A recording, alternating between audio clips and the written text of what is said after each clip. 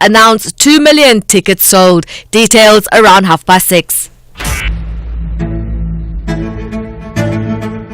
Getting ahead of the morning with #SAfm Breakfast. 7 minutes after 6 o'clock. Good morning and welcome to the Wednesday edition of SAfm Breakfast. My name is Oliver Dixon. Thank you so much for being with us. Really do appreciate it. You heard that story there in the bulletin about 34 municipalities having been able to achieve clean audits. The rest of them, not so much. That is an incredibly massive skew of municipalities that just don't have their financial matters in order. What are the implications of this? Just yesterday on the National Pulse, we had listened to a conversation between the Auditor General and Ashraf Garda. If you had missed it, go into the SAfm website, get the podcast. It was a fascinating conversation. But we get analysis this morning from William Kumede, who is with the Wits School of Governance, on the misgovernance of municipalities when it comes to its financial matters. And a little bit later on in the show, we're going to be bringing you that story that made headlines all day yesterday. 123 undocumented foreign nationals were arrested during a raid in KwaZulu-Natal. Various illegal firearms were recovered, as well as money, dollars. Undeclared dollars. My goodness, we clearly have a dollar problem in South Africa. We're going to be talking about that, and I do want you to stick around for that conversation. And then a little bit later on in the show, we're going to be speaking to David Mahlobo on the Department of Water and Sanitation's efforts to address water shortage issues in the country. Concomitantly to that, just yesterday, a very important piece of legislation was signed into law by President Ramaphosa, and we will touch to an extent on that. It's important that we make sense of the implication of that bill, and that is the National Water Resources Infrastructure Agency bill. We're going to be speaking to David Mahlobo about that in relation to water resource and water scarcity in South Africa. And then the Justice Department, they released a statement on the firing of many employees in the Justice Department, some of which includes magistrates. We're going to be bringing you that conversation as well. Busi Mavuso, who is the CEO of Business Leadership South Africa, joins me to talk about South Africa's logistics policy. They're concerned about South Africa's the future of South Africa's logistics, given the slow turnaround at Transnet. All of that and more coming up on the show. Give us a call, 086 000 2032. I'm also taking your WhatsApp voice notes on 0614 104 107. Tweet me, it's at Oliver_speaking on Twitter, Oliver Dixon on Facebook. 10 minutes after 6. If you're active on social media and love SAfm, we hope you'll take a moment to like or follow our SAfm page on Facebook and Twitter. These are the best places to find all the guest information, conversations, and stories you love from your favorite presenters, along with regular updates from SABC News. And don't forget, you can send your questions to feedback@safm.co.za. SAfm, leading the conversation. Kathy Mohlahlana on SAfm. If you're ready to talk, I'm here to listen and nothing is off the agenda. Join me on the Talking Point every day from 9 a.m. to 12 noon. Only on SAfm. You're listening to the National Pulse on SAfm. Let's take it one step at a time. You probably used the word illegal 5 times. I mean, how do you know they're illegal in terms of illegal nationals as opposed to doing illegal work? Well, I can tell you, Ashraf, I wasn't born yesterday. I know the laws of this country. No one can operate businesses after from one house. It's a normal residential house. The following day, it's turned into a commercial enterprise with buildings in a place where used to be one house. All of a sudden, it's 20 rooms. There's no way that can be legal. I don't need any legal person to tell me that it's an illegal activity. Herman Mashaba, the leader of Action SA. The National Pulse, weekdays, 3 to 6 p.m. Keeping you informed and ready for the day ahead on SAfm Breakfast. Let's take a look at your weather this morning. We start out with a orange level 6 warning for damaging winds and waves leading to damage of coastal infrastructure and disruption of small harbors and ports expected between Cape Agulhas and Port Edward. A orange level 6 warning for damaging interior winds resulting in disruption to travel services and damage to settlements expected over the southwestern parts of the Eastern Cape. An orange level 6 warning for damaging waves leading to damage of coastal infrastructure and disruption of small harbour and ports is expected between Alexander Bay and Cape Agulhas, and a yellow level 2 warning for damaging winds leading to difficult driving conditions, particularly high-sided vehicles, expected over the extreme southeastern parts of the Northern Cape, the central and eastern parts of the Western Cape, and the western parts of the Eastern Cape. And a yellow level 2 warning for damaging waves leading to damage of coastal infrastructure and disruption of small harbours and ports expected over Port Edward and Richards Bay. And a yellow level 2 warning for disruptive snow resulting in non-major passes for short periods and light snow leading to icy roads expected over most mountainous parts of the Cape Winelands in the Western Cape. A fire danger warning for extremely high fire danger conditions expected over the extreme northeastern parts of the northwest, extreme northwestern parts of KZN, and some places in Limpopo. Otherwise, you should take note of this. The second of the cold fronts affecting the western, north and eastern Cape provinces will pass through during the morning. Public and small stock farmers are advised that snowfalls over the mountains, very cold conditions and strong gale force interior and coastal winds and very rough seas still expected. Very cold conditions over parts of the interior are expected to persist into Thursday. Otherwise, taking a look at your indicators this morning, you can expect fine weather in Johannesburg with a high of 25, fine weather in Mbombela with a partly cloudy rather in Mbombela with a high of 36, fine weather in Polokwane with a high of 31. Mahikeng will be fine and windy with a high of 26, while Bloemfontein will be fine and windy, becoming partly cloudy in the late morning. A -3 this morning in Bloemfontein, but a maximum of 18 to be expected. You can expect a high of 17 in Kimberley with partly cloudy weather and windy weather. In Cape Town, you can expect cloudy to partly cloudy and windy with isolated to scattered showers with a high of 12. You can expect a moderate to fresh southerly becoming light and variable from the evening in Cape Town. The wind, that is George, will be reaching a high of 18 with strong near gale force, westerly to northwesterly, cloudy at times with isolated to scattered showers. In East London, you can expect a high of 18 with partly cloudy becoming fine, while Durban will be cloudy with isolated showers reaching a high of 21 with a strong northerly to northeasterly at first, otherwise fresh to strong southerly to southwesterly becoming southeasterly from the afternoon. Richards Bay will be reaching a high of 22, cloudy with isolated showers and rain. Pietermaritzburg will be fine in the morning, otherwise cloudy with isolated showers and rain, a high of 19 in Pietermaritzburg. It's 15 minutes after 6. The Daily News Diary on SAfm. Ava Chipper's with us on the news desk this morning. Ava, good morning. What are we looking at today? Hey Oliver, so today there's quite a lot happening. So we're going to start with the former Public Protector Advocate Busisiwe Mkhwebane. She's not giving up a bid to review the decision of the Section 194 inquiry which led to her removal. So today she's heading to the Supreme Court of Appeal to appeal the full bench judgment of the Western Cape High Court that dismissed her application with cost. She says the judges shied away from determining the merits of the case and only gave a ruling based on what she terms as a superficial technical point.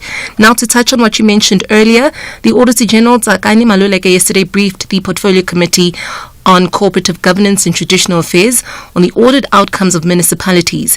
So the Auditor General says 75% of the country's metros are unable to provide reliable service delivery reports, yet they have the resources to hire skills needed to compile a credible financial statements and credible performance reports.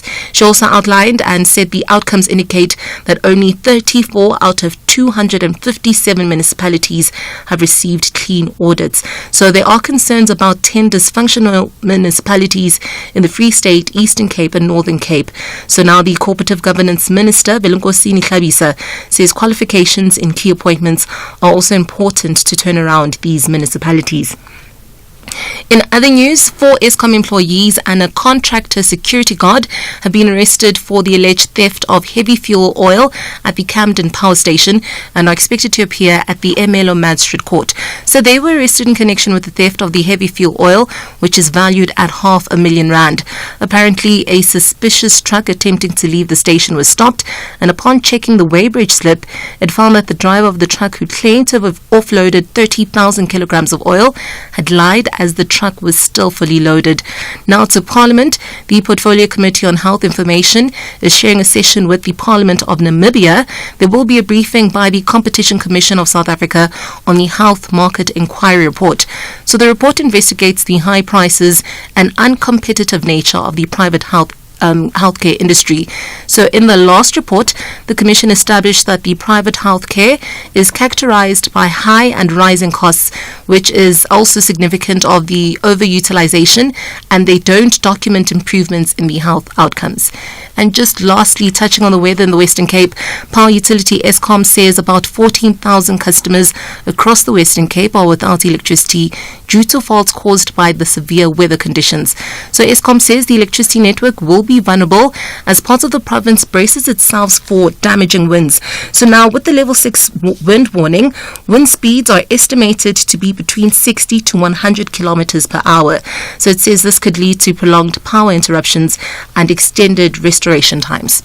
That report on private health service providers is an incredibly important report. I think the Competition Commission had released it in 2018 already. I can't remember the first one. It was around around 2018, and nothing has been done about it. I would have thought, by the way, with the NHI conversation happening, that there at least would be the inclusion of a price regulator in the industry for schemes, right? So that we don't have these exorbitant practices around private medical healthcare providers. But nothing has happened in terms of regulating price and price escalations in that.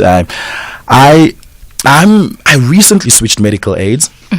To a cheaper one. I realized that at the end of the year, I would have depleted all my savings, right? And then I'm paying out of pocket for like almost a third of the years. I was like, man, I may as well just switch to a cheaper one if that's going to be the case. I'm curious about what people think about that. Thank you so much for that, Eva. Appreciate it. Worldview Update, bringing you closer to international news. There's tension in the South China Sea. This after the Philippines government had slammed China on Monday for what they call repeated aggressive and unprofessional and illegal actions in the South China Sea after a string of clashes and incidents on air and at sea over the past week. Timothy Walker, who's a maritime project leader and senior researcher at the Institute for Security Studies, joins us now. Timothy, before we get into the minutiae, good morning. Before we get into the minutiae of this very specific allegation by Philippines, perhaps let's talk about the resource strategic value and the geographical strategic value of the South China Sea. Why is it of so much importance? Well, this area in dispute is disputed between several countries: Philippines, Malaysia, Indonesia, Vietnam. They all have claims over this area. So the tiny little coral reefs, which are the subject of these disputes, really kind of lie sort of almost an equal distance from a lot of countries, a lot further away from China, it must be said. Now, around these areas, there's been a lot of prospecting for natural resources like oil and gas. And there's a lot of very good indications that there's a huge amount of economic resources located in these areas. So whoever has that legal, undeniable right to, issue contracts, to draw up oil blocks and auction them off, is in a fantastic, position to gain a huge amount of economic benefits from that. So it becomes a natural sort of source of competition or dispute between countries. But it's nevertheless sort of become very militarized in that regard. Yeah. Who has legitimate claim over certain parts of those waters? Well, it depends.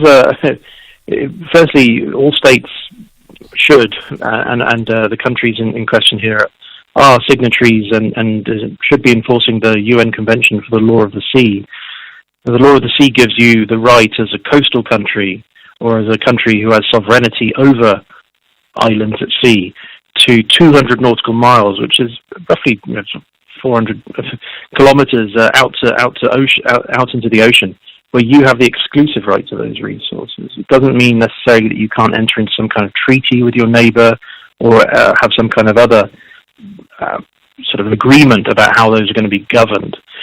So it becomes a real kind of contestation, like I say, because have the exclusive right is something which several countries who are looking to grow economically, but also I think safeguard resources against neighboring countries, or even just sometimes maybe leave them in the ground because of the effects of climate change at the moment. Yeah. Perhaps to then ask this, is China violating Philippines' sovereignty by, so to speak, doing military exercises, is what it seems like, in what then clearly is not Chinese waters?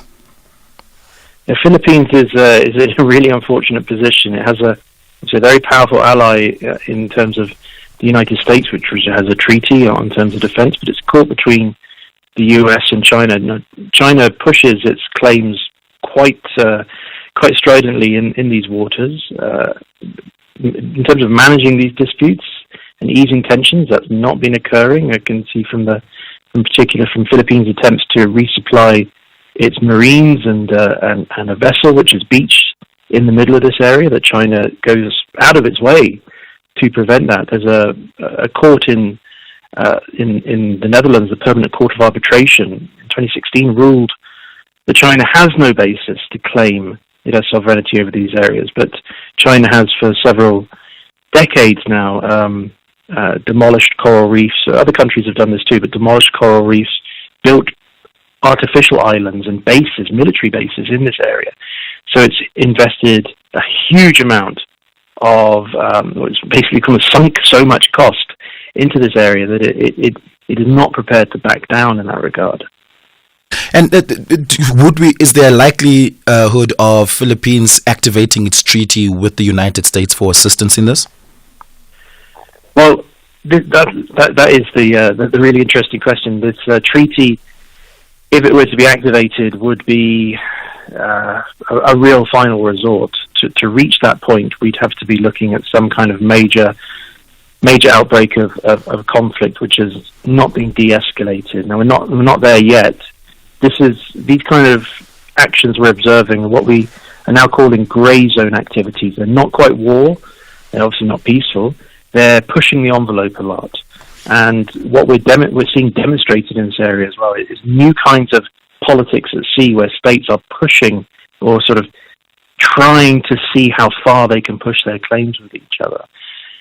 The treaty could be triggered in that regard, but it's unlikely because there's a lot of diplomatic behind-the-scenes negotiations ongoing all the time about this. And as I say, the end result would be potentially a global conflict, which is in nobody's interest. And just finally, last year, the Philippines is not the only country that takes grievance to China's actions in the South China waters. Could there be a coalition of coastal countries there collectively standing up to China and taking action and claiming their right over some of those waters? There are several regional initiatives. There's one called ASEAN, Association of Southeastern Asian Nations, similar to things like SADC here in South Africa, where states are often discussing their security concerns about each other's intentions. China is not really a member as such, and there's lots of international observers. But as I say, if it wasn't maybe for China, if China was a lot more focused on its immediate coastal waters instead of projecting itself out into the South China Sea, then you would see that there are also disputes between Vietnam, Indonesia, Malaysia on this. So they've kind of parked those for the time being because of the bigger looming issue of China's claims. If China wasn't to be claiming, then it could be the case that there could also be conflict and disputes between these countries. But like I say, there are institutions and initiatives which do exist, which states, it depends on how much they put into it and how is what they'll get out of it. There are forums and platforms to conduct diplomacy to come to an agreement on, I think, the best way forward, for instance, in my opinion, is to examine not just being selfish or looking at having complete sovereignty, but looking at sharing in the future. Especially in terms of climate change, a lot of these islands are likely to be submerged if sea level rises continue. So that raises some very interesting questions about how sovereignty is determined if you don't actually have any land with which to make a claim for sovereignty. Yeah, and finally important here, at what point does the World Trade Organization get involved here? Very specifically, given that this seems to be about claim to resources.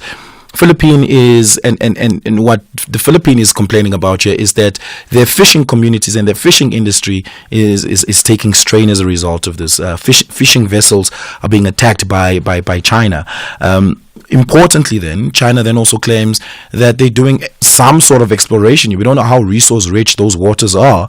This seems that there might be some sort of trade treaty or trade law violations at an international law level.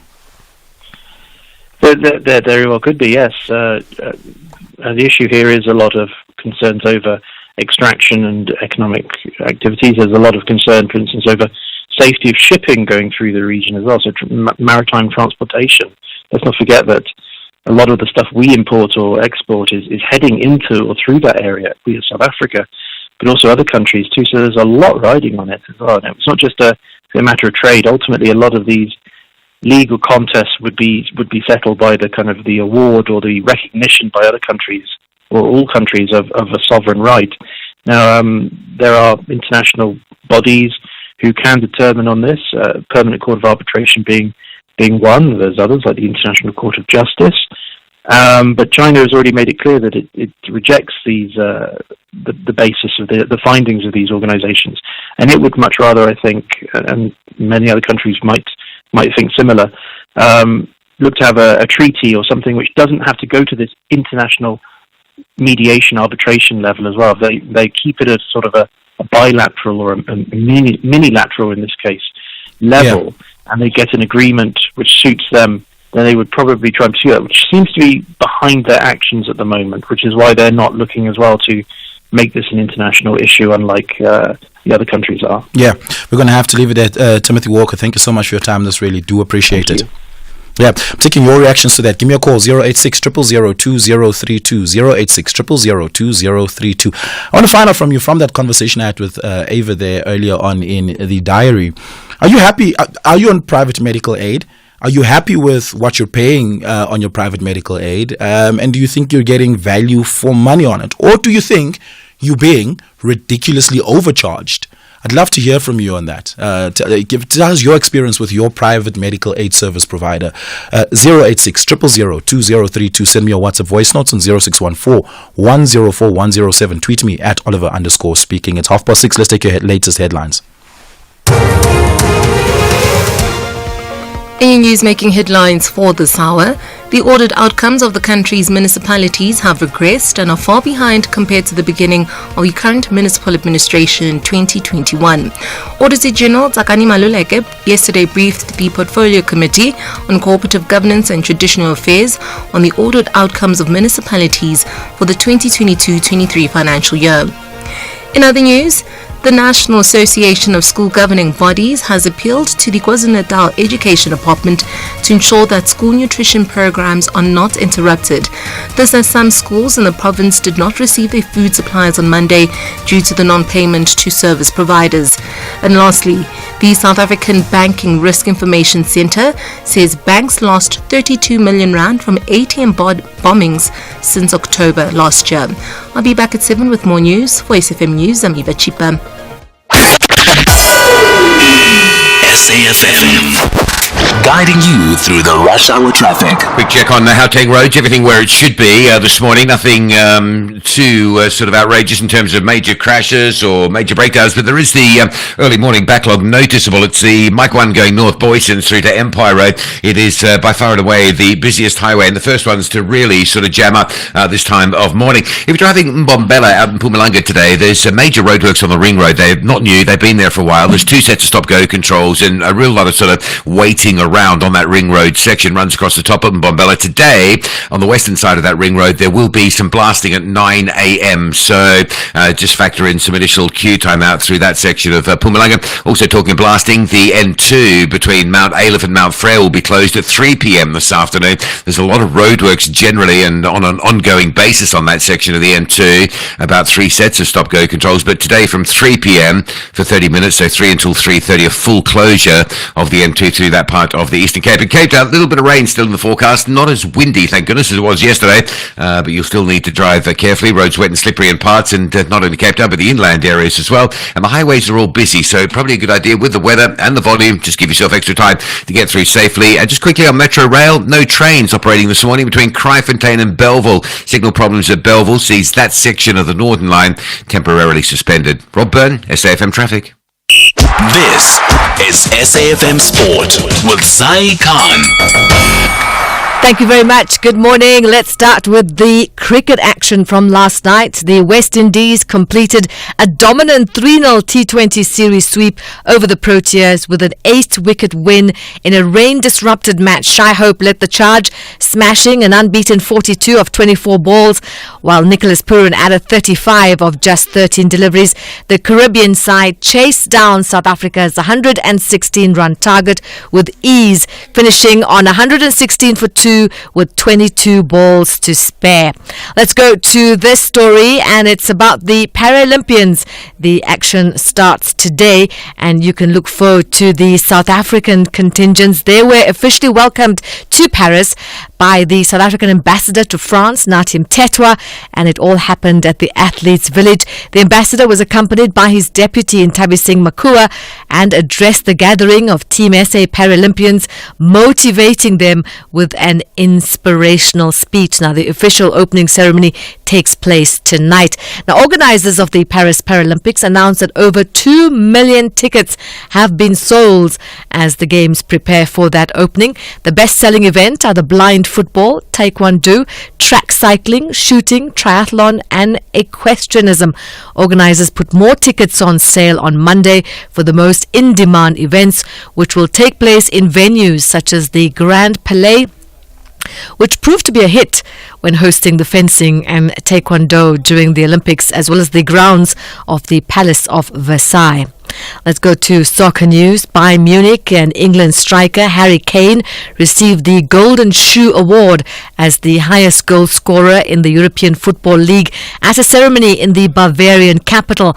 Kane scored 36 goals during the previous Bundesliga season, more than any other player in Europe. Tennis action. The world number 1 Iga Swiatek was made to work hard to beat lucky loser Kamila Rakimova in the US first round. Poland's Swiatek was not her best in a 6-4, 7-6 victory, which took just under 2 hours on the Arthur Ashe Stadium. And Danielle Collins played her final Grand Slam singles match of her career, bowing out to the fellow American Caroline Dolehide 1-6, 7-5, 6-4 in the first round. Now, Collins announced at the start of this year that this would be her final season on tour, but she vowed to contribute until the end of the season, despite the disappointment of an early exit in New York. And let's go to this tennis story. Naomi Osaka making a triumphant return to the US Open, storming into the second round with a superb 6-3, 6-2 win over the world number 10 Yelena Ostapenko. After a period away from tennis, Osaka was emotional as she stepped back onto the Flushing Meadows court, where she already won 2 titles. Here's her post-match interview. Naomi Osaka. I don't know, I was trying not to cry when I was walking out too. I remember last year I was watching Coco play, and I so badly wanted to step on these courts again, and I didn't know if I could. I didn't know athletically, physically if I was able to, and just to win this match and just to be in this atmosphere means so much to me, so thank you. And that's how we wrap up your sport on SAfm Breakfast. I'm Sai Khan. The business update on SAfm. Ntaleng Lichela is with us for the business update this morning. We start with BHP. They're getting big on copper expansion. Ntaleng, good morning. Tell us about that. Morning, Oliver. Now, the Australian miner that has a secondary listing on the JSE is doubling down on its copper growth plans. This comes after its bid for Anglo American's assets, where it was eyeing its copper assets in particular, fell through. Now, BHP initially made that $40 billion bid for those assets. However, it didn't come to pass. Now, according to UK law, they can only make another offer in November. So it'll be interesting to see if it makes another attempt to pick up those assets, as it's still eyeing, assets in the copper industry. At the moment, copper contributes about 30% of the miner's profit, but that is set to increase. In South Australia, it is assessing options to produce more than 500,000 metric tons of copper annually in the early 2030s, up from 322,000 tons in the past financial year. BHP also took over the Philo Corp joint venture last month on the back of its rich copper assets in South America. Now, this move into copper comes as the metal becomes a key player in the clean energy transition. The move was also driven by a bleak outlook for its current cash cow, iron ore, due to China's slowing economy. Yeah, it's going to be fascinating to see what impact that has on the local markets, especially given that China themselves are going through some stuff in relation to copper. But impairments weigh on Master Drilling. Tell us about that. At the halfway mark, the company had to make provision for an impairment loss of $7.8 million. This was in relation to its mobile tunnel boring equipment, property and plant. Now, Master Drilling, in partnership with an Italian firm, designed and built specialized machinery, which was trialed on 2 projects with Northern Platinum and Anglo American. But despite this promising start, the company failed to secure a contract for the equipment, leaving its future revenue potential uncertain. As a result, it took a cautious approach and decided to write down the value of the asset. In addition to this, a market slump in the US meant that Master Drilling's operations in that region also didn't use the specialized drilling gear, so the company took a precautionary hit on its value there. The total group impairments then amounted to $13.3 million. That impairment cost resulted in a 75% decline in its profit. The group, however, remains positive about its prospects, saying that this was just a once-off hit. It's also betting on a stronger order book. Currently, the committed order book totaled $271 million for 2024. And how did the markets close yesterday? So global equities are staging somewhat of a recovery, with US stocks ending in positive territory yesterday. This ahead of earnings from Nvidia and CrowdStrike. Markets, though, are mostly in the red in Asia, despite the broadly positive cues from Wall Street overnight.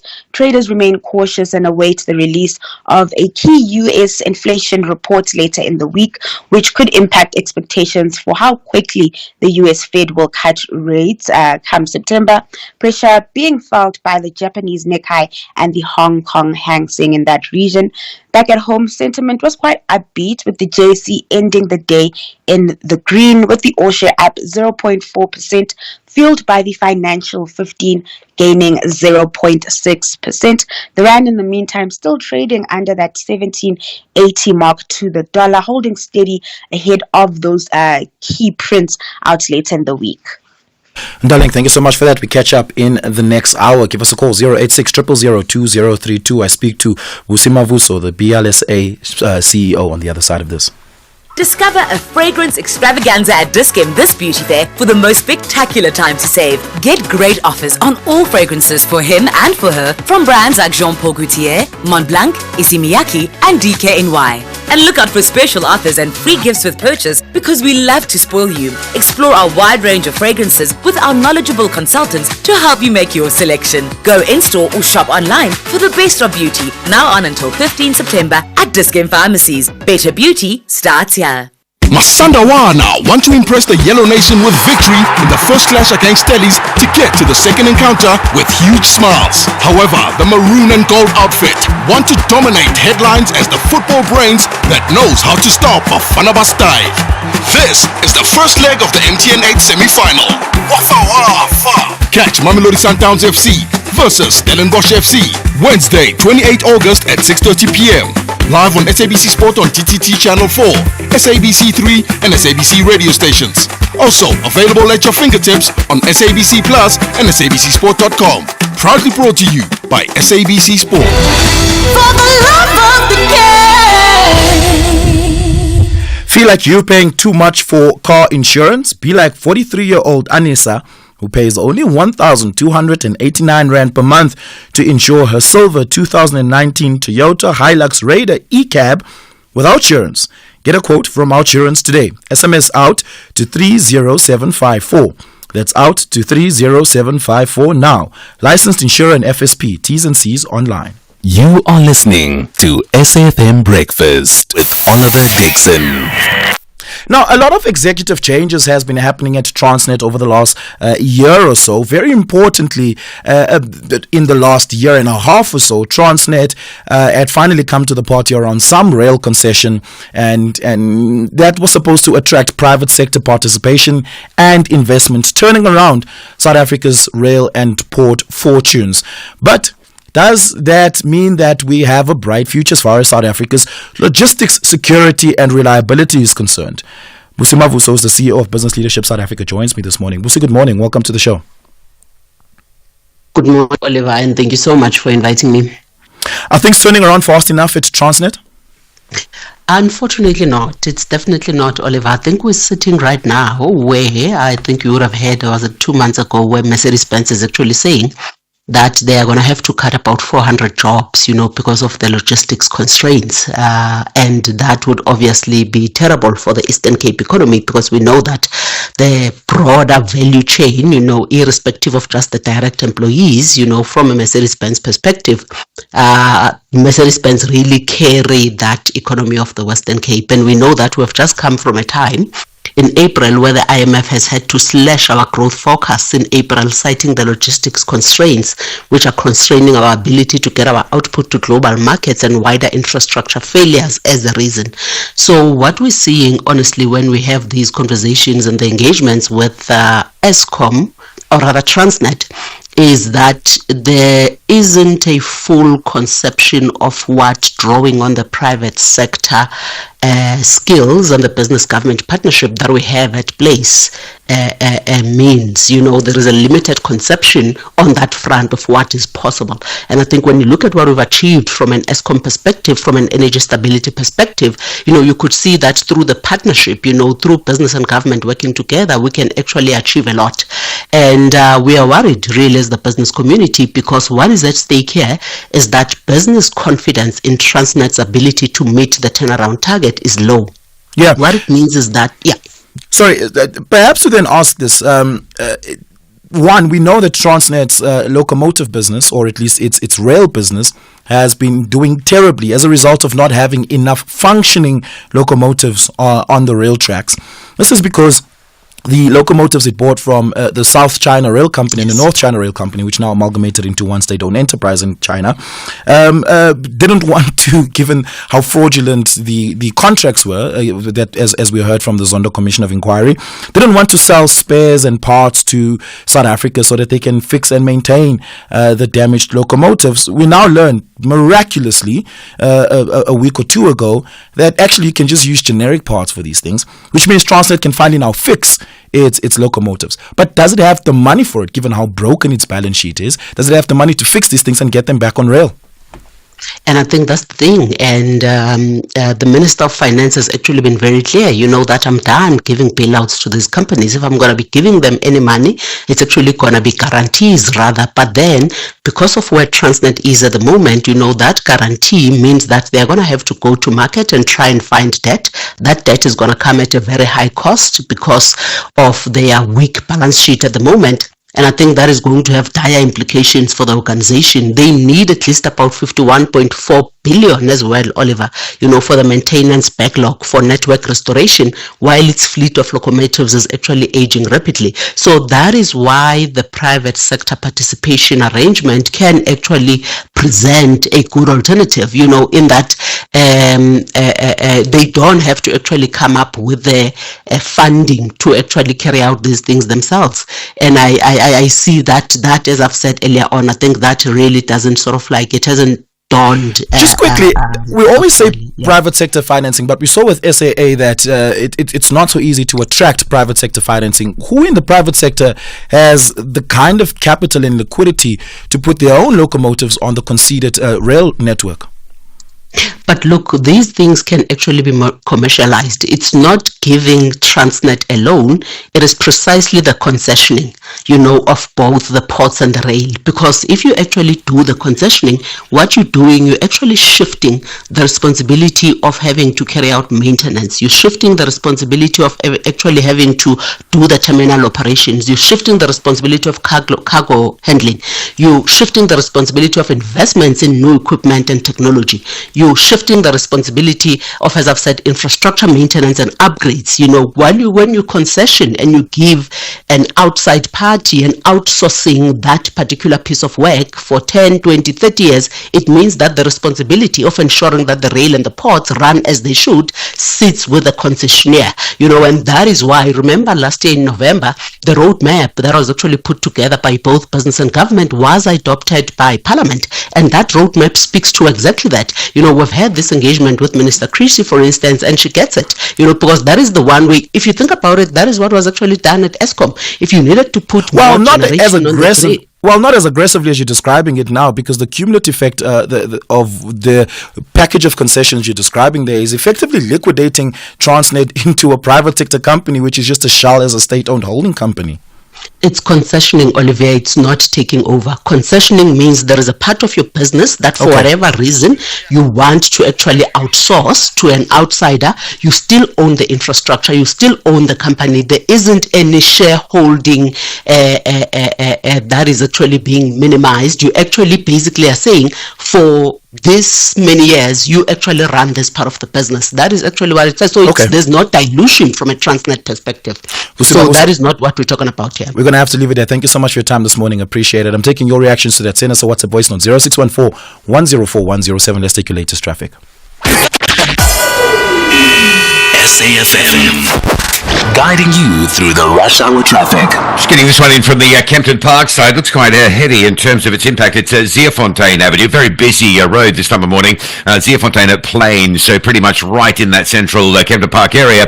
There is a crash the southbound side of Zeefontein, quite heavily backed up. The rest of Joburg looking fairly standard in terms of highway queues. The Mike one, of course, busy from Goldridge City through to Empire Road. The N1 through Midrand. No major obstructions this morning. It is getting busy, but nothing anyway apart from just a sheer volume of traffic. Pretoria East looks like the lights are probably down. Solomon Mushango and Delphi heading west. That's quite a heavy queue. And the Dustport Tunnel again, very heavy jams on the southbound side of Bremer as you come off the Mopley Highway from Vanderhof is where you'll hit the backlog all the way through the tunnel down towards the Tronsaronia. Durban M7 into Pinetown, a busy one this morning, queuing from Hans Detman through towards the M3 Highway. The M3 Highway junction looks like something's causing an obstruction. Usually a broken down truck results in that sort of traffic flow. Don't forget the Eastern Cape's got a 30-minute closure today of the N2 between Mount Frere and Mount Aleph. It'll be a full closure of that section of the N2 through where the long-term roadworks are anyway, and that's a closure for 30 minutes, 3 until 3:30, so choose your travel times outside of those hours. Into Quebec is still a lane restriction on the N2 between Bluewater Bay and the M4 Settlers Way split, and that's due to recovery of last week and the weekend's flooding that we saw coming up from the ocean. And Cape Town all fairly busy. Bit of rain about Cape Town and the inland areas, to continue to be vigilant for safe driving conditions. And a crash on the M5 northbound at Crombourne Road. That's putting some extra pressure coming through from Wetton and Ottery sides. Rob Byrne, SAfm Traffic. Every day our children are exposed to relentless marketing of unhealthy foods where they live, learn and play. This aggressive marketing of unhealthy foods to children can shape their eating habits and food preferences for the rest of their lives. I'm your host, Crystal Audison. is big food stalking our children? Watch Chew on This on healer.org. Need a loan? Pay for what you need when you need it with a personal loan from Nedbank. And if you open a My Goals Plus or My Goals Premium account, you can enjoy 200 Rand cashback every month for the duration of your loan. That's 200 Rand every month to buy extra groceries or save for a rainy day. Visit nedbank.co.za and join the bank that's best for your loans. See money differently. Nedbank. We're a licensed FSP and registered credit provider. T's and C's apply. The basic needs of the masses of the people must be addressed. When scores of South Africans across the country cast their first democratic vote in those long crisscrossing queues, Renerilida. When we laid our hands on that coveted Webb Ellis Cup for the very first time, Renerilida.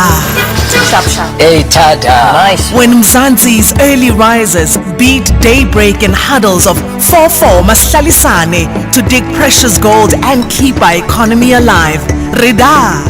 Through the TV screen, the mobile app, and the unshakable power of radio, we are the gateway to the twists and turns of Mzansi's maturing democracy.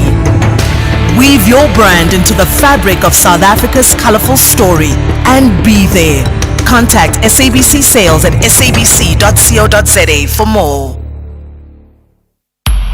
SAfm values your views. Be an active citizen. The Auditor General yesterday released an audit of municipalities' results. William Kumede joins us to make sense of this. He's the founder and executive chair of Democracy Works Foundation and a professor at the Wits School of Governance. William, good morning. Thank you so much for your time. Perhaps to start here, it's not all doom and gloom, right? Because while only 34 municipalities had received clean audits out of the 250 plus municipalities, what we have seen improvement in is 45 municipalities have improved their audit outcomes since 2020, and fewer municipalities have disclaimed audit opinions, which means the worst possible audit outcome there could be. That seems that it's trending in the right direction. Good morning, and thank you for inviting me. I mean, you know, the sad part of it really is at a local level where your real delivery happens. And I think if one has to summarize the outcome, it tells you that municipalities cannot do execute their basic function of, and that is delivering services. I mean, that really, in a nutshell, if you want to have to explain what does it all mean. Yeah. Of the municipalities that had received clean audits, does that necessarily translate into them being good at service delivery? Because I can imagine a situation where a municipality is good at accounting for their money, but they're not good at using the money for the right things. Yes, you know, so those are two things, but in general, you know, those who are well run and well managed are also more effective in delivering. I mean, there is a correlation, not always, but in most cases. I mean, the fact is that out of all of the big cities, all the big metros, for example, so only Cape Town received a clean audit. I mean, you know, the voters must also now begin to respond, because, you know, all of this has been a repeat now for many years. So, you know, there has to be a point where voters should stop voting for people that deliver these audits, and also the lack of services. Yeah. Lastly and importantly, capacity is a problem that the Auditor General had raised, and that is around municipalities that either don't have municipal managers that are permanent or qualified municipal managers, and lastly, chief financial officers that are permanent and qualified. How do we attract the right talent to the public sector, specifically to municipalities and local government at this stage? I mean, the first thing is there has to be a real professionalization at that level.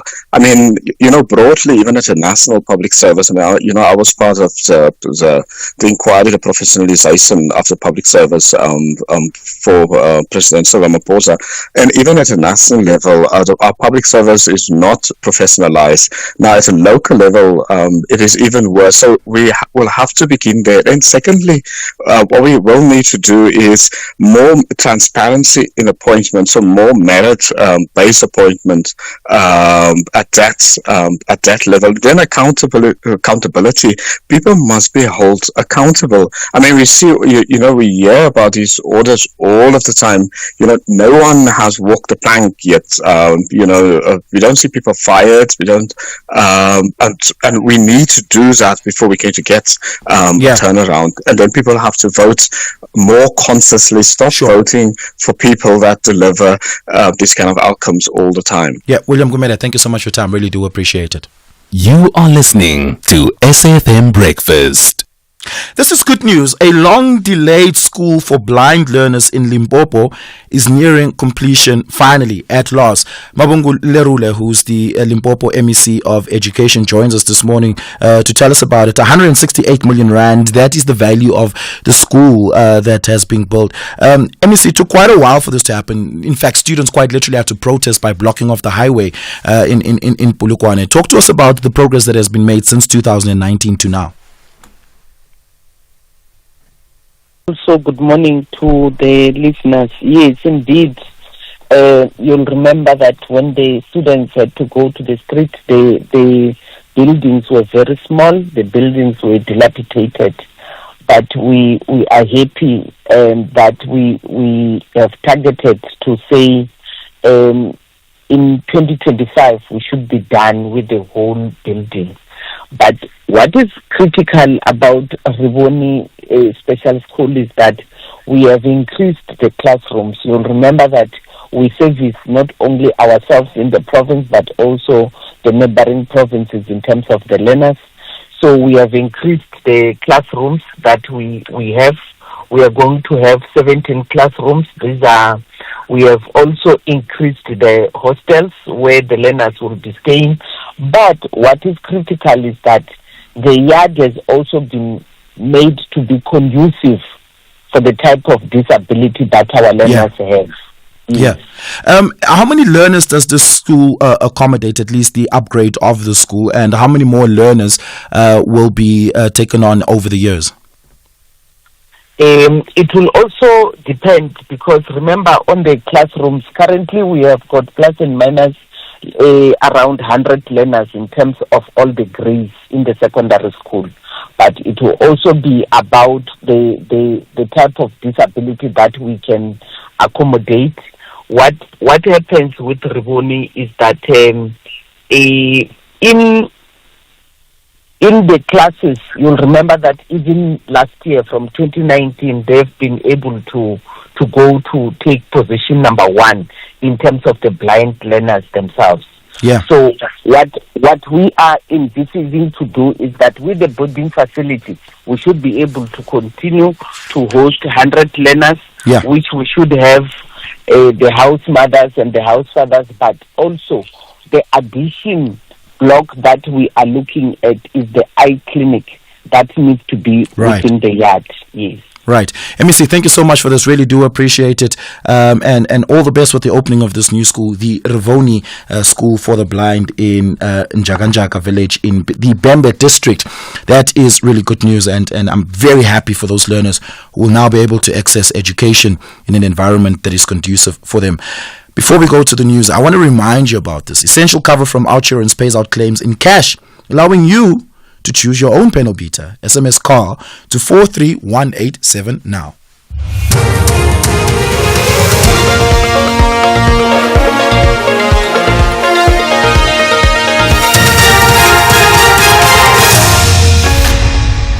Top stories at 7. Municipalities backslide on audit outcomes and banks lose millions to ATM bombings. Good morning, I'm Eva Chipa. The audit outcomes of the country's municipalities have regressed and are far behind compared to the beginning of the current municipal administration in 2021. Auditor General Tsakani Maluleke yesterday briefed the Portfolio Committee on Cooperative Governance and Traditional Affairs on the audit outcomes of municipalities for the 2022-23 financial year. The outcomes indicate that only 34 out of 257 municipalities received clean audits. Maluleke says despite metros having significant budgets, their audit outcomes are not impressive. The political instability that often confronts the administration of metros has the direct impact of weakening those institutions. And weak institutions will always struggle to protect leakage, or rather to protect public resources. They'll always struggle to have the type of reliable and predictable controls and systems. The Polokwane municipality has distanced itself from the allegations against its former mayor and current Justice and Constitutional Development Minister, Thembi Simelane. This comes after allegations that the minister secured a loan of 500,000 rand from a company that allegedly brokered investments of nearly 350 million rand by the Polokwane municipality in the now defunct VBS Mutual Bank in 2016. Simelane was serving as mayor of Polokwane when she allegedly secured the loan to purchase a coffee shop in Sandton in Gauteng. The municipality spokesperson Tipa Silal. Let me confirm that indeed the municipality did invest in VBS, and later on, upon realizing that it was not in compliance with Municipal Finance Management Act, the municipality withdrew its investment even before the National Treasury could issue a circular on that matter. The municipality did not lose any funds from the investment. So at the time of investment, the municipality did not have the appointed municipal manager. Moving to the KZN, where the National Association of School Governing Bodies has appealed to the Provincial Education Department to ensure that the school nutrition program is not interrupted. This as some schools in the province did not receive their food supplies on Monday due to the non-payment to service providers. Secretary General of the National Association of School Governing Bodies, Bongumu Samgun. Most of the schools that are benefiting from nutrition programs have been affected yesterday due to the lack of payment to the suppliers. So they were supposed to deliver mass as well as vegetables yesterday. So that because most of the schools on Mondays, they are receiving those items. Most of the schools were affected due to the non-delivery of food. Most of the affected districts that were reported, it was Umlazi, Mgungundlovu, Utsukela, Ilembe, and then Majuba. The South African Banking Risk Information Centre says banks lost 32 million rand from ATM bombings since October last year. The crimes mostly occur in Gauteng, Limpopo, Mpumalanga and the Northwest. A crime researcher who asked to remain anonymous says the bombings are being plotted from behind bars. The challenge would be that whenever a crime syndicate is being apprehended or in custody, there will be a subsidence or a reduction in the number of ATM bombings. But then the challenge is that once one syndicate is either on bail or on parole or released, not guilty and discharged, then there will be a spate again of those ATM bombings. The research has proven that most CIT bombings and ATM bombings are actually planned from prisons.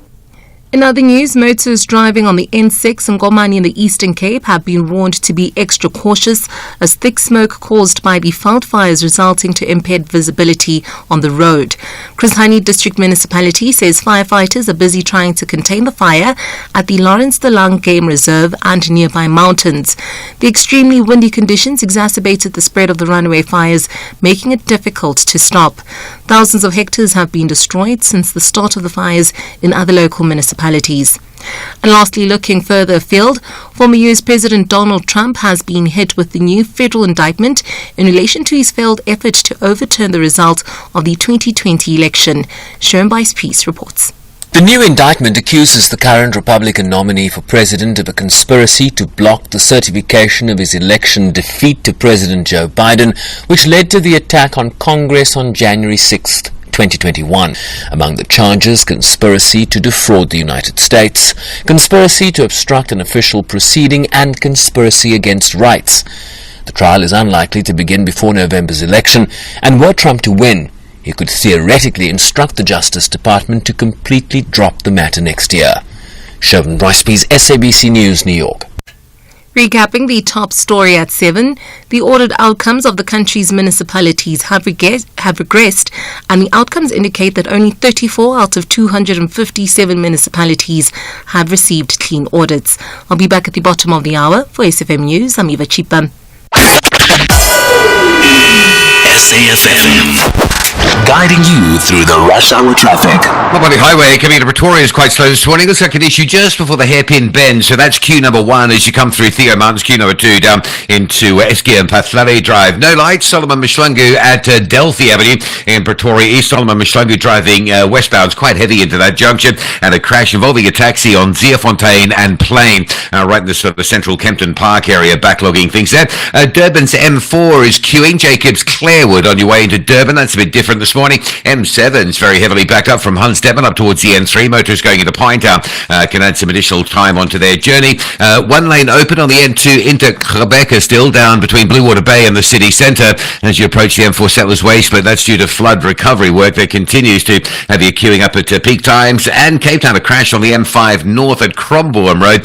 Quite heavy queues all the way back through sort of Ottery and back into Parkwood area this morning. Rob Byrne, SAfm Traffic. A very good morning to you. In your SAfm sports headlines, it's rugby.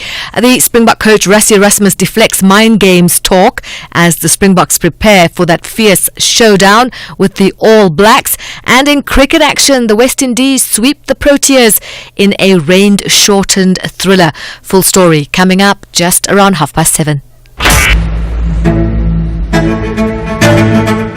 Getting ahead of the morning with hashtag SAfm Breakfast. 7.5 after 7 a.m. Good morning. This is SAfm Breakfast. My name is Oliver Dixon. Thank you so much for being with us. Calls are mounting for the Justice Minister, that is Tembi Simelane, to resign following allegations of her involvement in VBS, or at least having received some form of undue gratuity from VBS. We're going to be talking about that, but importantly, Action SA, they've written to the President, and also had written to the Public Protector calling for an investigation into Minister Simelane, very specifically because they fear that there might be a conflict of interest between her being the Minister of Justice and the NPA doing their work in the execution of justice, investigating and potentially prosecuting the minister should there be any wrongdoing suspected over there. Accountability now, Paul Hoffman, who's with them, they say that the minister must resign. We're going to be talking to them in a very short while about that. Colonel Nechiunda, who's the KZN police spokesperson, is going to be joining us. We're going to be talking about that raid that they executed yesterday in Durban, where 123 undocumented foreign nationals were arrested. US dollars equivalent to over 4 million rand was found. Unlicensed firearms were found, and various other contraband were found and during that raid. We're going to be talking to them. It seems to have been a collaborative effort in executing that. And then a little bit later on, we're going to be speaking to on this. The Stats SA report points that most victims of housebreaking do not report the crime to the police. Why is that? We're going to be speaking to Krista Kok, who is a crime expert. Does it signal that there has been a complete loss of faith in the police and the criminal justice system altogether? Just after 8 o'clock, we're going to be speaking to David Mahlobo on South Africa's water shortage issues and the solutions there too. All of that and more coming up on the show. Give us a call, 086 000 2032. I'm taking your WhatsApp voice note reactions on 0614 104 107. Tweet me at Oliver_speaking on Twitter, Oliver Dixon on Facebook. It's 9 minutes after 7. They say first touch in football is very key. That's exactly what First Touch ladies want to display to grab a spot in the top 5. But UWC is onto something different. This is the Hollywood Men's Super League. Catch Mzansi Queens of the beautiful game. First Touch Ladies FC versus the University of the Western Cape Ladies FC on Sunday 1 September at 2:30 p.m. Live on SABC Sport on DTT Channel 4 and SABC radio stations. Also available at your fingertips on SABC Plus and SABCSport.com. Brought to you by SABC Sport. For the love of the game. It's Truck Month at Ford, and that means one thing. You save big when you upgrade to a 4x4. For a limited time only, get a Ford Ranger 4x4 from only $8,599 per month. Visit your nearest Ford dealer to get the best deal on a Ranger 4x4 from only $8,599 per month with free 4x4 driver training. TNCs apply. The Chief Executive Officer of the Nelson Mandela Museum, Dr. Vuyani Gweki Boy, will engage SAfm listeners on how the Nelson Mandela Museum is preserving, promoting and protecting the legacy of Nelson Mandela. He will further unpack the 2023-2024 audit outcome results, tune into the Talking Point and the National Pulse to hear about the latest developments within the museum and the upcoming Liberation Heritage Indaba. Conversations that you connect with and react to. SAfm. Your own panel beater is like your favorite holiday destination. Not everyone's top 10, but perfect for you. Outsurance gets it. That's why. With Outsurance Essential, your claim is paid out in cash to use your own panel beater. Also, get up to 1 million rand liability cover and other great benefits at a low cost. Outsurance Essential is priced for cars older than 5 years, valued under 125,000 and not financed. SMS car to 43187 or call 08600 60,000 today. Licensed insurer and FSP. T's and C's online. Standard rates apply. You are listening to SAfm Breakfast.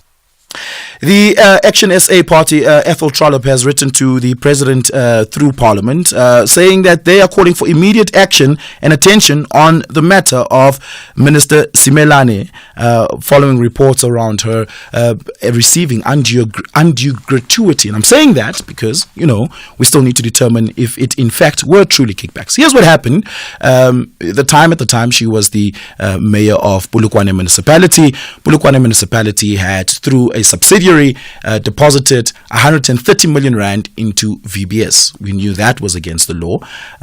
What then happened was the subsidiary in question, which was the broker of this transaction, had given a loan to Minister Simelane of nearly 600,000 rand. She used that to buy a coffee shop in Sandton.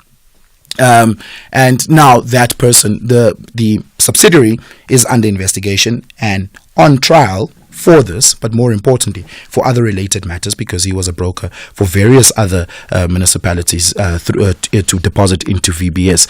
Action SA's Ethel Trollop now joins me on this. Ethel, good morning. Thank you so much for your time. Welcome to the show. Good morning, Oliver, and good morning to the listeners. You've written to the public protector to investigate whether there was a breach of Code of Ethics 1, and more importantly, whether or not there's a potential conflict of interest, given that the minister is the Minister of Justice and the NPA is doing the work on this. What are you asking the president to do?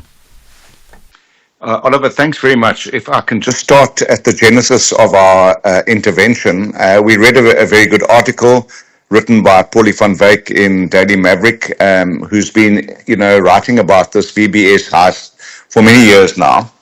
And what stood out as a red flag for us was that the current Minister of Justice, Ms. Simelane, was the mayor of Polokwane Municipality, and that municipality invested 350 million rand into VBS, which at the time apparently was unlawful. And the agent or the broker that negotiated that investment, as soon as the commission started flowing to him, he then made a loan to Ms. Simelane. That was the red flag for us. We don't believe it's coincidental. So that's the real issue at hand. The second very important issue is that we have asked the public protector to urgently investigate this, because we need some independence in this matter and we need distance from government and the ANC. We've had the state capture report and not one person has admitted any guilt to state capture, but we know that billions of rands have gone missing. So any denial doesn't mean that they're not involved, and we want action. We've also written at the very same time to the president, who appointed this minister, to advise the president that we've asked for an investigation from the public protector so that he is under no illusions about what it is exactly that we want. What we want is we want a Minister of Justice who is beyond reproach. And this is very important as we move into the time of investigations and charges against people who've been involved in state capture. 3 weeks ago, or maybe a month ago, I wrote to the president to say that the National Prosecuting Authority and the Independent Directorate were having difficulty in gaining access to the data from the state capture reports. He wrote back to me a week ago to say that the regulations had now been proclaimed and that all access to this data would be available. But that will come to naught if the person presiding over the NPA and the activities of the Justice Department is potentially herself conflicted and trying to defend or protect herself. There is a very clear evidentiary question that needs to be asked here, Ethel, and that is whether or not this was a loan in earnest. That is to say, whether was a loan agreement, were there loan terms, and did she eventually pay the money back, right?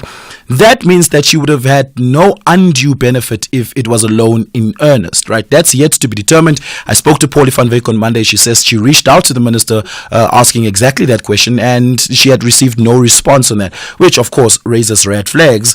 In the interim, are you asking for the minister to step aside in the interim or to be fired altogether? Well, look, first of all, we have absolutely no faith in the step-aside policy. We've seen people step aside and come straight back to their jobs. Zizi Kod was a case in point. So we don't expect the ANC policies to have any impact in this matter. This is a public matter. This is a matter of urgent public importance, and that's why we've asked the Public Protector to investigate.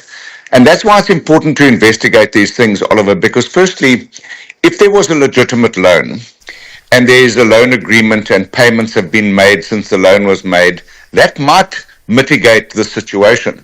However, if you're making a loan of from illicit funds, that makes the loan itself illicit as well. So these are the issues that need to be investigated. And then secondly, it'll be interesting, and we're busy looking at that right now, whether the minister has made a declaration in the members' interests about the coffee shop that she purchased in Sandton, apparently with these monies that she received in a loan.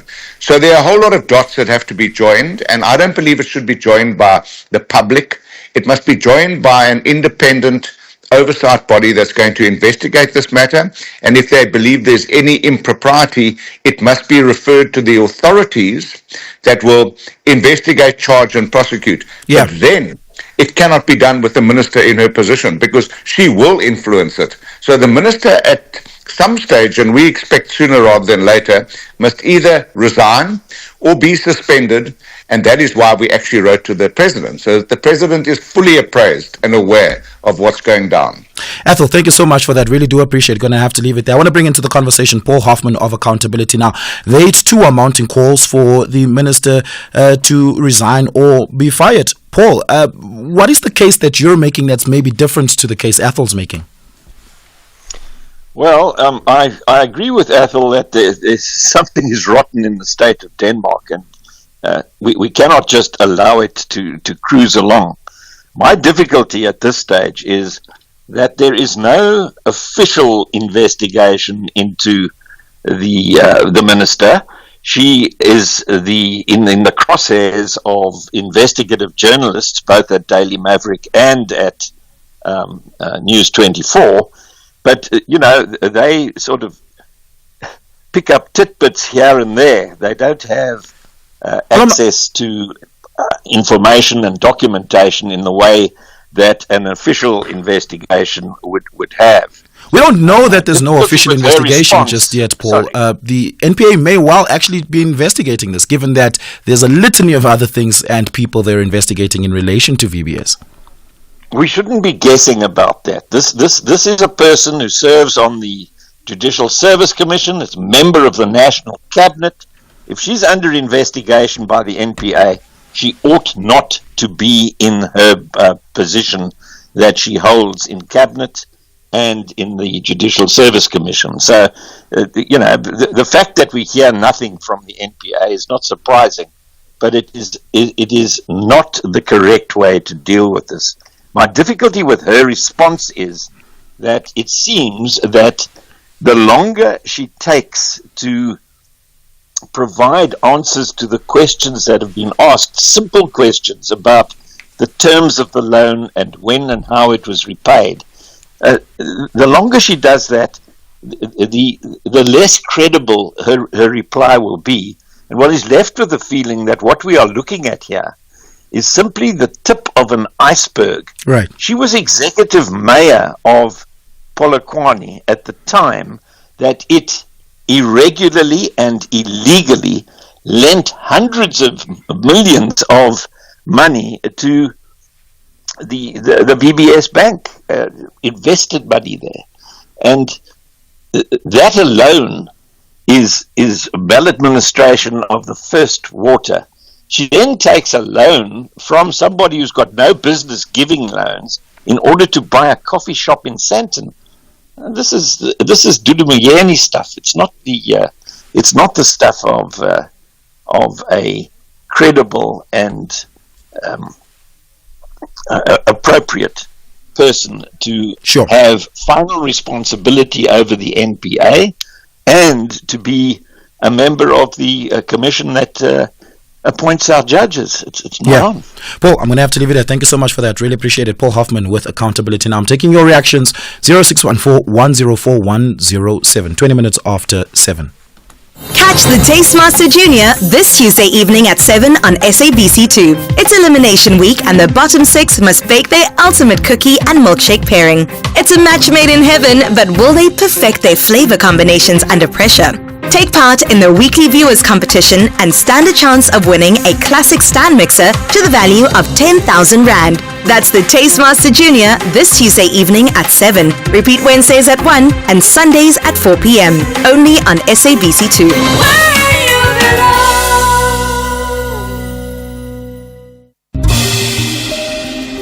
In August, we celebrate our amazing women farmers who nourish and clothe our nation. Farmers and researchers and academia can work closely. Catch Living Land on Sundays at 11 a.m. on SABC2.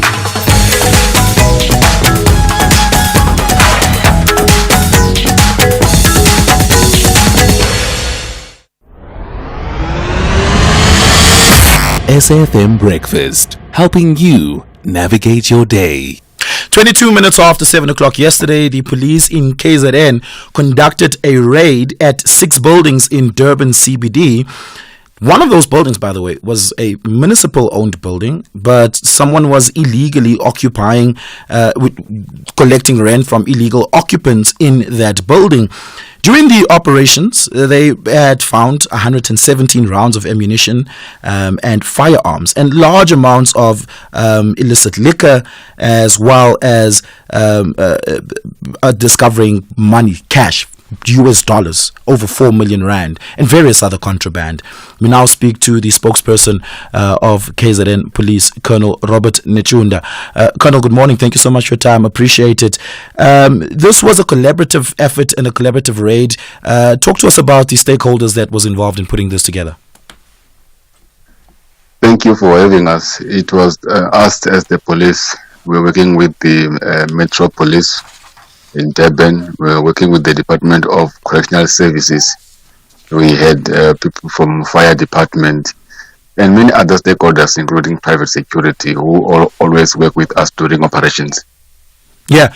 This seems to be one of many that will come. What is the I guess the campaign and program action around this, and more importantly, the reaction to it had been largely positive given what has been found. How many more buildings have been identified in Durban that would be a subject of raid sometime in the future? Although I don't know the number from the top of my head, but we still have got other buildings that we have identified that we are going to raid. We do so strategically, so we look at the strategic times that we'll have to go and raid there, because the aim is not to scare people, it's not to just show force, is to ensure that we rid the area of criminal elements. So we have our intelligence on the ground, which always keep us updated as to what time and when we have to go and raid, because we need to get rid of all firearms, ammunition, and all weapons that contribute to crime in the area. How many people in total were arrested? the end of business yesterday, we were sitting at over 123, and we believe that because the operation is continuing, we'll still get more arrests. Yeah. Of the 123, how many of them were for purposes such as being in possession of drugs and weapons and undisclosed monies? And how many of them were because they were undocumented foreign nationals? All of them were arrested, were undocumented foreign nationals. And the ammunition as well were found with some of them. The bag of the money, like you mentioned in your introduction, was thrown out of the window as the police were entering the building. Yeah. So we were still trying to search and find who would be responsible for such actions and who would be having such amount of money. Yeah, the municipal owned building, which was one of the 6 that was raided yesterday, how long had that building been hijacked for? We cannot tell how long it was because even yesterday, in fact last year we did the same raid at the same building, and we were hoping that something would be done to ensure that the building is vacated. But we are confident because yesterday we had the mayor of the city, we had the premier. They saw firsthand what the police have to deal with. We believe that this time around, all the buildings which have been illegally occupied will somehow be demolished, closed off, or something should be done if they're to be renovated to proper housing structures. Let that be done so that the police were not found to be doing one thing over and over again. Just to be clear, the municipal owned building that was subject to the raid yesterday, that was not the first time you had raided that building? No, it was not the first time. In fact, these buildings that were raided yesterday, at least 2 of them were not for the first time. We did the same raid last year. That's why the Municipal Commissioner raised a concern yesterday that we should be having progress, that other departments and sectors who are responsible for other areas of society should also step up, because if the municipal building is hijacked, it's not the police who must be going there and ensure that people are evicted. The municipality, as the owner of the building, has the powers to evict people and see what they do with the building. Yeah, thank you so much for that, Colonel. Really do appreciate it. Colonel Robert Nechun, I'm taking your reactions. Give us a call, 086 000 2032. Let's have a listen to some of your reactions. Call us on 086 000 2032. I asked you earlier what medical aid service provider do you use, if any, and are you happy with what you're paying versus what you're getting out of it? Or do you feel like you're being overpriced? That's the question I asked you earlier. Here's a reaction to that. Hey, SAfm team. Good morning, Oliver. This is Buleng Bully from Bloemfontein. Oliver, I must say that I'm quite impressed to hear that even someone like yourself would advocate for a cheaper medical aid option. I've also switched 2 years ago, and I must say I'm enjoying these benefits so much, even more than the expensive one. You know, I would see that around August, September, my day-to-day consultations will already be depleted, and I would still see people who are on a cheaper option being able to visit their day-to-day consultations with their GPs. So there's even unlimited day-to-day consultations with this one. I never get depleted. I get private hospital admissions and I get the medication. I must say, I am actually the one that's really doing well with this cheaper medical aid option. Thanks. Yeah, that's fascinating. That's positive to hear. I'm taking your reaction on that. Send us a WhatsApp voice note. Let's go to the line. Moses in Bramley, good morning. Go for it. Good morning, my brother. How are you? I'm fantastic. What's on your mind? Go for it. Yeah, man.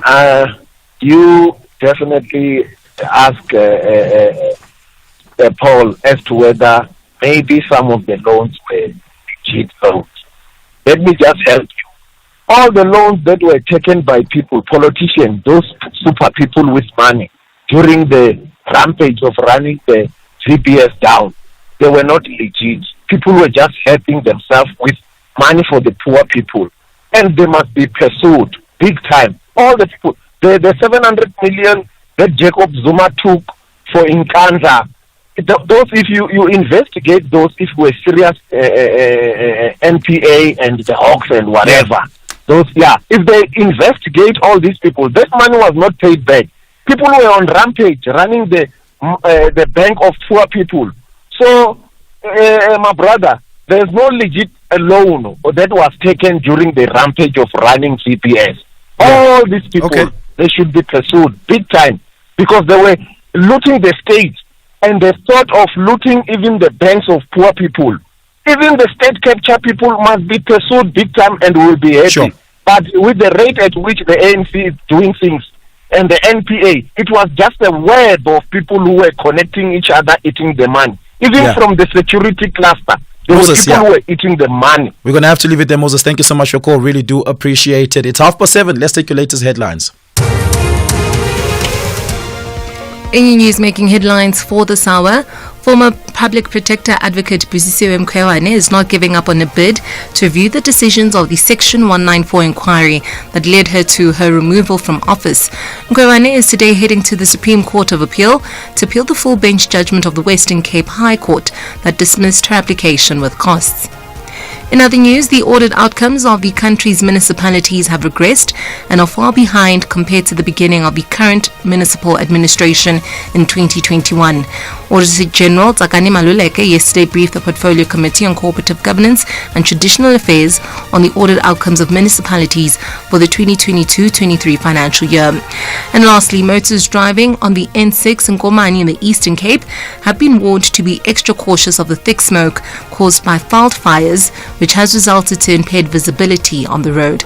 I'll be back at 8 for SAfm News. I'm Iba Chipa. SAfm, guiding you through the rush hour traffic. Heavy coming out of Pretoria with a crash on the M1 South at the R21. That's pushing a traffic queue right back through to Garsfontein Road. Lights are off on Solomon Mishlangu at Delphi. That's a big queue if you're arriving into that area from Silver Lakes driving westbound. And another morning with queues on the N14, the Krugersdorp Highway, heading through towards the N1 Brockfontein interchange. There's Pretoria bound being backed up there.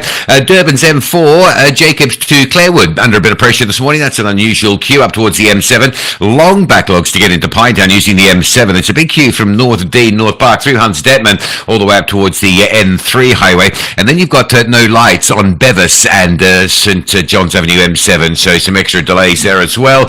Cape Toadians are saying, right, that's enough for the winter. We've had it for so long. It's been so intense, and those appeals being greeted, in fact, with snowfall this morning. There's some snow falling onto roads around the Cirrus area, particularly Theronsburg Pass is under a nice blanket of snow. So the wind of yesterday is sort of eased, but it's been replaced by snowfall and very chilly conditions around Cape Town and the inland parts of the Western Cape. So please drive carefully if it's snowfall where you are. R300, very heavy this morning, Delft up towards the Van Riebeek Road off-ramp. Problem there is a blockage on Strand Road going into Stickland area. And Marine Drive, another heavy one this morning, queuing from Bayside through to Racecourse Road at Milnerton. Rob Byrne, SAfm Traffic.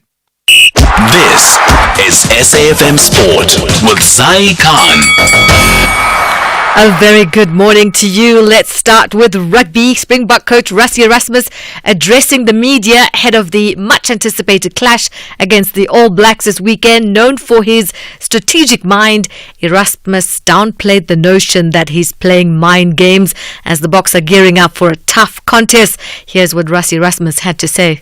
We'll be stupid if we don't respect them. We'll be bad coaches. We'll be stupid players. We'll be arrogant nation. We'll be quickly put back in our place at number 6 or 7 is where we started.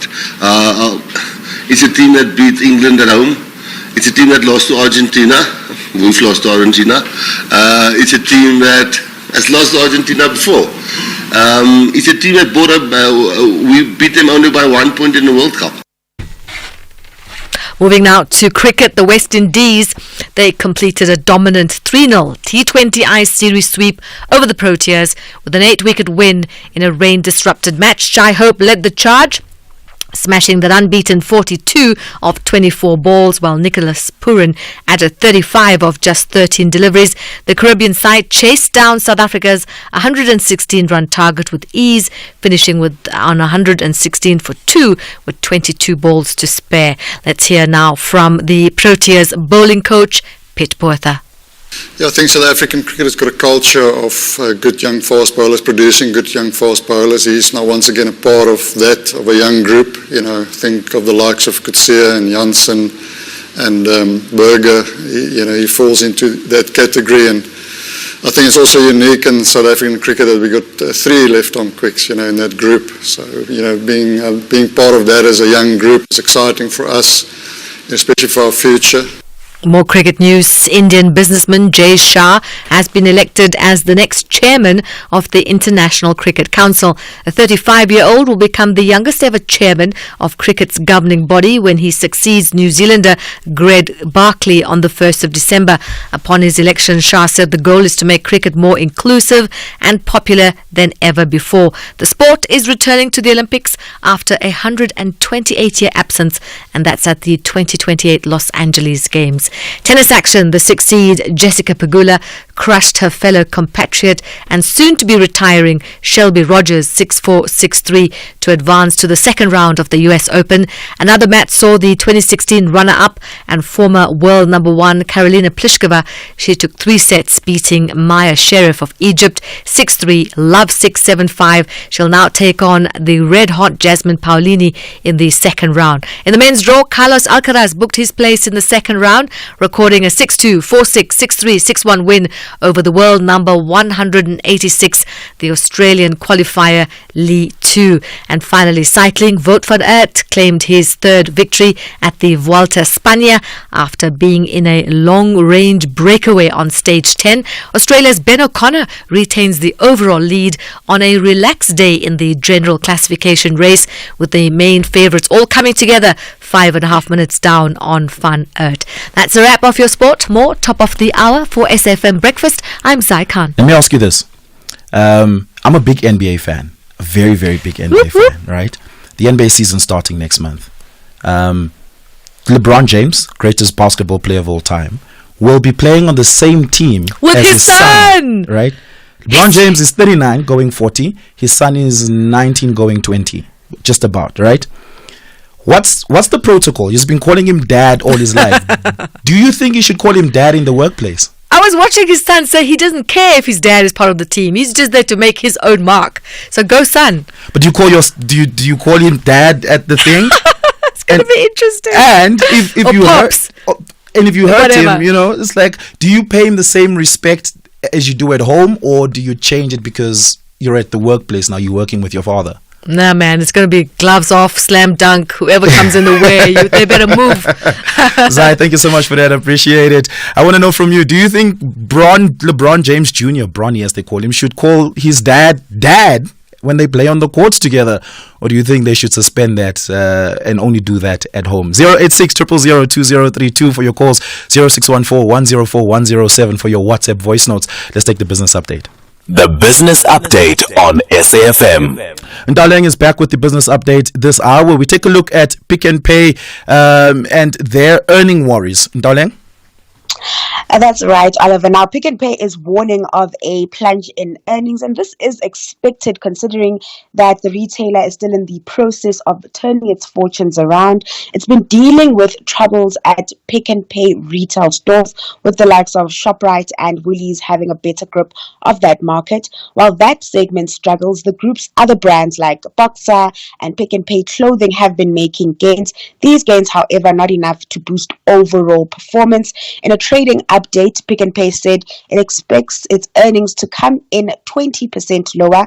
This is in line with CEO Sean Summers' May 2024 forecast, which anticipated a potential short-term downturn. Now, Pick n Pay also updated markets on its turnaround strategy.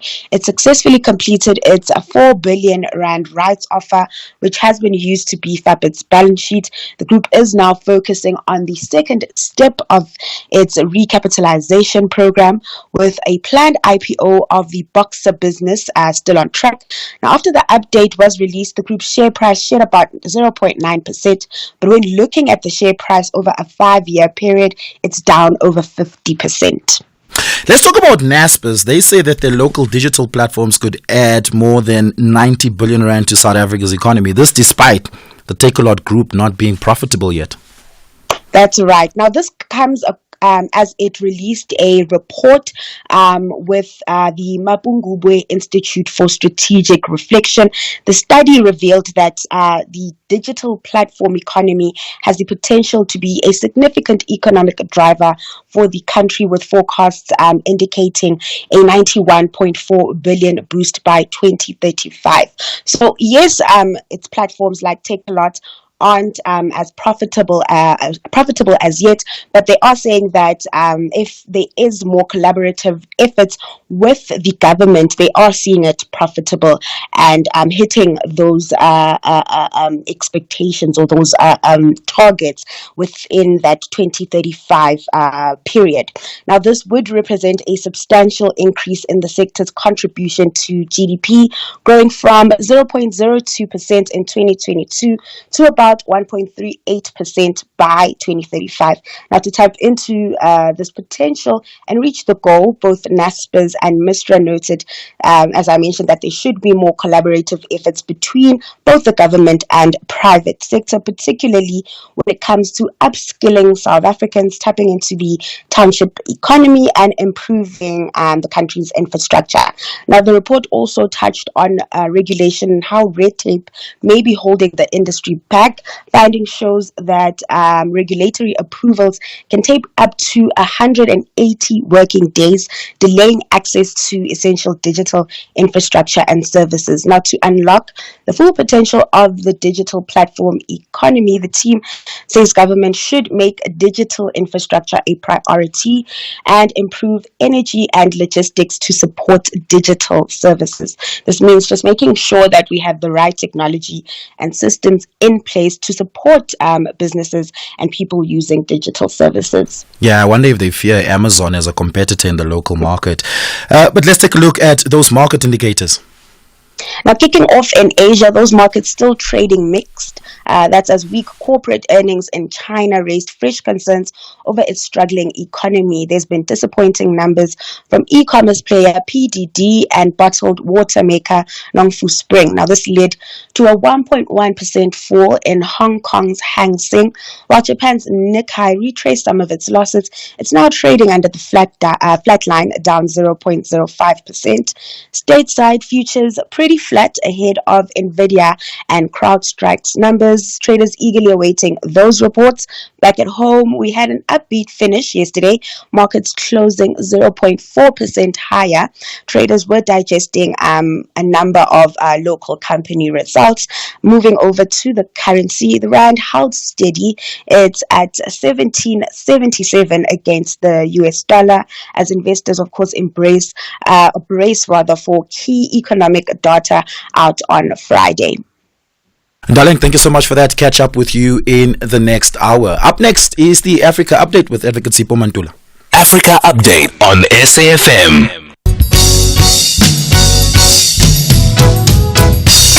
Breaking those barriers all over the world was not an easy thing. Yesterday your mouth was shut, yeah. Couldn't make a sound, hey boy. But it's such a good feeling today when I can hear them from across the ocean singing this song. That the whole world should be singing. Oh, with different colors. It is Advocate Mantula's birthday today. Happy birthday. Good morning. Refreshing morning, Oliver and Jumbo Africa. Maybe we should start with our archives. Maybe start from the bottom going up. This is my birthday today. Looking at I do share it with great minds. You look at the journalist, the short writer, William Block. Mudisani was born in Sophia Town on the 28th of August 1923. Oliver, it was a mistake to say 1963.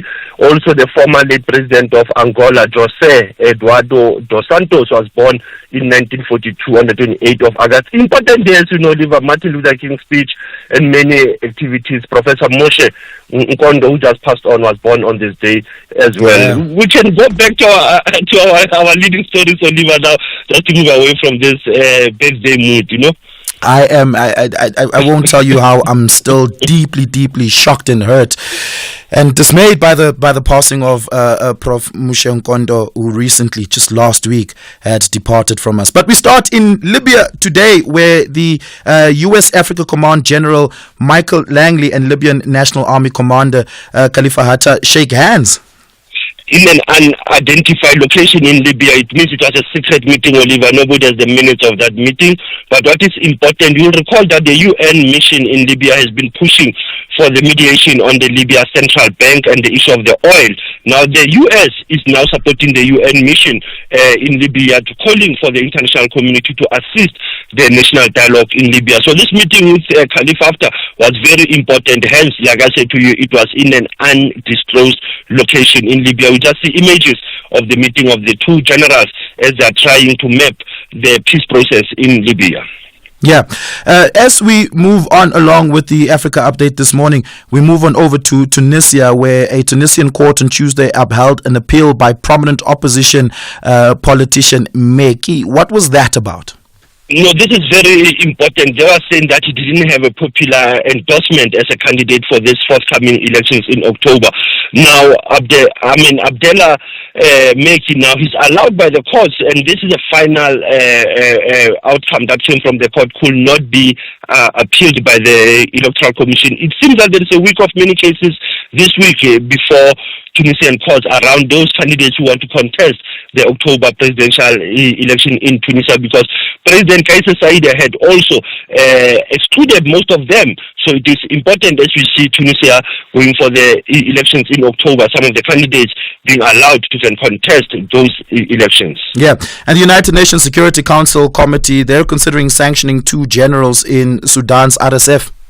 And this comes from the U.S. pushing this to say that they will want international travel ban, asset freeze to be imposed to the Rapid Support Forces, Osman Mohammed Hamid Mohammed, as well as Abdullah Rahman Juma Bakal. These are the people who have been leading many activities of Rapid Support Forces that the U.S. is considering to engage the UN Security Council Sanctions Committee to say that they need to deal with these two rebel leaders, to sanction them, but that will not still assist, Oliver. If you look at the numbers of people who are still suffering in Sudan, you can have sanctions, targeted sanctions, strategic sanctions, but how do we resolve the conflict in Sudan? And finally, in Mali, the West Africa's cool belt, as it's now being dubbed, Mali also being one of those countries, the 2020 army takeover changed the region 4 years ago in this month. A group of Malian soldiers descended on the military base in Kati. I remember that day. The visuals were all over the news. Yeah, I remember it was the removal of Abu Bakr Keita by Assimi Goïta, but I'll call it a coup within a coup, because Ndawa was elected as a president, Assimi Goïta as a vice president, but later Assimi Goïta removed Ndawa as the president and become the head of state. But I call the coup season of 2020, August to August 2024, West and Central Africa experiencing almost 10 coup attempts, and others going through. Burkina Faso, Gabon, Guinea Conakry, attempted coup also, where we can see that Niger, we cannot leave it. And finally, Oliver, it was this say that it's a goodbye France and hello Russia, that was showing that those military coups had the issue around Paris and Kremlin contesting the power of Western Sahel. So it is an important month, it's an important reflection on Mali to say 4 years later after the military coup, what has changed in the Sahel region. Asante San Oliver, as was leading the conversation, SAfm observing the Women's Month. Enjoy your birthday, Advocate Mantula. Really do appreciate it. Let's take your latest in traffic. SAfm, guiding you through the rush hour traffic. Yeah, very good morning. Just an update from Limpopo and this Mikado bus crash. Multiple loss of lives. We are hearing 10 lives lost in a crash just after midnight last night, just south of Mikado on the N1 at the 578. There is a roundabout there, and that's exactly where that collision, that tragic collision has happened. So expect some disruption to traffic flow for some time still to come today. Crash on Pretoria's N1 south of the R21. The highway has left traffic backlogging through to Linwood Road. N4 coming into into Pretoria. This is the Emelathleni Highway. It's quite heavy through Watermeer down towards the N1. And lights are out on Solomon Mhlanga and Delphi, causing quite heavy delays through that part of the Pretoria East area. Crash on the R21 just around Pomona Road. If you're leaving the airport en route towards Tembisa and Pretoria, that's heavy. And the smash at the Crown Interchange, the Mike 1 North and the M2 West into the interchange. Very heavy backlogs this morning as you try to get around that scene. Durban, it's a broken down truck as we thought it might have been, just approaching Pinetown on the M7. That's a really heavy queue back through Huntstep and back to North Dean and North Park today. The M4 at Jacobs and Clarewood starting to ease as you drive up towards the central Durban area on the Southern Freeway. It's heavier earlier this morning. Cape Town side, the R300 will catch you out with some unusual delays. It's queuing up from Hindle Road up towards the Strand Road off-ramp. So if you want to come off the R300 and turn down into Belleville, that's a really big queue to work through. And just a reminder of snowfall. It's pretty chilly around the parts of Western Cape, just inland from Cape Town. Snowfall along the Teronsburg Pass, the R46, just north of Ceres. Rob Byrne, SAfm Traffic.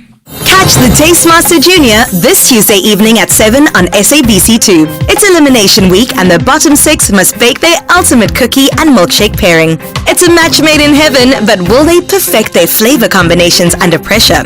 Take part in the weekly viewers competition and stand a chance of winning a classic stand mixer to the value of 10,000 Rand. That's the Tastemaster Junior this Tuesday evening at 7. Repeat Wednesdays at 1 and Sundays at 4 p.m.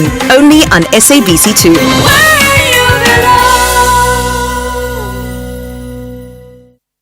At Specsavers, we're committed to offering affordable and professional eye care. That's why we're offering 1,500 Rand worth of savings with our winter promotion. Get a free frame up to the value of 1,500 Rand or use the 1,500 Rand on one of our leading lens enhancements. To qualify, simply purchase a comprehensive eye examination and prescription frame and lenses. Book online or call your nearest store today. Specsavers, for affordable eye care and a whole lot more. T's and C's apply. The Buccaneers are highly against anything that will prevent them from getting to the final as they chase their third consecutive title. But the citizens are on a mission to spoil that party. This is the second leg of the MTN 8 semi-final. Defending champs Orlando Pirates FC tackle Cape Town City FC on Saturday, 31 August at 2:30 p.m. Live on SABC1 and SABC radio stations. Also available at your fingertips on SABC Plus and SABCSport.com. Proudly brought to you by SABC Sport. For the love of the game. Call us on 086 000 2032. 8 minutes to the top of the hour, taking some of your calls and reactions. Let's go straight to the lines. Tuli in Limpopo. Tuli, good morning. Go for it.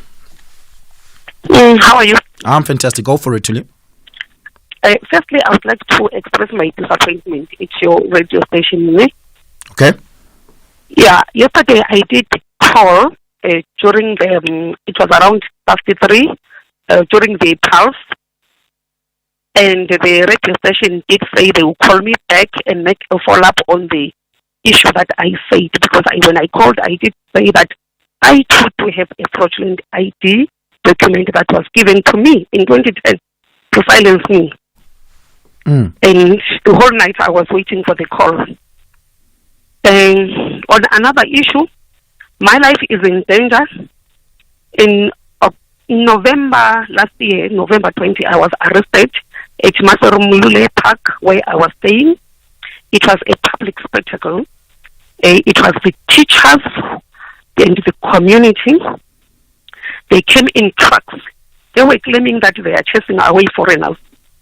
So the previous day, they came to my house. They were taking videos of me and my then 4-year-old son, giving me 3 hours notice to leave the place. I will not sleep there. It was like 6 p.m. So I did not go that day, that evening. I spent the night there because I had nowhere to go. And I cannot move in 3 hours notice. So the thing was, I used to stay at school, at Strathake Primary School.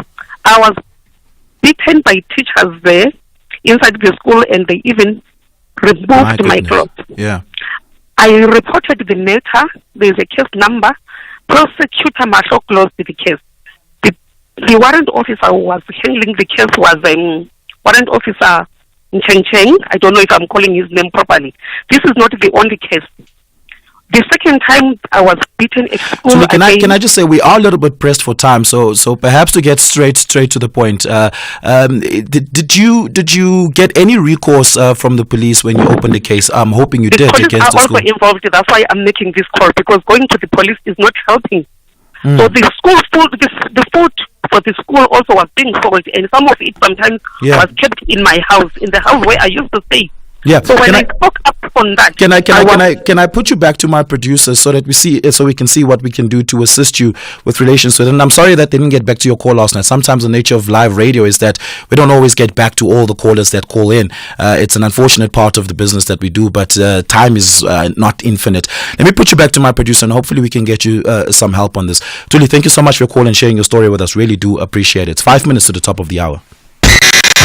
Keeping you informed and ready for the day ahead on #SAfm Breakfast.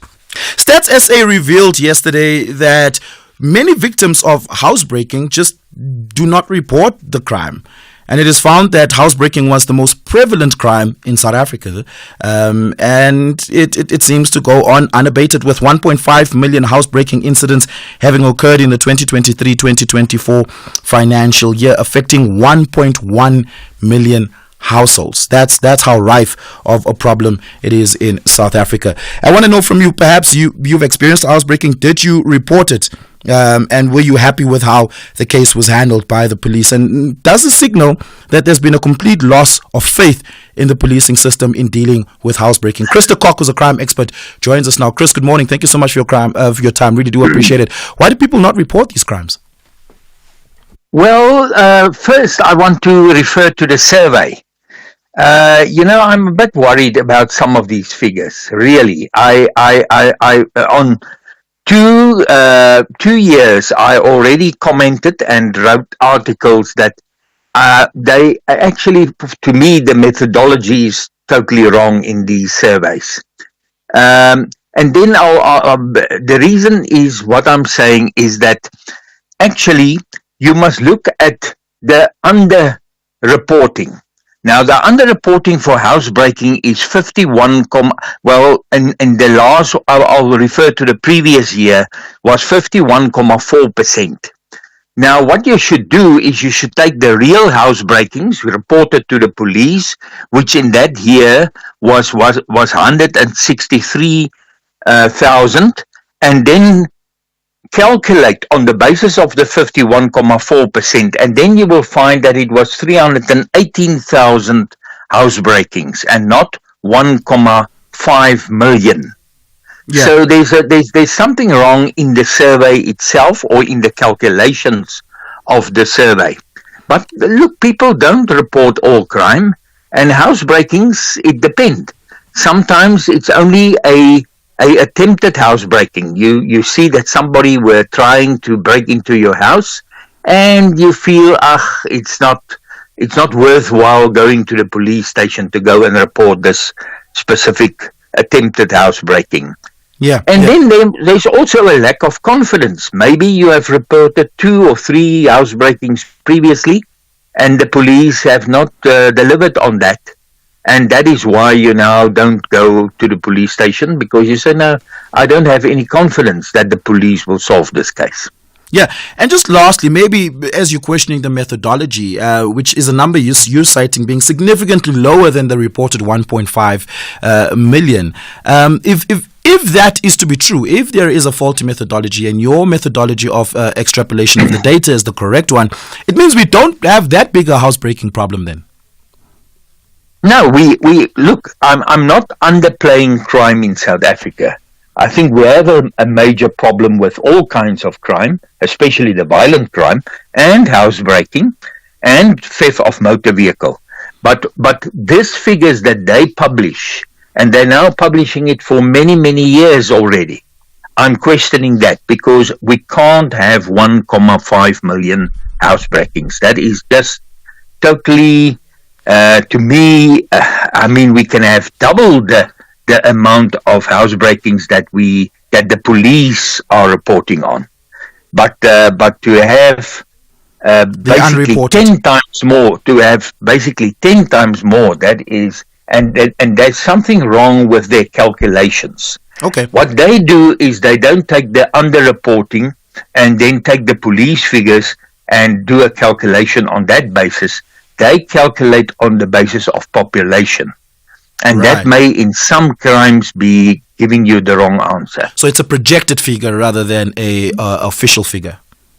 Yeah. Okay, we're going to have to leave it there. Chris de Kock, who is a crime expert, thank you so much for your time. Really do appreciate it.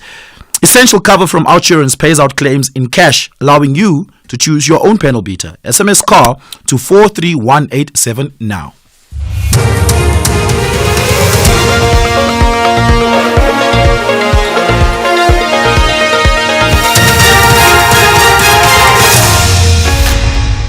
Top stories for this hour. Mkhwebane heads to the Supreme Court of Appeal and filed fires reduce visibility in the Eastern Cape. With the news at 8, good morning, I'm Eva Chipa. Former Public Protector Advocate Busisiwe Mkhwebane is not giving up a bid to review the decisions of the Section 194 inquiry that led to her removal from office. Mkhwebane is today heading to the Supreme Court of Appeal to appeal the full bench judgment of the Western Cape High Court that dismissed her application with costs. Kenny Mapanga has more. Former Public Protector Advocate Busisiwe Mkhwebane has turned to the appeal court, contending that she raised a number of crucial issues for determination by the court of quo, but the judges shied away from determining the merits of the case and only gave a ruling based on what she terms as a superficial technical point. The court in its dismissal found, among other things, that it is only in rare cases where grave injustice might occur that a court will entertain an application for review before the conclusion of such proceedings. Kani Mapanga, SABC News, Johannesburg. The audit outcomes of the country's municipalities have regressed and are far behind compared to the beginning of the current municipal administration in 2021. Auditor General Tsakani Maluleke yesterday briefed the Portfolio Committee on Cooperative Governance and Traditional Affairs on the audit outcomes of municipalities for the 2022-23 financial year. Maluleke says the outcomes indicate that only 34 out of 257 municipalities received clean audits. The political instability that often confronts the administration of metros has the direct impact of weakening those institutions. And weak institutions will always struggle to protect leakage, or rather to protect public resources. They'll always struggle to have the type of reliable and predictable controls and systems. Ballistic expert Colonel Chris Mangena is expected back on the stand in the Senzo Meyiwa murder trial in the High Court in Pretoria this morning. Mangena testified that the bullet that killed Meyiwa was fired from a 9mm pistol linking the murder to a firearm that was seized from accused number 3 Ntobi Singcube in 2015. Yesterday, Defence Counsel Tulani Ngomezulu said that the Meyiwa crime scene was contaminated in an attempt to frame the wrong people. The evidence before this court that the first person who entered the house was in possession of a 38 special. The second person who entered the house was in possession of a sharp object. I'll give a possibility that when there was contamination of the scene, there was a reason to frame wrong people. In other news, the South African Banking Risk Information Centre says banks lost 32 million rand from ATM bombings since October last year. The crimes mostly occur in Gauteng, Limpopo, Mpumalanga and the Northwest. A crime researcher who asked to remain anonymous says the bombings are being plotted from behind bars. The challenge would be that whenever a crime syndicate is being apprehended or in custody, there will be a subsidence or a reduction in the number of ATM bombings. But then the challenge is that once one syndicate is either on bail or on parole or released, not guilty and discharged, then there will be a spate again of those ATM bombings. The research has proven that most CIT bombings and ATM bombings are actually planned from prisons. Moving to the Eastern Cape, where motorists driving on the N6 and Ngomani have been warned to be extra cautious of the thick smoke caused by fires, which has resulted to impaired visibility on the road. Chris Hani, District Municipality, says firefighters are busy trying to contain the fire at Lawrence Lunk Game Reserve and nearby mountains. The extreme windy conditions exacerbated the spread of the runaway fires, making it difficult to stop. And lastly, the Pentagon says a tanker attacked by Houthi fighters in the Red Sea appears to be leaking oil and could cause an environmental catastrophe. The Greek-flagged crude oil tanker has been on fire off the coast of Yemen since last week. US spokesperson Patrick Ryder. The MV Delta Sounion now sits immobilized in the Red Sea, where it is currently on fire and appears to be leaking oil, presenting both a navigational hazard and a potential environmental catastrophe. U.S. Central Command continues to actively monitor the situation and is coordinating with other maritime partners in the region to determine how best to assist the vessel and mitigate the potential environmental impact. Recapping the top story at 8, former Public Protector Advocate Busisiwe Mkhwebane is today heading to the Supreme Court of Appeal to appeal the full bench judgment of the Western Cape High Court that dismissed her application with costs. I'll be back at the bottom of the hour. For SAfm News, I'm Eva Chipa. SAfm, guiding you through the rush hour traffic. Very busy around the Buccleuch interchange this morning. It's crash on the M1 south at Buccleuch, so that's a heavy queue back through New Road territory. And then you've also got a crash on the N3 north at Buccleuch, and that's backlogging traffic coming through from the Edenvale side. Collision on the R21 at Pomona Road's out of the way, but there are some roadworks there, so still backlogging if you're leaving the airport, just backlogging through Pomona up towards the Benoni exit. And a collision on Witkoppen Road near Waterford Drive, so from North Riding heading through to Four Ways, that's really heavy today. Power outage across Pretoria East in the Garsfontein region, so at Debris, Solomon, Mshlangu, Garsfontein roads noticeably slower today. Durban, another day with a breakdown in the roadworks between Mshlangu and Kumashi. That's a very heavy queue coming through Gateway at this stage. And Cape Town, big traffic still with us on the R300 north from Delft up towards the Stickland and Kales River exit. Big queues up towards that Van Riebeek off-ramp. The problem there is traffic congested on Strand Road going off the R300 into Stickland. And there's been a collision between Brighton Road and Okavango Road on the N1 inbound. That's pushing a queue back towards Justenburg. Rob Byrne, SAfm Traffic.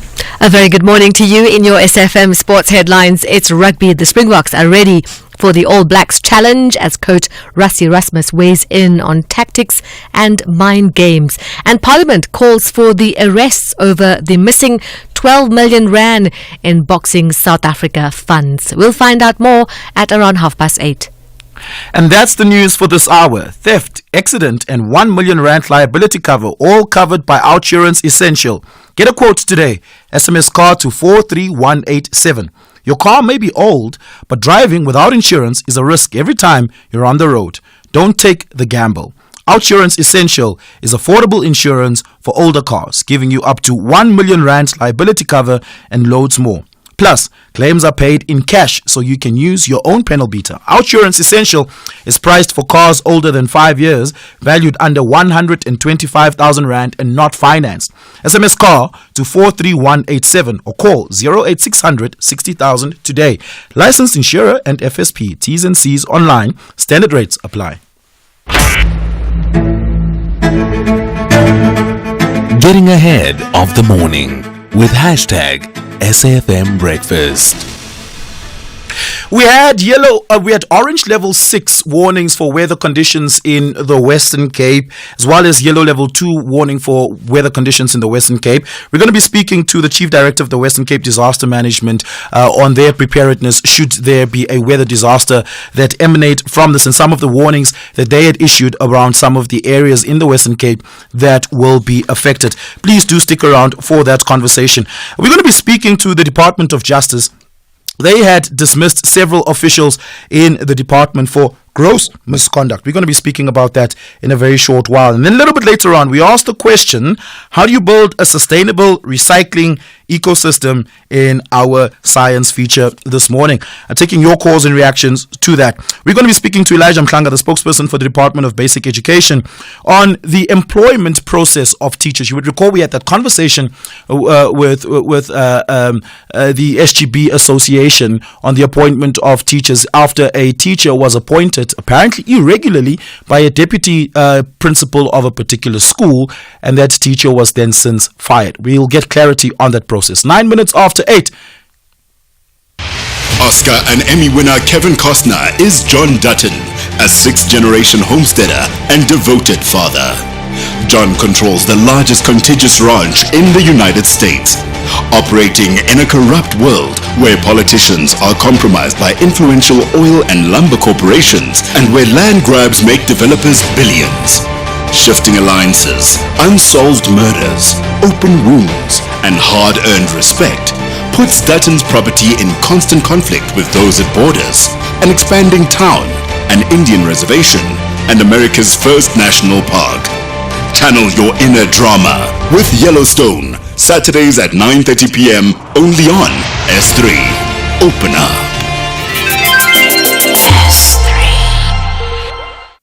So why should I use We Buy Cars if I want to sell my vehicle? Because We Buy Cars buys cars. But will I get the right price? Of course.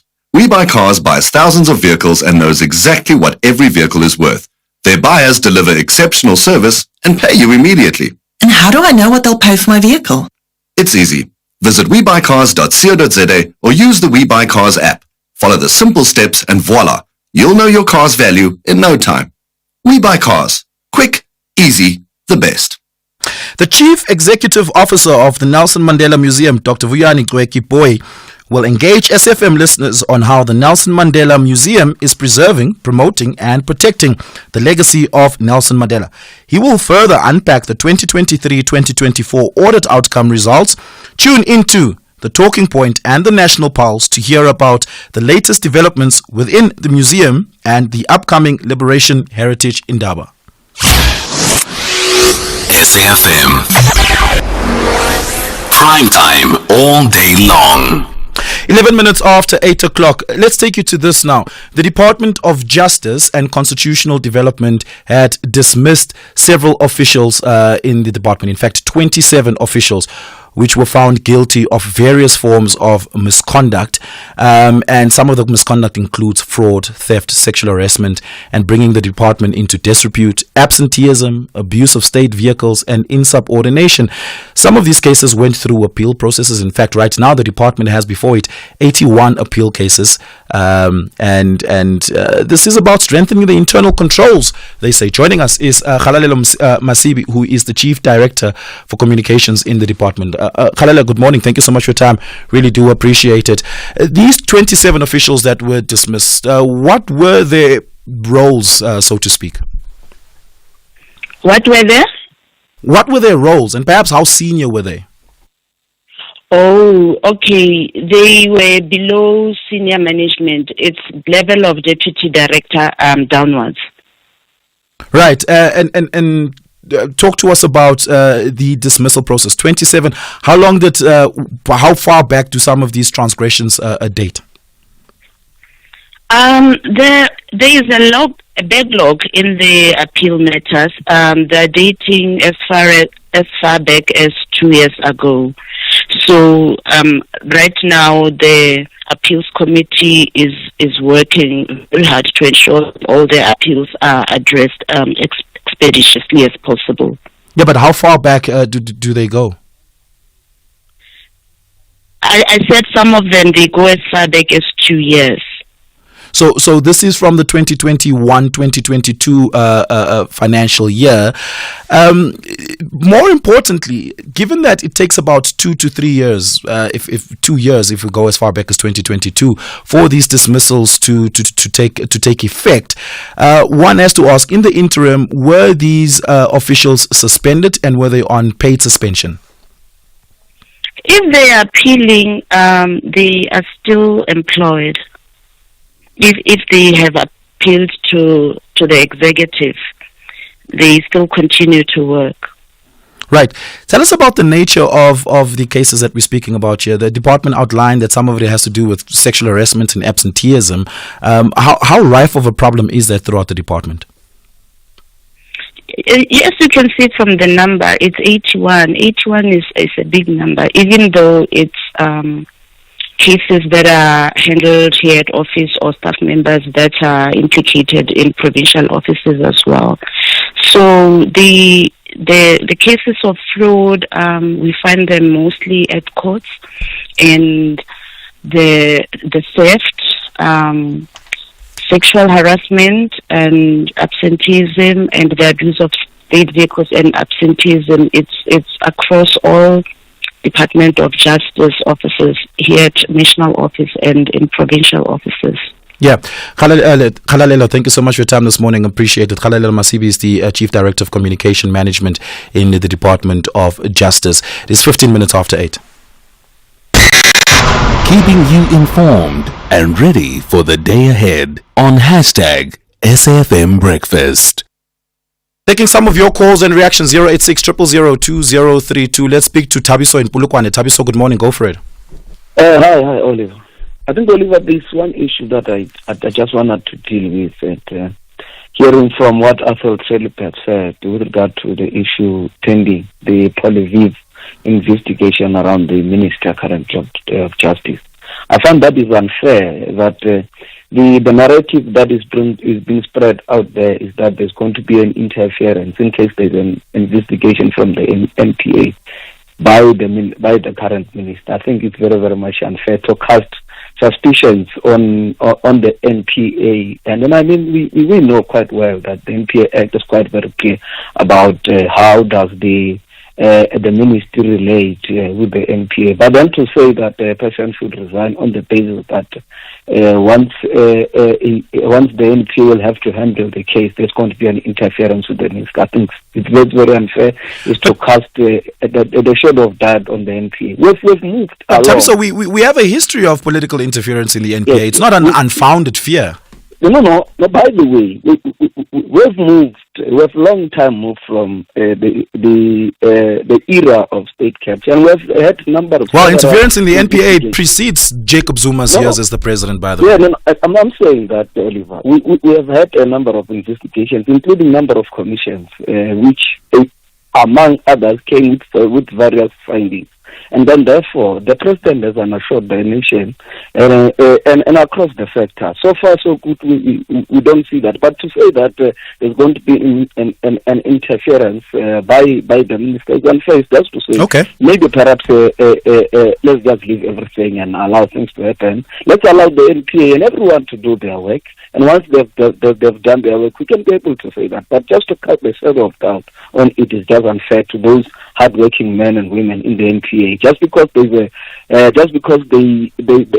an investigation done by a journalist. I'm not saying the journalist is wrong. I mean, the journalists in this country have helped a lot. Yeah, Tabiso, we are going to have to leave it there. Thank you so much for that. Really appreciate it. AB in Durban, very briefly, go for it. Good morning. Good morning, Oliver. On Monday, South Africa's Chief Rabbi Warren Goldstein, speaking to the Jerusalem Post, attacked the Pope and the Archbishop of Canterbury for criticizing Israel. He said that Israel is standing for civilizational values and that God promised the land to the Jews, a claim that many prominent rabbis have strongly disputed. Oliver, the question is God happy with the genocide, the wholesale slaughter of men, women, and children taking place, the flattening of entire neighborhoods, bombing of churches, mosques, universities, hospitals, schools, and the deliberate starvation of an entire people? Did God say to the Europeans, go to Palestine and ethnically cleanse the land, and if people resist, wipe them out? You know, there's no difference in the terrible massacre of Jews by the Nazis and the Holocaust that apartheid Israel is presently carrying out against the Palestinians. Shame on you, Warren, and your so-called civilizational values. AB, thank you so much for your call. Appreciate it. Taking your reactions to the conversations we've had here, 086 000 2032, 18 minutes after 8. Actually, before that, let's maybe take one more call. Matumelo in Mafikeng, good morning. Go for it.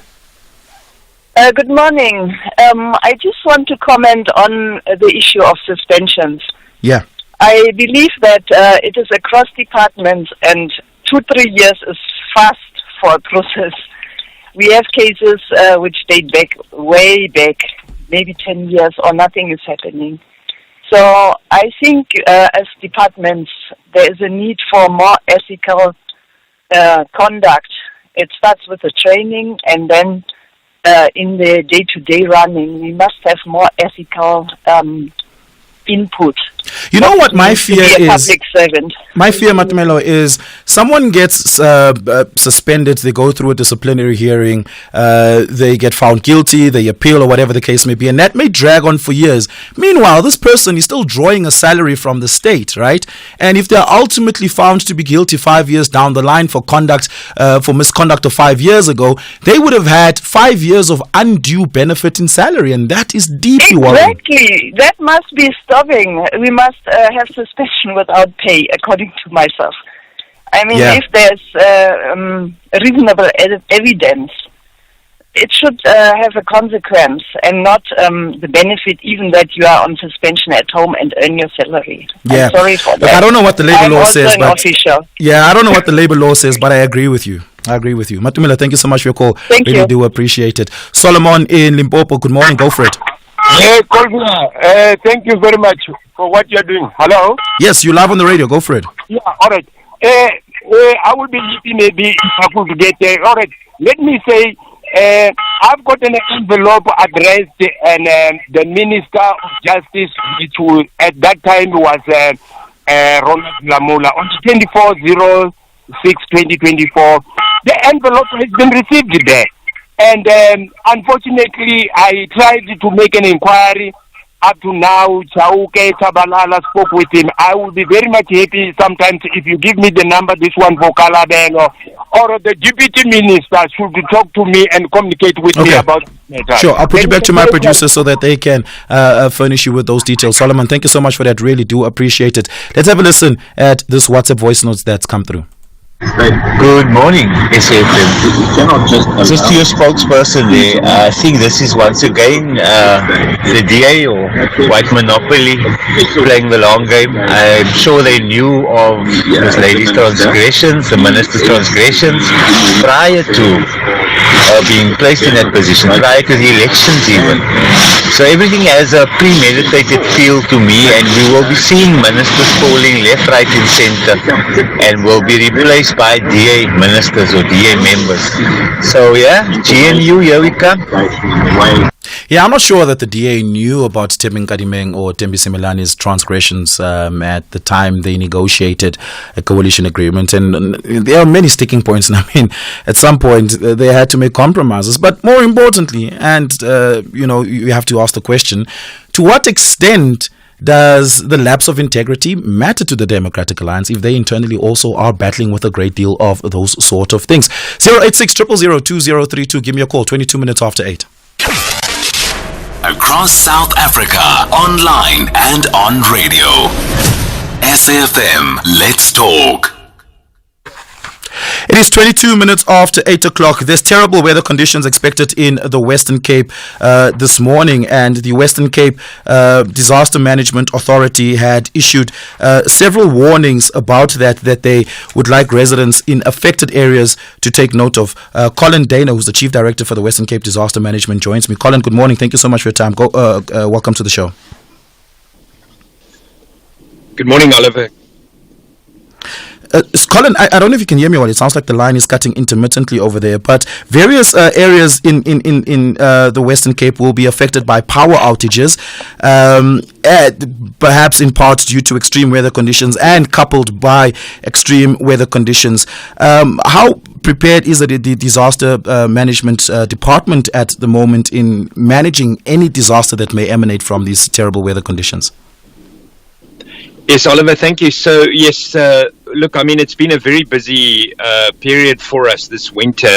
July, in fact, was, according to South African Weather Services, one of the most, the highest rainfall on their records for many years. We've had very, very strong winds over this period. So, it's been an ongoing thing. So I think as far as preparedness is concerned, we've perpetually been on kind of alert throughout this period, dealing with a whole range of issues. We fortunately work very closely with Eskom. They come into our control center. At the moment, we're dealing with some massive outages in the Hermanus and Gans Bay areas, and they're dealing with that. We've unfortunately still got very strong winds today, so we're hoping that wind abates somewhere during the day, that they'll be able to finalize the work there. Yeah. Which of the areas are most vulnerable that the department is concerned about? Yeah, so it's a pretty widespread situation at the moment. The wind is predicted not only for the Western Cape, for the entire Western Cape. It is a level 2 warning, which has come down from a level 6 that we had overnight. And then also it's areas of the south of the southern parts of the Northern Cape. At the moment, our concerns are very much around the Overberg area, where we've had a lot of wind. The Cedarburg has had some snow overnight. The temperatures are pretty cold. Where I am at the moment, it's 8 degrees. And then, of course, the strong winds. So it's a pretty widespread incident, Oliver. I think our concerns at the moment, the most critical issues we're dealing with are the power outages, because they're quite widespread, and they are, a lot of people are affected. It's a very important time for our agriculture. A lot of farmers are affected. So, it does have a number of areas that we have to deal with. And maybe if I can just mention, we also have high wave warnings. So, obviously, from a maritime perspective, that's something that we also are focusing on. And just lastly, has Eskom given any indication to the Western Cape about the restoration of where they've experienced power outages? Yes, so they achieved quite a lot yesterday afternoon in the Wallerstein area, as well as in the Overstrand municipality area. But those pylons there, we've had issues there before. They run on top of mountains. The electricity's not been restored yet. They have indicated that they should finalize that today. It all depends on on the strength of the wind. At the moment, the wind is still pretty strong, but we think that towards the afternoon that should be, hopefully that would be resolved. Yeah, Colin, thank you so much for your time this morning. Really do appreciate it. Colin is with the Western Cape Disaster Management Department. Taking your calls and reactions, 086 000 2032. I'm taking your WhatsApp voice notes on 0614 104 107. Tweet me at Oliver_speaking on Twitter and Oliver Dixon on Facebook. Let's have a listen at this WhatsApp voice note. Mr. Oliver, good morning. It's Ndomiso from Waterfall. Look, with regard to the audit report, in terms of the performance of the local municipalities, look, as far as I'm concerned, it's still bad. It's still bad. In fact, as much as the officials would say, or are saying that, no, we're moving in the right direction, as far as I'm concerned, the lived experience on the ground, it's saying something else. It's saying that we are regressing. That's number one. Number two, in terms of professionalizing the ministerial departments as well as these municipalities, I think we are doing very badly at that. For instance, the only thing that's being done is that internships are given to the qualified people, especially the youth, some of them who actually have the requisite experience as well as the qualifications, but they are being underutilized by just giving them internships. So there needs to be an improvement.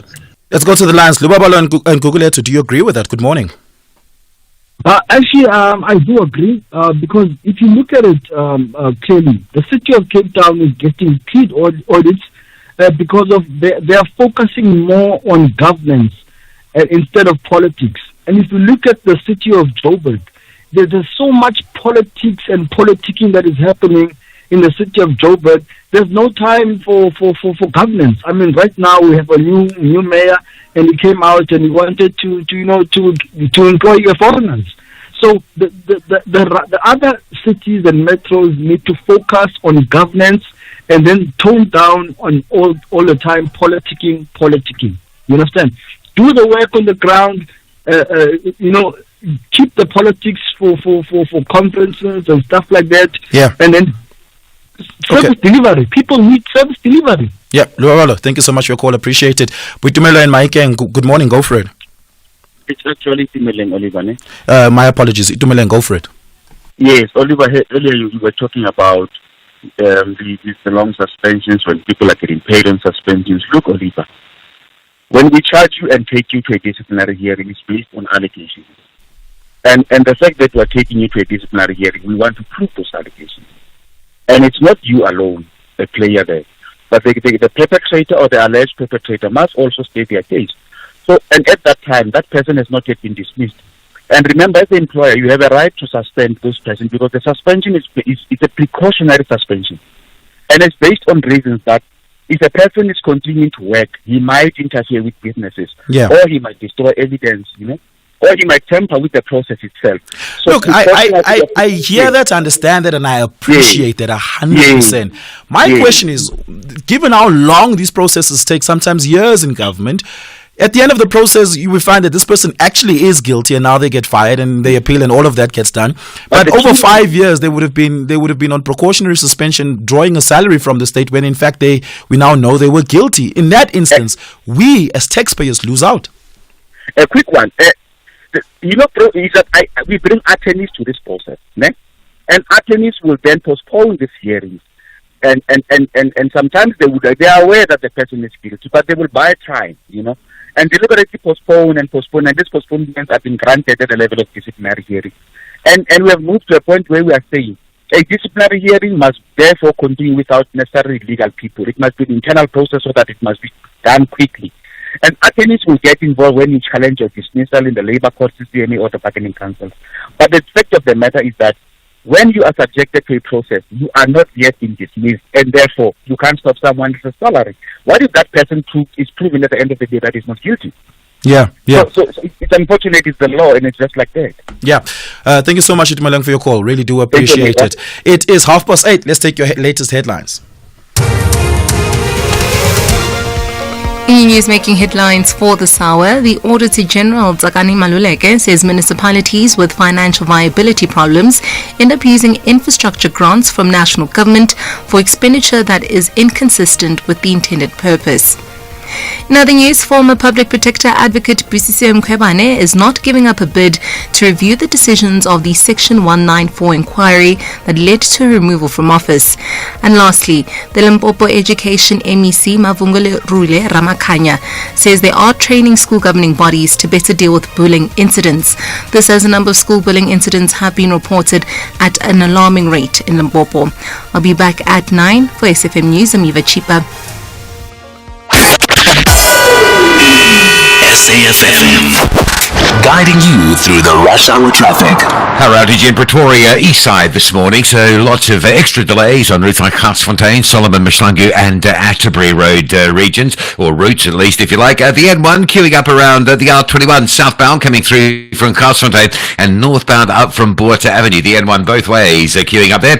Further down the N1 south, the breakdown at New Road, so that's a very heavy clog up right back through Samrand Road this morning, and a crash on the N3 north at Beclue interchange, still slowing traffic arriving up from the Edenvale side. 21 between Pomona Road and the Benoni exit stays heavy. There was an earlier crash, plus there are some lane closures there. That traffic yesterday afternoon was pretty severely backed up from that work zone back past the airport and back along the R24 to Barbara Road. So if you are travelling now, it's a delay, and if you travel during the afternoon peak period where volumes sort of peak, if you like, and increase, it really is the potential to cause some major backlogs. Durban, the N2 south between Umhlanga and Komashi still being held by breakdown in the construction zone. Cape Town long queues on the N1 into town coming through from Eustonburg side. It's a crash between Brighton Road, Kraaifontein and Okavango Road. One lane open, and the queue is all the way back through to Eustonburg, looking quite heavy. Once you get through that, N1 still very busy from Parow through towards the elevated freeway. Lots of traffic into Cape Town this morning, and the R300 stays heavy with queues from Kales River up towards the exit to Strand Road for a turn into Stickland. The problem there seems to be on Strand Road in the Stickland area. Rob Byrne, SAfm Traffic. This is SAfm Sport with Sai Khan. A very good morning. Let's kick things off with rugby. Springbok coach Rassie Erasmus addressing the media ahead of the much-anticipated clash against the All Blacks this weekend. Known for his strategic mind, Erasmus downplayed the notion he's playing mind games as the Boks are gearing up for a tough contest and they won't underestimate their opposition. Here's what Rassie had to say. We'll be stupid if we don't respect them. We'll be bad coaches. We'll be stupid players. We'll be arrogant nation. We'll be quickly put back in our place at number 6 or 7 is where we started. It's a team that beat England at home. It's a team that lost to Argentina. We've lost to Argentina. It's a team that has lost to Argentina before. It's a team that we beat them only by 1 point in the World Cup. Let's go to this story, the tennis action with the US Open champion from 2021, Daniil Medvedev avoided an early upset after regaining his lead over Dusan Lajovic. After winning the first set 6-3, the fifth seed Medvedev lost the second by the same score. He managed to get his rhythm back and won the following sets 6-3, 6-1 to book his spot in the second round. Now the top seed Yannick Sinner came back from a set down to beat Mackenzie McDonald. In a battle between former Grand Slam champions, former Australian Open champion Sofia Kenin beat the 2021 US Open winner Emma Raducanu in 3 sets, 6-1, 3-6, 6-4 in the opening round of the US Open in New York. Meanwhile, some Paralympic news. Hunter Woodall, who stole hearts cheering on his wife Tara Davis Woodall as she claimed Olympic gold in the women's long jump, is now set to compete in the Paralympics. Born with fibular hemimelia and a double amputee, Hunter will race in the men's 100-meter T64 and the 400-meter T62 beginning today. I think one thing that we've really focused on this year is not having any expectations. I mean, this whole year has been incredible. Training has gone really well. I've taken a lot of risk and relearned so many things, running the best I've ever ran. So I'm just going to go out, have a good time, enjoy the moment, be in the presence of an incredible crowd and Paris 2024, and just do my best. And the result will speak for itself. And finally, boxing. Parliament's Portfolio Committee on Sports, Arts and Culture has demanded action over 12 million rand in missing funds at Boxing South Africa. Chairman Joseph McClure is calling for those responsible to be identified and arrested, stressing it cannot be business as usual. Minister Gayton McKenzie joined the call for accountability, stating that within 21 days they will return with names of individuals to be charged. And the question that you ask is so pertinent, but I want to assure you, in 21 days, I will come back with an action report, not of what I'm going to do, but of what I have done between now and that 21 days. The report that you'll get will be a report that speaks to consequence management. It will be a report that speaks to people being arrested. It will be a report that speaks to what is the future of boxing in this country. I am not going to take the fall for corrupt people, me. That one I'm never going to do. Or incompetent people. You can't have a phone bill for 600,000 rand. You can't have those. Those are funny things. That's how we wrap up sport on SAfm Breakfast. We'll bring you more sport around 12:30 with John Gericke. I'm Zai Khan. The Business Update on SAfm. And Indauleng is back for the final business update this morning, and we start with government's plans on amending the Home Loan Act. That's interesting, Indauleng. That's right. So the South African government is coming down hard on financial institutions, urging banks to be more transparent about their mortgage lending practices. That's as they aim to increase access to home loans for previously disadvantaged individuals and communities, and just promote greater financial inclusion. To do this, the Minister of Human Settlements, Mamuluko Kubai, said her department plans to update the Home Loan and Mortgage Disclosure Act, a law that requires lenders to disclose approved home loan details. Now, the proposed changes are set to allow the state to investigate consumer complaints and impose penalties on lenders who fail to comply. According to Kubai, from 2018 through 2022, lenders received about 6 million applications for loans. 2 million of those were from previously advantaged groups, of which 1 million were approved, while 4 million previously disadvantaged people applied for home loans and 2.4 million were granted. Now, in a statement, the Banking Association of South Africa says the department's claims are unfair, saying that 48% of home loans were declined because of lack of affordability, with this being a result of a struggling economy. BASA further added that it is engaging with the department to find ways to make housing finance more affordable and accessible. Yeah, and Capitec has flagged the surge in gambling and betting. The ANC Youth League also put out a statement about that, saying that they worry that gambling is going rife in this country. Exactly. It seems like many South Africans are just trying to find different ways to make extra money, with sports betting being one of those ways. And Capitec is quite concerned about the growing trend, as it suggests that the country could have a gambling problem. Now, the lender, with a customer base of about 23 million, can be used to give insights of South African spending habits. And looking at some of the transactions made through the bank, it has noticed a growing trend of sport betting, with customers, making transactions and moving money to platforms like Betway. Now, according to the National Gambling Board's annual report, the local gambling industry generated about 42.7 billion in the last financial year, this being the highest amount ever recorded, and the growth mainly being driven by online betting, accounting for more than half of the revenue and outperforming casinos. Now, a report from data gathering firm Statista says the growing trend can be attributed to underlying macroeconomic factors, as South Africa has a relatively high unemployment rate, and many individuals are, looking for alternative sources of making income. It says the country's strong sports culture also contributes to the market's development. Statista now expects that market to make about $394 billion in revenue this year and jump to $518 billion in just 5 years. Be honest, this is a safe space. How much money have you lost on Betway? Honestly, I have not even tried to gamble on Betway, so no. I'm just glad I don't know how to use the platform. It seems awfully complicated. I know someone that can help. If you need the help. No, I'm fine. I don't think I've got great luck. It's 20 minutes before the markets open. What are we looking at? So local traders are in for a busy day. Domestically, numbers out from Bidcorp, and internationally, earnings reports out from CrowdStrike and Nvidia. So lots to chew on. Not much action playing out on the currency front, with the local unit holding steady at 1777 against the greenback. Stateside futures pretty flat. Traders there also eagerly awaiting Nvidia's results. The group is expected to double sales, but investors are used to its blockbuster results and will be expecting even more from the AI chip giant. Now, over in Asia, those markets on track for another mixed finish, with investors still concerned about China's economy. And darling, thank you so much for that. Really do appreciate it. It's 20 minutes to the top of the hour. Catch me, Bonang Mateba, on a fresh reality series that showcases the business behind being a business. Get to experience an intimate look at my life with family, personal growth, and my mission to uplift young women.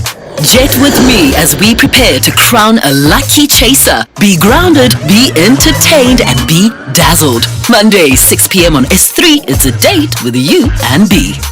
Catch Bedazzled by Bonang on S3 every Monday at 6 p.m. Think bigger than just a banking partner.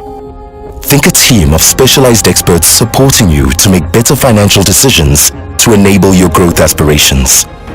Think a strategic partnership providing indispensable advice to help you make the right moves. Think bigger. Think Nedbank Commercial Banking. For more information, visit nedbank.co.za. See money differently. Nedbank. We're a licensed FSP and registered credit provider. They say first touch in football is very key. That's exactly what First Touch ladies want to display to grab a spot in the top 5. But UWC is onto something different. This is the Hollywood Men's Super League. Catch Mzansi Queens of the beautiful game. First Touch Ladies FC versus the University of the Western Cape Ladies FC on Sunday 1 September at 2:30 p.m. Live on SABC Sport on DTT Channel 4 and SABC radio stations. Also available at your fingertips on SABC Plus and SABCSport.com. Brought to you by SABC Sport. For the love of the game. Call us on 086 000 2032. Morning, Oliver. I did experience those housebreaking. I was not there. I was told by my neighbor, and I went to police station. I was told that I was not there then. The only thing I can do is write the number of items that are missing. Then I must take that paper to the magistrate in Gariso, which I didn't. I didn't at all. That's what I was told. To write the items that are missing. Then you take it to magistrate court. Magistrate will release a police venue to go and search for those items. I thank you, Peter Kruger. Hey, Oliver and SAfm listeners, good morning. To be honest with you, Oliver, I've lost faith to the police because of many things that I've experienced, and I was never held by the police here in Stagspread. For example, I got a burglar, and I overpowered the burglar, and I went to the police, and after I have tied him up, and there was nothing, at all, even the senior police in this area really negligent, and they are not actually helping anything, anyone, it's really bad, That's Andile from Stagspread in the Eastern Cape near Lesotho borders. Let's go to the line. Sirets in Limpopo. Do you share similar experience? Good morning, Oliver. Yes. Look, man, I reported a matter where my furniture was, including the bed, the whole double bed was stolen and was taken from the house. And then I reported the matter to the police. I waited there for about an hour or so. They did not want to, to take my case. They were just telling me, wait, there are no cars, blah, blah, blah, blah. Until I phoned the station commander in Polokwane, then they started to attend me. The station commander, it was a woman. She was so angry with me. Why did you phone the station commander? The provincial commissioner. You know what happened? They took my matter. After I gave them the name of the person, I gave them the picture, I gave them the place where that person was staying. Yeah. Right? Then after a day, they wrote me on WhatsApp to say your case is closed because we can't find a person. My question is, were they going to close that case if it was a mayor, or if it was the very same station commander himself, or if it was a minister? Were they going to close it within 2 days? I hope no. I don't have any hope with police, I'm telling you. Yeah. Thank you. Thank you so much for sharing that, Sirets in Limpopo. Appreciate it. Let's have a listen at, actually, before we do that, David in KZN, you want to comment on suspension with full pay? Yes. Good morning. Thank you for taking my call. The matter is simple. Whether it takes 3 months, 6 months, 2 years, or 5 years, if the person is on suspension with the allegations of any whatever activity that has caused him to be suspended, or her, the salary should not be paid to the person, but it should be paid into a set-up trust account, like attorneys have trust accounts. You pay the money every month with the benefits into that account. If at the end of the period the person is found not guilty, he gets all the back pay and retains his job or her job. If they're found guilty, the money gets paid back into the fiscus because it's a taxpayer's money. So it either goes into SARS, or it goes back to the company, or it goes into a fund that the government will decide that's short on funding at that point in time. I think that will sort it out. In the instance where it's someone who is not guilty, what do they do in that interim in terms of being able to afford life and pay bills? Well, I mean, the argument initially was, should they receive any benefits at all? But here is the case. Maybe there should be a basic stipend of 10 or 20%, a set formula that is, for allowing living expenses. But it is unfortunate. It is what it is. But I guess it resolves the matter.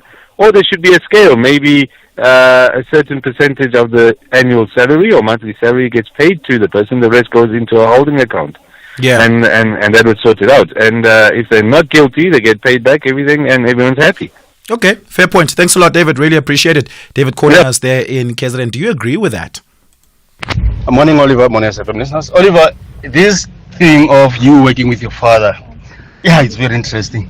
It reminds me of a case whereby a magistrate and a daughter who was the attorney were in one court.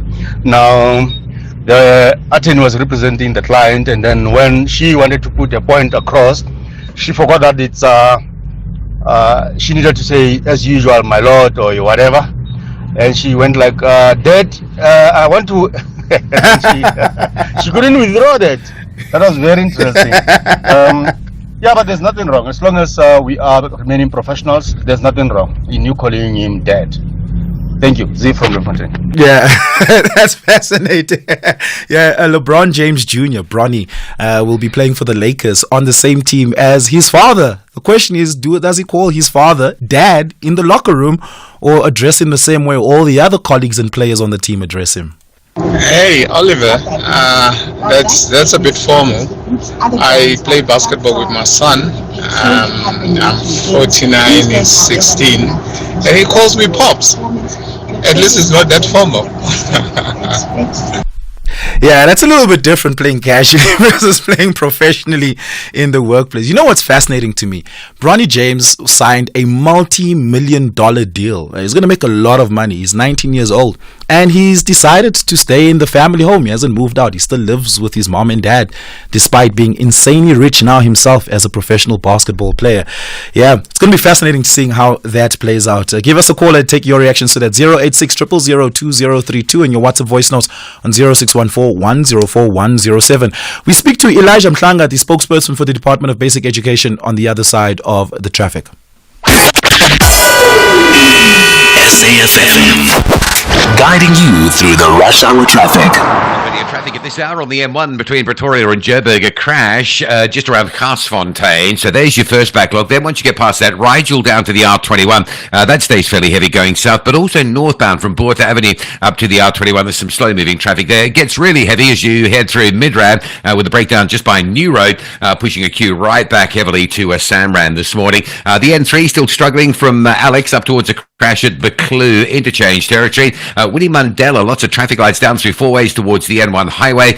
So Winnie Mandela is heavy, and the M1 southbound coming off into that ramp is being held up as well. The earlier collision on the R21 between Pomona Road and Benoni, that's being cleared away, but it is still a work zone and that traffic stays busy.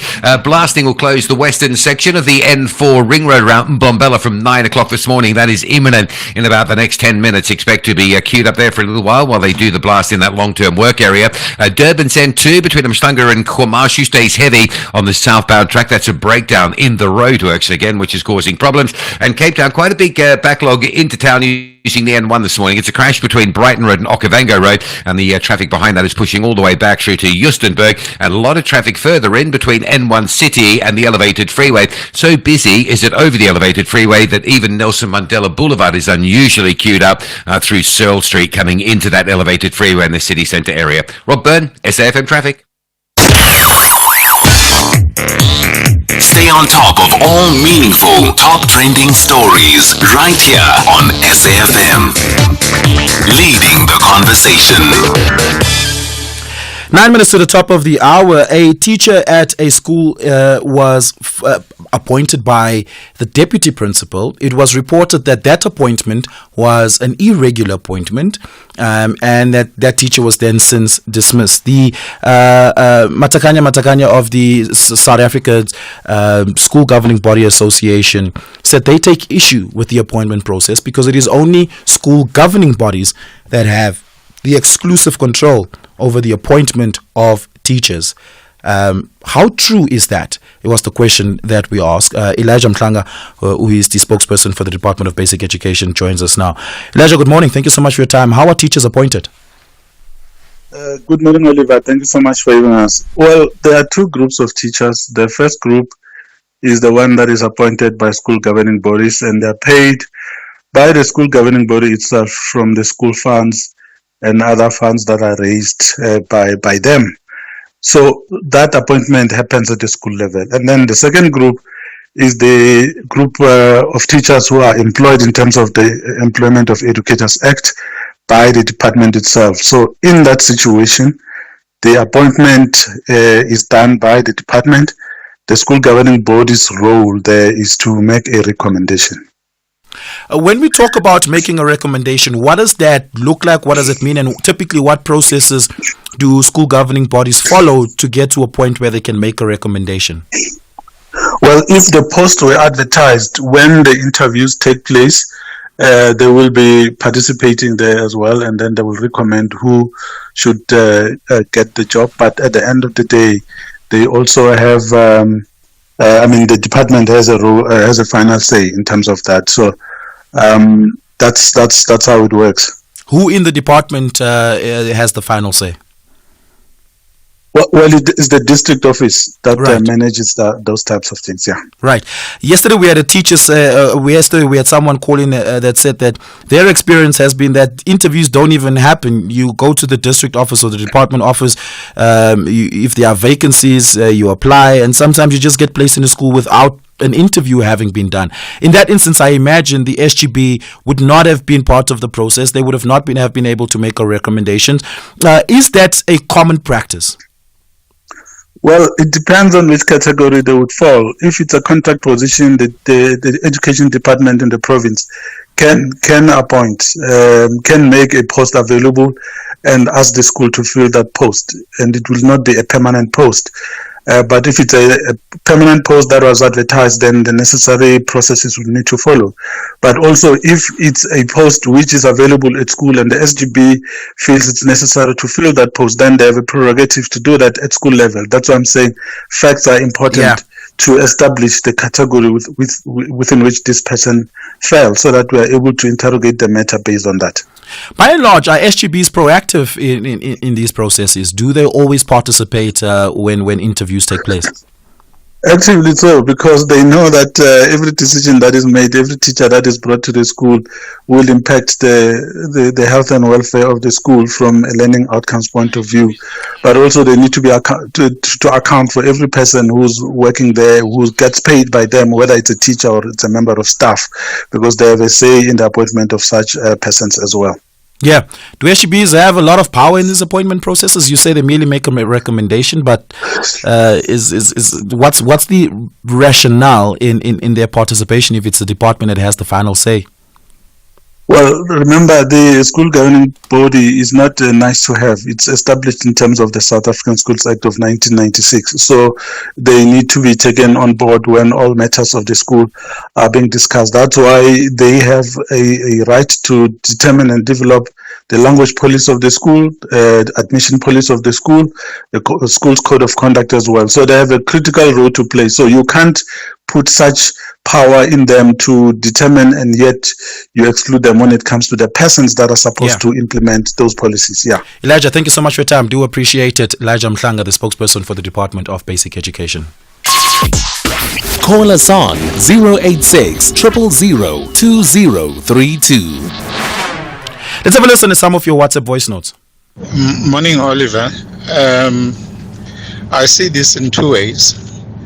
It's either the ANC does not want to do a due diligence on the people they put up as ministers, or they're doing it deliberately to expose people who've been stealing money from the coffers. This is how I see it. MVP Boxback.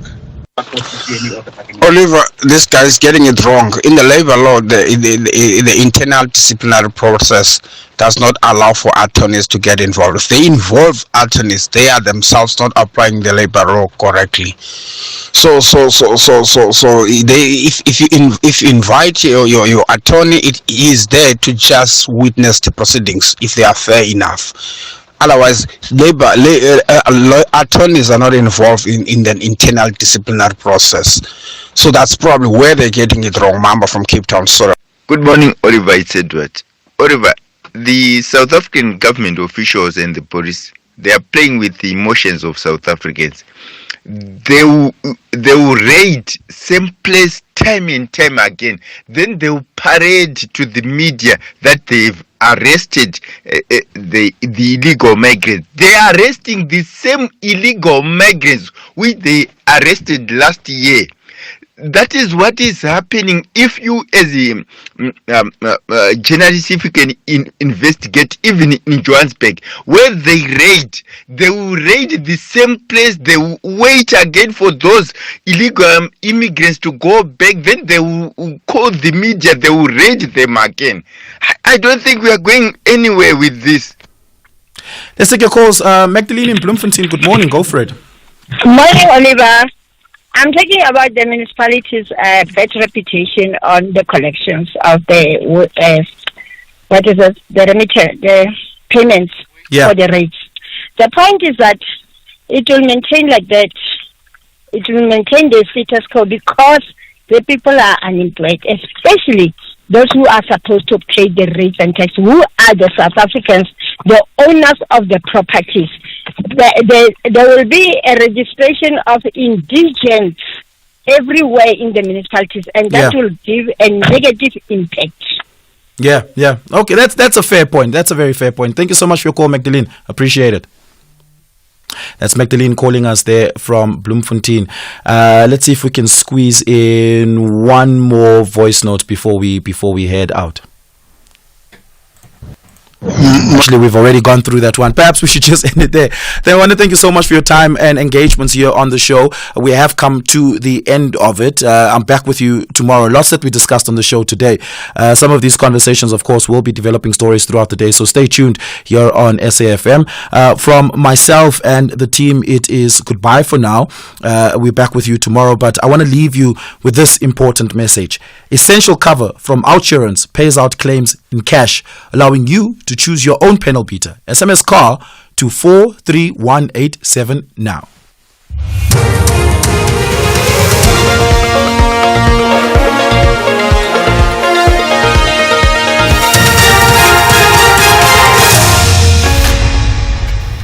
Top stories at 9. More municipal audit outcomes and ballistic expert back on the stand in the Meyiwa murder trial. Good morning, I'm Eva Chipam. The Auditor General, Tsakani Maluleke, says municipalities with financial viability problems end up using infrastructure grants from national government for expenditure that is inconsistent with the intended purpose. The AG's office yesterday briefed the Portfolio Committee on Cooperative Governance on the 2022-23 local government audit outcomes. Maluleke says when they do use the money for infrastructure, it's poorly used.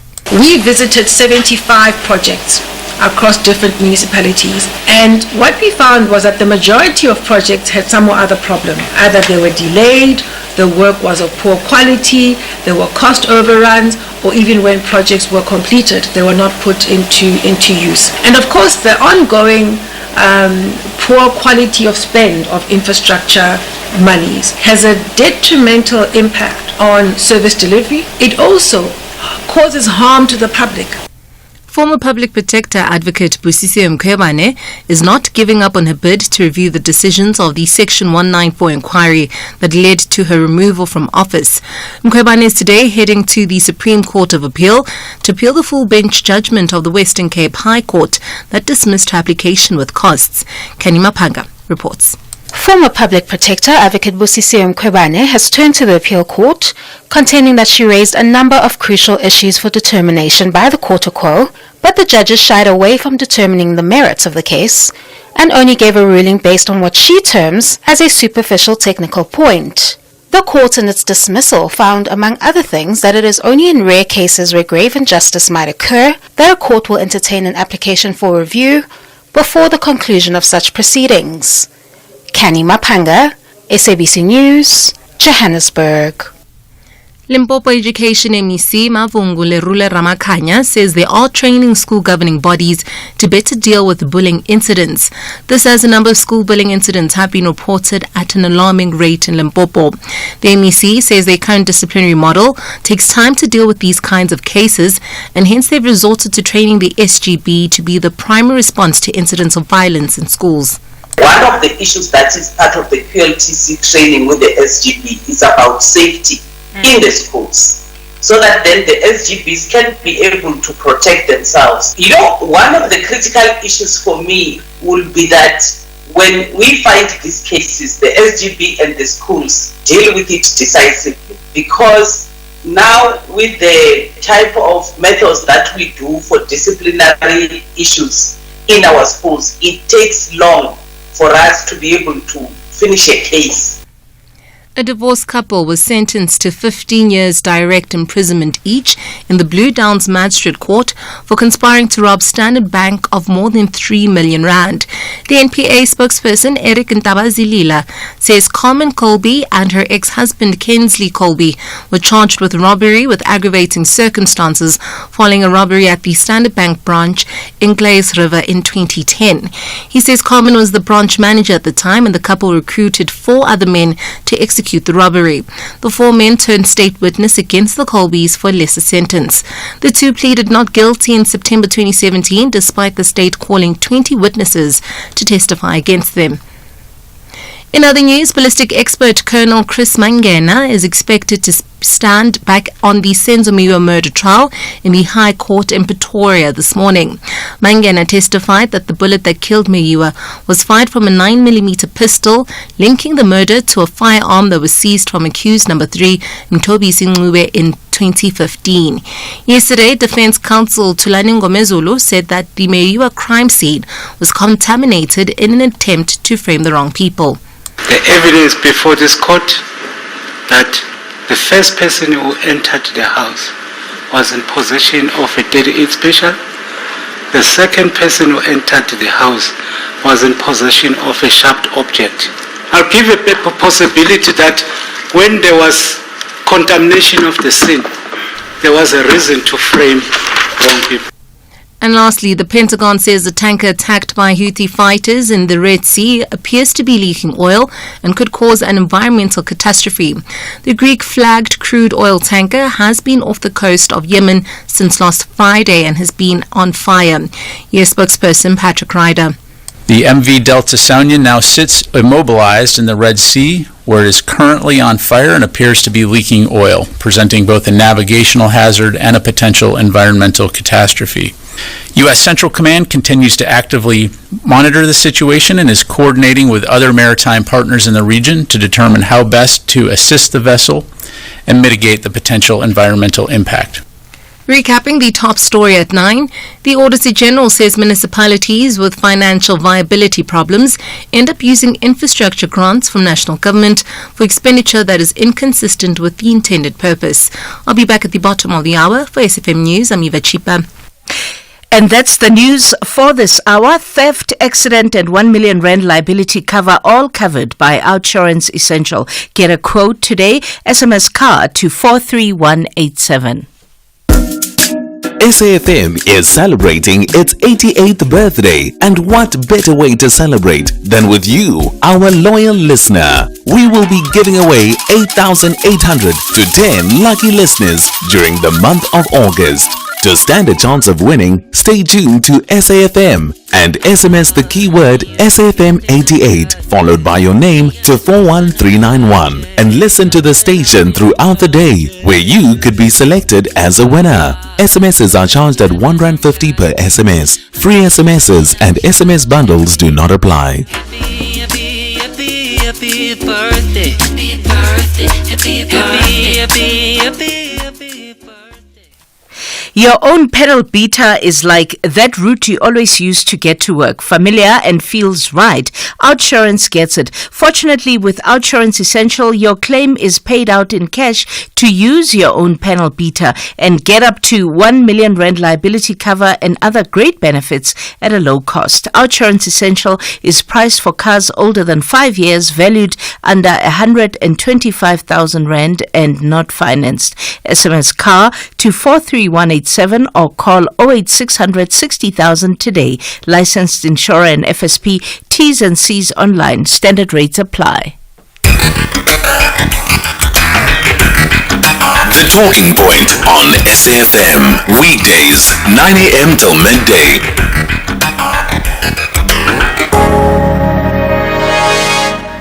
The power we have as black women. We disrupt the status quo as black women, and we refuse to remain at the bottom of the corporate ladder.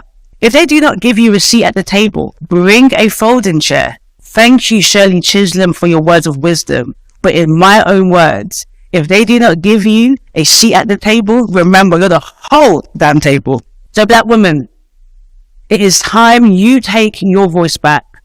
Narrate your own stories. and be curators of your own destiny, starting with future-proofing your career by investing in your own professional development with courses, online training, or further studying that enhances your skills, your knowledge, and your abilities. Seeking out opportunities for growth that stretch you and take you out of your comfort zone. Employing these methods as part of your strategy to future-proof your career will allow you to pivot into bigger and better opportunities as you circumvent the concrete ceiling. So at this point, it's not too late or too soon for you to future-proof your career. Because at the end of the day, ultimately, you have to take responsibility for the choices you have made in your career. But don't get me wrong, there will be challenges. But it's how you progress despite the challenges that count. So let's start today. Be proactive and take risks. The final way to disrupt the lack of black women leaders at the very top is for employers to take responsibility and action for their failures and their denial of the very issues black women in corporate Britain face. We are tired of corporations' empty words. We are tired of their lip service. And we are downright tired of their empty rhetoric. The vast contribution of black women in corporate Britain is unquestionable, but their opportunity to ascend is blocked. Ngozi Kedmas is the CEO and founder of Frontline Therapist. Welcome to the Talking Point. She gives us our opening motivation for this Wednesday. It's Wednesday, the 28th of August, 2024. We're SAfm leading the conversation. Please, you're welcome to join in whenever you want to on our studio line 086 000 2032, 086 000 2032, or SMS us on 41391, 41391 at 150 to you. WhatsApp, we are on 061 410 4107, 061 410 4107. We are on X, we are at SAfm Radio, and you can hashtag SAfm Talking Point if you want to talk to us. I'm Khomotso KG Mweketsi in for Kathy Mushatlana for the week. And coming up on the program today, we open the lines for you, of course, between now and 10 o'clock to hear what is on your mind. It's South Africa, after all. We always have a lot to talk about. So anything really that's on your mind between now and 10 o'clock on that 086 000 2032 number. After 10 o'clock, right? In our Citizens Corner, we're talking Citizens United against GBV and femicide. We're again opening the lid of the problem of gender-based violence and femicide, which is unrelenting in our country. If we gauge by news reports, in a space of 3 months, we've heard about gruesome murders of women. Just this past Monday, a young woman in Mpumalanga was set alight by her boyfriend and succumbed to her injuries in July. A well-known daughter of Dr. Litlape was found dead in her home, killed by her boyfriend. He was arrested. He handed himself over. In July again, Didi Lekhanyane, a young, very bright scientist who had just been named as one of the Mail and Guardian 200 young South Africans, was stabbed to death by her partner. This year marks 5 years, and a lot of people tend to forget. We move through these crimes very quickly, but this year marks 5 years since the brutal killing, remember, of UCT student Uyinene Mkhwejana, who was also brutally killed by a post office employee. And it's a long list that goes on. So this morning we thought to look at how we as members of various communities can stand up against this urge. What can we actively do to unite and stop this evil, this madness, and we are going to have a conversation with Kgotatso Moloto, the founder of Voice It in Action. They'll be marching this Friday against rape. And Thobeka Msengana, MD at the Uyinene Mkhwejana Foundation. That's between 10 and 11. 11 to 12, it remains Women's Month in South Africa. Ladies build society and giving communities a home. As we conclude our Women's Month commemoration, we're taking a look at the construction industry, as only 10% of the industry is represented by women. The challenges facing women in accessing this industry are training opportunities and mentorship. So we're profiling ladies that work tirelessly to ensure that every home, every school, every road, every public infrastructure and community facility are built. We're also going to speak to ladies who are working in real estate and work in adjacent industries to play an important role in building the nation, literally building it. So we're going to talk to Palesa Ngwenyama, the founder and principal property practitioner at Ilanga Properties, and Riamo Letsane, director of Distinctive Choice 712. We round off the show with the book reading. The book is still Wiseman Gushu, A Life of Purpose. What's on your mind? Catch the Tastemaster Junior this Tuesday evening at 7 on SABC2. It's Elimination Week and the bottom 6 must bake their ultimate cookie and milkshake pairing. It's a match made in heaven, but will they perfect their flavor combinations under pressure? Take part in the weekly viewers competition and stand a chance of winning a classic stand mixer to the value of 10,000 Rand. That's the Tastemaster Junior this Tuesday evening at 7. Repeat Wednesdays at 1 and Sundays at 4 p.m. Only on SABC2.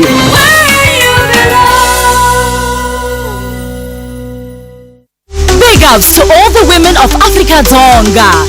Incredible characters in various fields. When you set your mind onto something, your winning mentality is difficult to defeat, on and off the field.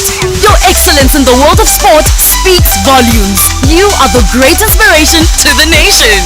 Happy Women's Month, courtesy of SABC Sport. For the love of the game.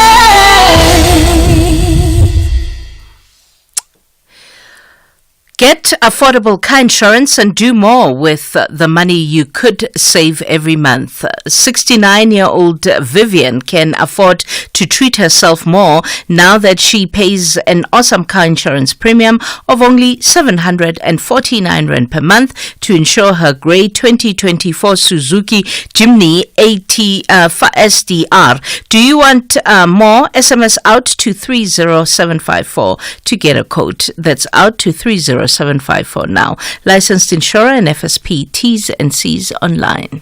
You are listening to KG Mwekezi on SAfm. So let's hear what's on your mind on the open line on 086 000 2032, 086 000 2032. Yesterday, the Victims of Crime report by statistician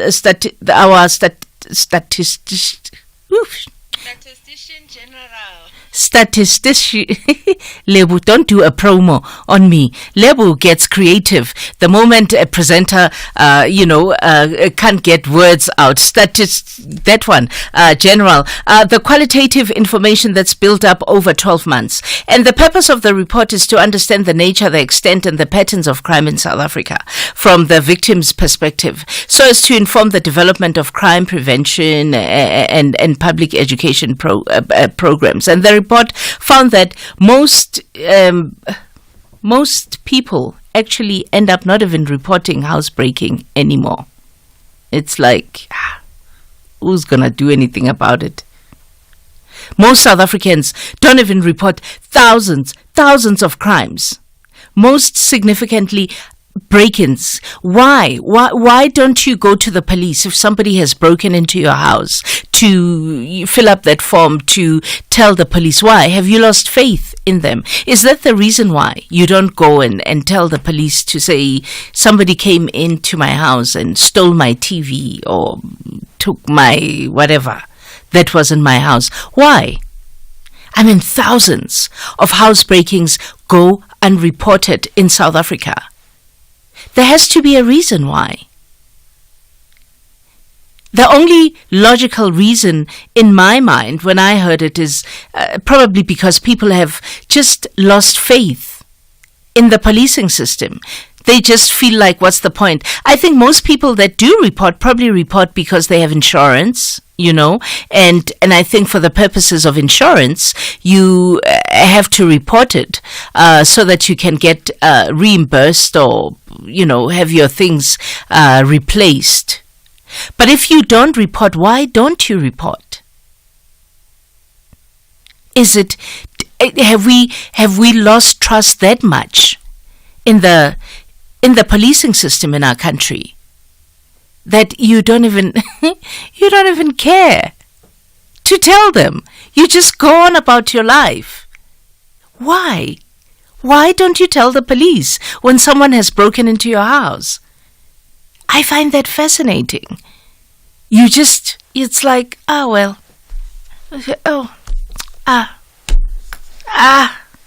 Southern, someone broke into my house. David in Pietermaritzburg, the DA calling on Minister of Justice to resign. Hi, David. Good morning. Hi, KG. Hi. They say if you live in a glass house, you mustn't throw stones. For me, I believe the clay must sort out its house, must put its house in order first, before demanding other people to resign. They also took the matter of the former judge Utsope in court because they believe he's unable to serve in the justice committee. But guess what? Under the DA rank, they're having a racist in the national parliament. Did they ever resolve that issue of that guy? Because no. They are applying the delaying tactics because they want the matter to die down. That's what they are doing mostly when it comes to white representatives. They ignore rank. The second matter involves the MPL of the DA in the Northwest, Henrietta.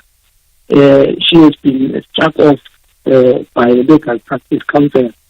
But guess what? She serves as an MPL of the EPA in the Northwest, serving the lawmaker. In another matter involving another DA executive committee member who took council money and invested it in so his child is a financial advisor for Olgupwa. So he invested money, council money, without the mandate of council, And I think maybe that member is still serving as a member in that council in the Western Cape. And you will recall the matter of that chief of staff. It is proof that they don't vet their people, but they act as if they operate with integrity, they are ethical in their moral organization. There's no such thing when it comes to the DA. So for me, they must put their house in order first before they demand other people to resign. And it's clear that when it comes to white people, the standard is different. The standard is different. So whenever you interview people like Helen, find them about this thing. The last one, it's on the matter of the two black women who were killed in the bomb. The silence of the DA and other organizations such as Right to Know, Solidarity and others.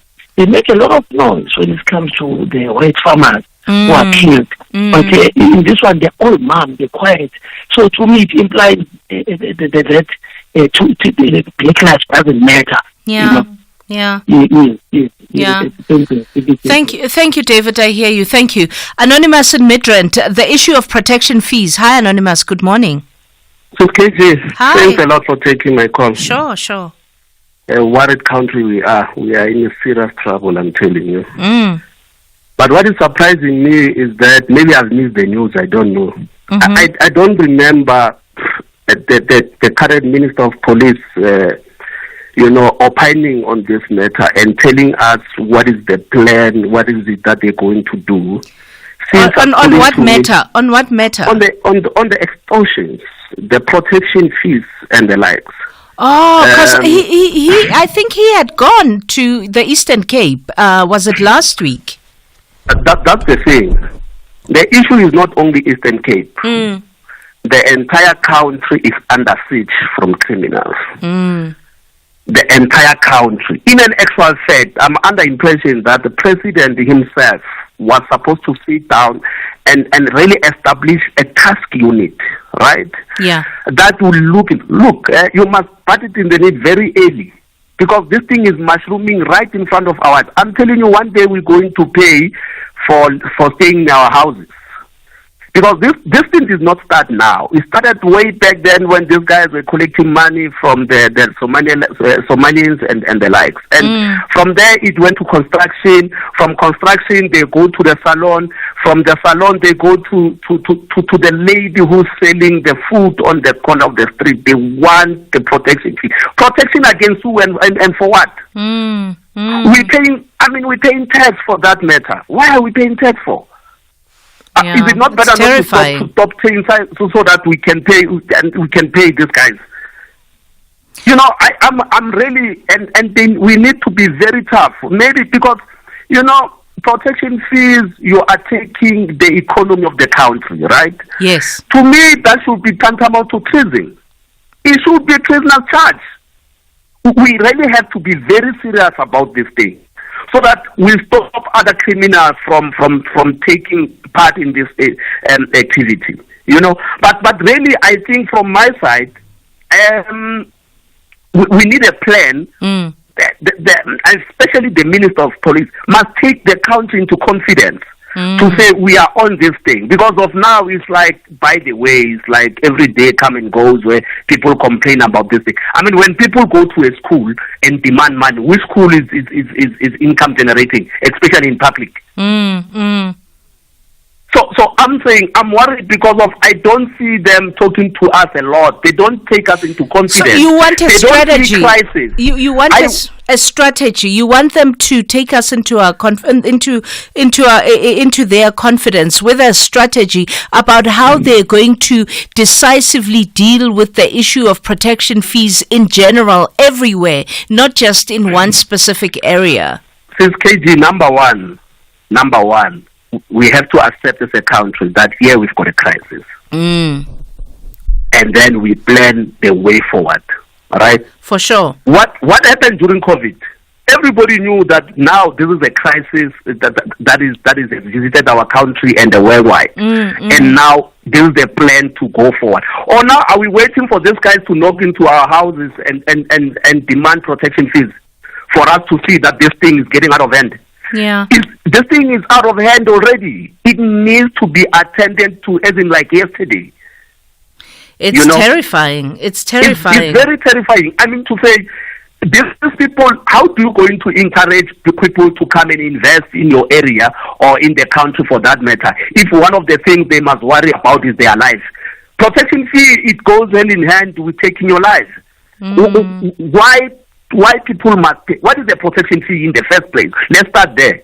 Why should people feel entitled to the revenues of your operation without them bringing anything into the table? So what's the measure of that protection? What is even the measure of that protection? When they say they're protecting you from what? From themselves. From themselves. It's because of they saw a business opportunity here. Right? You must remember that criminals think like business people. They think of opportunities where they can make money easy. And unfortunately this has become one of those ways.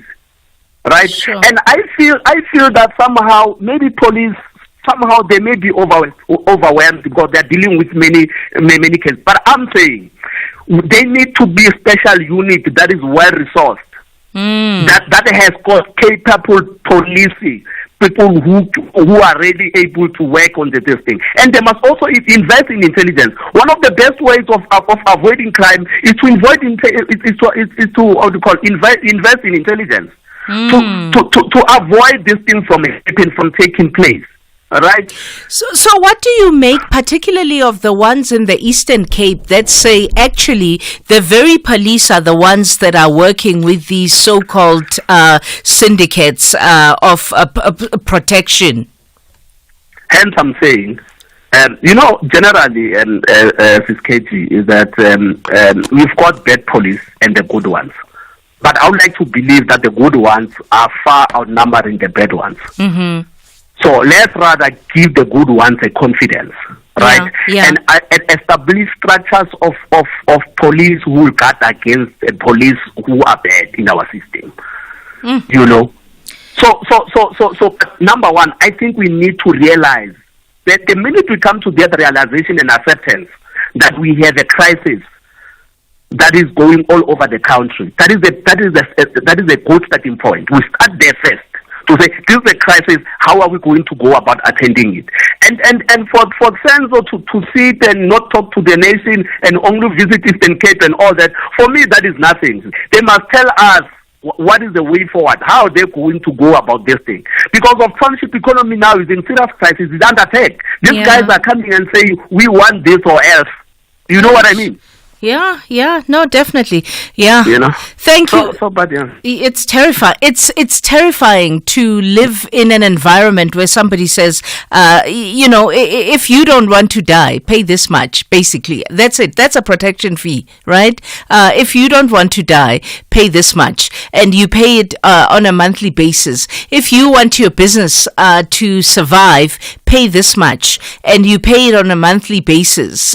So inadvertently, who you're working for is them. It's no longer for you or for the advancement of the community that you're in. Mike in Middleburg, I see you. You want to talk the war in Ukraine. Magdalene in Bloemfontein, you also want to talk these extortion fees. I see you. But it's 9:30 now. It's time for the news headlines. Eva Chipa standing by. In news making headlines for this hour, 10 people have died and several others injured when the bus they were travelling in overturned on the N1 in Nieuwestrigard in Limpopo. The bus was travelling from Zimbabwe to Johannesburg when the crash happened just before midnight. In other news, the Auditor General, Tsakani Maluleke, says municipalities with financial viability problems end up using infrastructure grants from national government for expenditure that is inconsistent with the intended purpose. And lastly, looking further afield, President Volodymyr Zelensky has asked permission from the Western allies, particularly the US, UK and France, to use the weapons they had given him, which would allow Ukraine to strike deeper into Russian territory. This follows intensifying airstrikes this week, and Zelensky wants to apply military and diplomatic pressure on Russia. I'll be back at 10 with more of these and other stories. For SAfm News, I'm Eva Chipa. Let's have the conversation. WhatsApp voice note on 0614 104 107.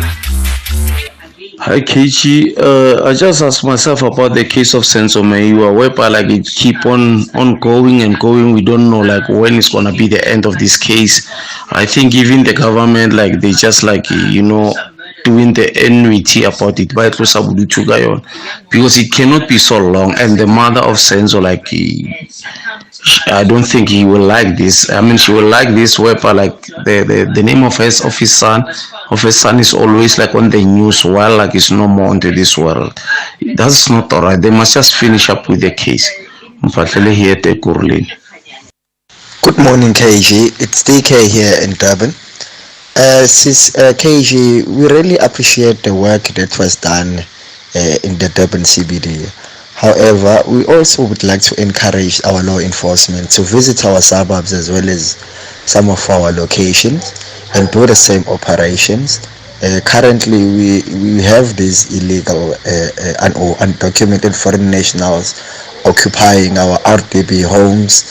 They're renting more than the locals.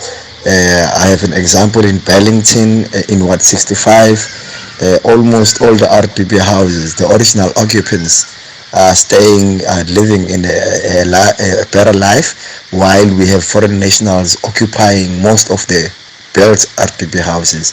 We'd also like to see the involvement of ward councillors helping and assisting as well, because they sit with the database, they take the complaints, and it's sad that we hardly see engagement with the communities. We only see on the news, and it seems to be like a public stunt.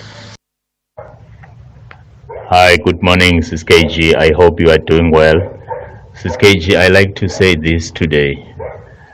Minister Mackenzie is doing well and is performing so well and is very strong.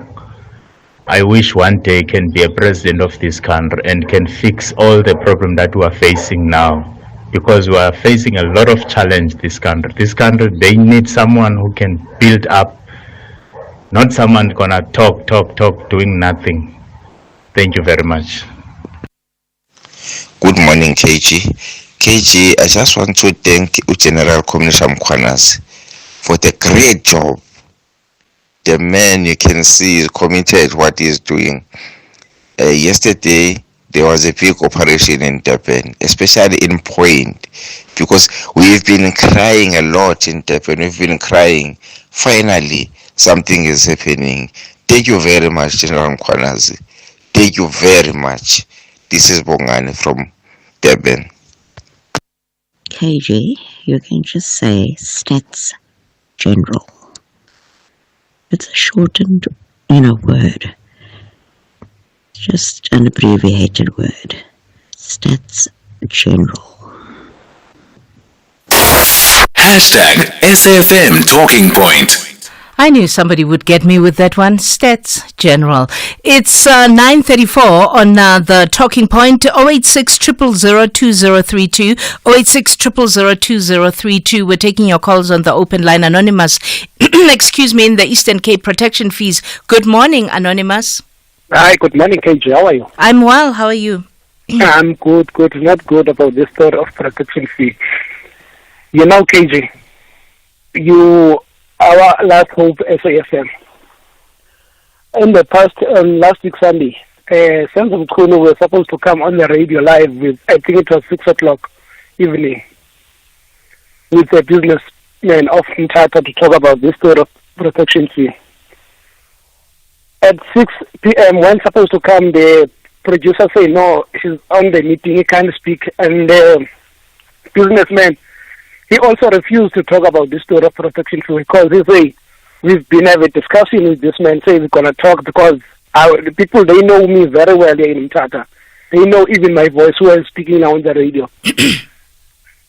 If I proceed to speak without anyone who's protecting me, those people, they will killing me. The politician, they playing with us, man.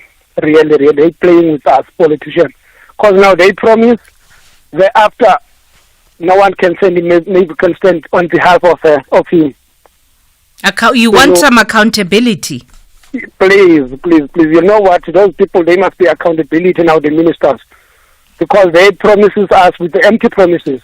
Ish. As usual, they are doing. Yeah. Thank you, Anonymous. Thank you. Mike in Middleburg. Hi, Mike. Please go to Maggie. His line's okay, they say Mike's line is not good. Mike, they're trying to call you back because they're saying your line is not good. Magdalene in Bloemfontein. Extortion fees. Hi, Magdalene. Morning, Tracy and the listeners. Morning, Magdalene. Tracy, there's something that I like with Nelson Mandela. When he came out of jail, he said, you people go and try to educate yourself. So he took it from the Bible because he said he stayed in the jail and read the Bible most of his time. Point is, once you don't have knowledge, you are going to get deceived. Point about this extortion thing.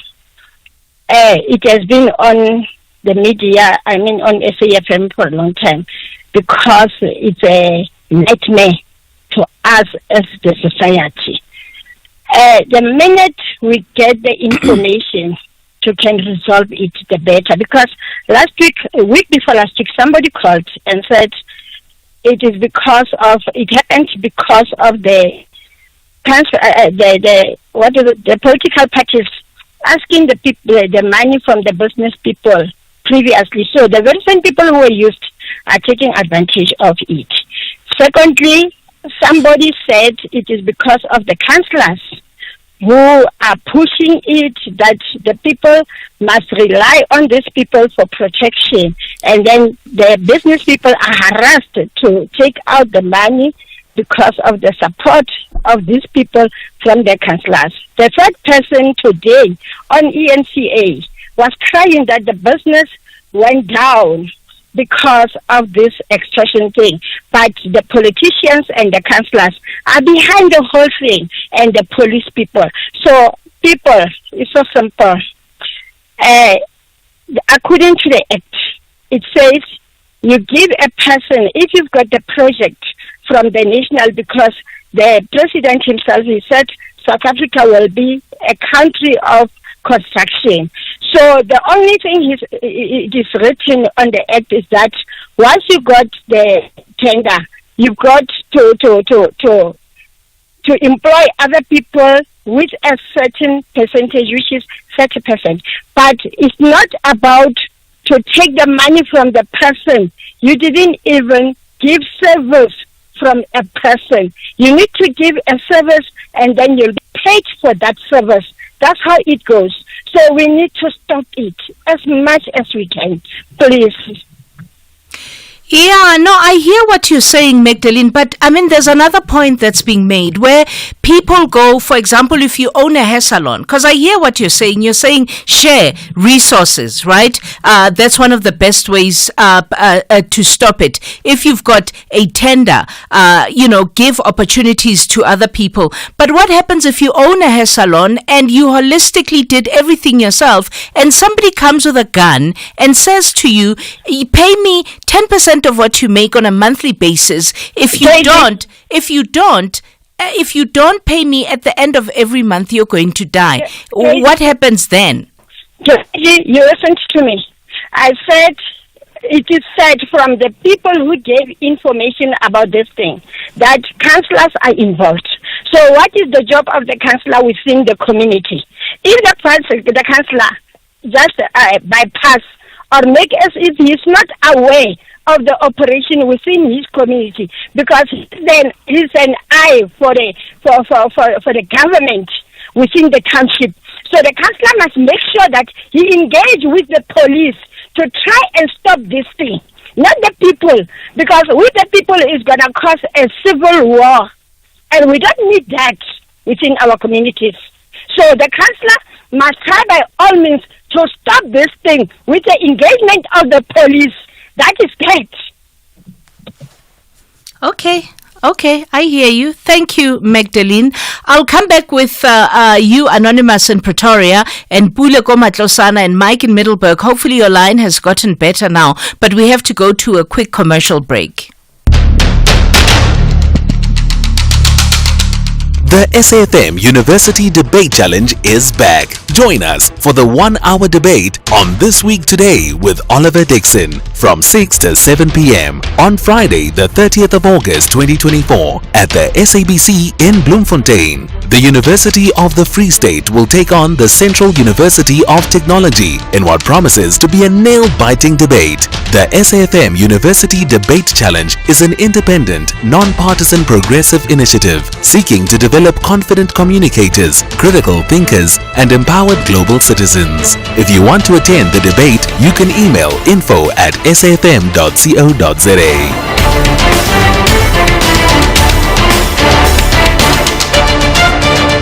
SAfm, leading the conversations that move us. SAfm is celebrating its 88th birthday, and what better way to celebrate than with you, our loyal listener. We will be giving away 8,800 to 10 lucky listeners during the month of August. To stand a chance of winning, stay tuned to SAfm and SMS the keyword SAfm88 followed by your name to 41391 and listen to the station throughout the day where you could be selected as a winner. SMSs are charged at R1.50 per SMS. Free SMSs and SMS bundles do not apply. Happy birthday, happy birthday, happy birthday, happy #SAfm Talking Point. 9:42 on the Talking Point on SAfm. It's Wednesday, the 28th of August. It's open line time. 086 0002032. Anonymous in Pretoria. Extortion fees, the impact on SMMEs. You know, our Anonymous, I was thinking about the gogo at the corner who sells magwinya. Magwinya that we love. The one who gets extorted for the little bit of money that she makes selling magwinya. Good morning. KG, how are you? I'm well. How are you? All right, thanks. KG, I'm a law-abiding citizen that has never been on the wrong side of the law, well, except for parking tickets. Okay. I've started a small business trying to support my family. The extortion portion of this criminal element hasn't gotten to me as yet, but I see them rooting in my area where I'm actually operating my business. Say that again. You see them doing what? They are starting to take place. In your area? In my area, but they haven't actually got into my businesses yet. Do you mind telling me what area that is? Can I remain anonymous, this case? That's fine. You don't have to say your name. No, can I remain anonymous with that one? With the area. Okay, that's fine. Yeah? Okay. This case, I only have two options here. Either I close down my business and condemn my chiefs to starvation, or I do something about it. And when I say when I do something about it, I don't mean going to the police, because the very same business has been broken into 3 times. The police never actually, I opened up a case on 1 occasion or 2 occasions. I didn't even bother because I know it was not going to go anyway. Now, the other option for me is not to pay the 200 rand. I'm of the view that I'm not that kind of a person, but they actually pushing me there. We will start fighting fire with fire one of these days. Because I'm not about to go down and condemn my kids to starvation while I work for other people. That is not going to happen with me. At least, I'm not saying I'm tough and all that. If I die, my kids will at least have a life cover to live on. Bye. I'm reading between the lines. I'm reading between the lines of what you're saying, right? And I don't like what I'm hearing. What options is there, KG, to be quite honest with you? Okay, give me options then. Because the police is a complete no-no. Closing down a business is complete no-no. What other option is there? I don't know what to say. I don't know what to say. KG, like I said, it's a small business. I've worked very hard to actually open it. And my how old is the business, by the way? It's going to a year, 6 months now. And if it wasn't being almost extorted, it would relatively be a successful business. It is getting there little by little. Mind you, what gets me the most is that I'm actually doing this for my kids, for my family. When I'm gone, they can have something to live up by. Are you associated to a business forum? Do you think business forums would sort of help? There isn't any in the area where I'm staying, unfortunately. And I mean a business forum, like maybe a black business forum, BLSA, things like that. I hear you, KG, but I don't think they'll be as effective as the police if only the police were actually doing their work. So your peers, the ones that have already been affected, your peers, the ones that you say have already been affected, how have they dealt with it? One is paying, 2 closed down. And the one who's paying, do you know how much he's paying? To be quite honest, it's not a peer, it's a business peer of mine, but I'm not that close to him. I wouldn't know how much he's paying, but I know he's actually being extorted. And this is on a monthly basis, obviously. To be quite honest, as well, I'm not sure. In some instances, I heard it's a weekly thing. In some instances, weekly? Yes. Oh. You know the story of Boko Haram in Mamelodi? And there was apparently this John Wick guy that was taking out criminals, whether it was gang related but it was seen as him taking out criminals. Again, I'm of the view that we need to actually pay someone that would preemptively take out those criminals. That's how I've got engaged with criminality and people breaking into my place. I wouldn't mind paying him monthly to preemptively, not counter-strike or anything like that, to preemptively take out those criminals. I'm hard for KG, to be quite honest with you. Can I just drop it here, KG? Thanks a lot. Then. Thank you.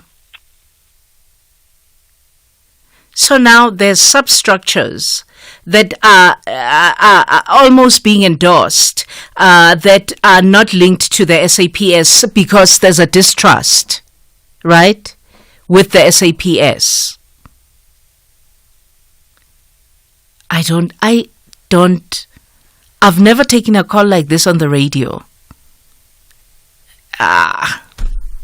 I've never taken a call like this on the radio. Wow. Pule in Matlosana, good morning. Yes, morning, KG. How are you? Morning. Yes, KG. I've been trying to come in since Monday. Then somebody took the number, said they will call, and didn't call, but I understand maybe it was busy. KG, what I have learned about us as particular black Africans, we are unforgiving when coming to one of our own black people. But when coming to white people, whether are European or white Africans, we are quick to forgive and to forget. There are case scenarios that I will give. Let me tell you about the media as well, the way they perpetuate issues. Media can build and destroy. Now, the case of Ronaldo Holmes, the DA member who is in Parliament, that Helen Zille came to the station and say he's in the disciplinary process and they are going to discipline him. He's not going to be a member of Parliament. Today he's earning a salary from the taxpayers that he insulted using K-weight. And you don't hear about this thing on radio, much of it, it's less of it. You don't hear much of it on print media, less of it. Dada Morewa made a mistake and he apologized. Ronaldo Holmes never apologized. And Dada Morewa's matter was on every day, the whole last week, including this week. And the man came, it takes courage to a person to say, I'm sorry to KG. I've done wrong. I was not supposed to have done this. But people demanded his hate that he must have resign. I don't know what happened to us as blacks. That why do we hate ourselves so dearly as black people? Even if somebody erred, not taking a cent from someone, not insulting someone, and said, KG, I'm sorry. But is there a different way, Pule, of looking at it? Is there a different way? Could it be that as black people we're also entitled to demand excellence of ourselves? I think there's nothing wrong with black people because we also know as black people that there are excellent black people. They walk amongst us. We see them, we know they exist. We know they have ideas. Why don't we have those people in charge? That's what we want. Because we know that we're surrounded by excellence. We want that excellence to shine. Nobody said Dada Morewa is not excellent. He made a mistake. Excellent can make a mistake. Any human being who breathes, including yourself, you are doing excellent job. You are subjected to a mistake. And when we made a mistake, we said KG must resign. KG must resign. Now I'm saying, when a white man make a mistake, we don't cry loud like when a black man make a mistake. Even the media. Dada Morewa went on. Pule, I'm going to ask you to pause because you're going to say I kicked you out. We, the media, kicked you out. I'm going to ask you to pause because I have to go to a commercial break. I'm forced to by the machine that's in front of me. And then you'll finish your thought when I come back. Discover a fragrance extravaganza at Dis-Chem this beauty fair for the most spectacular time to save. Get great offers on all fragrances for him and for her from brands like Jean Paul Gaultier, Mont Blanc, Issey Miyake and DKNY. And look out for special offers and free gifts with purchase because we love to spoil you. Explore our wide range of fragrances with our knowledgeable consultants to help you make your selection. Go in-store or shop online for the best of beauty now on until 15 September at Dis-Chem Pharmacies. Better beauty starts here. So why should I use We Buy Cars if I want to sell my vehicle? Because We Buy Cars buys cars. But will I get the right price? Of course. We Buy Cars buys thousands of vehicles and knows exactly what every vehicle is worth. Their buyers deliver exceptional service and pay you immediately. And how do I know what they'll pay for my vehicle? It's easy. Visit webuycars.co.za or use the We Buy Cars app. Follow the simple steps and voila, you'll know your car's value in no time. We Buy Cars. Quick, easy, the best. What words come to mind when you hear titles like Skim Sam, Generations, The Legacy, and Uzalo? Perhaps the words are royalty, classics, the stars, and drama. SABC 1 proudly brings you the 7th Royalty Soapie Awards, awarding the excellence in the soapies across all of Mzansi's broadcasters. Tune in for all the glitz and the glam, broadcasting Saturday, the 31st of August from 8 p.m. only on SABC 1 Mzansi for sure. Hashtag SAfm Talking Point. Good morning, KG.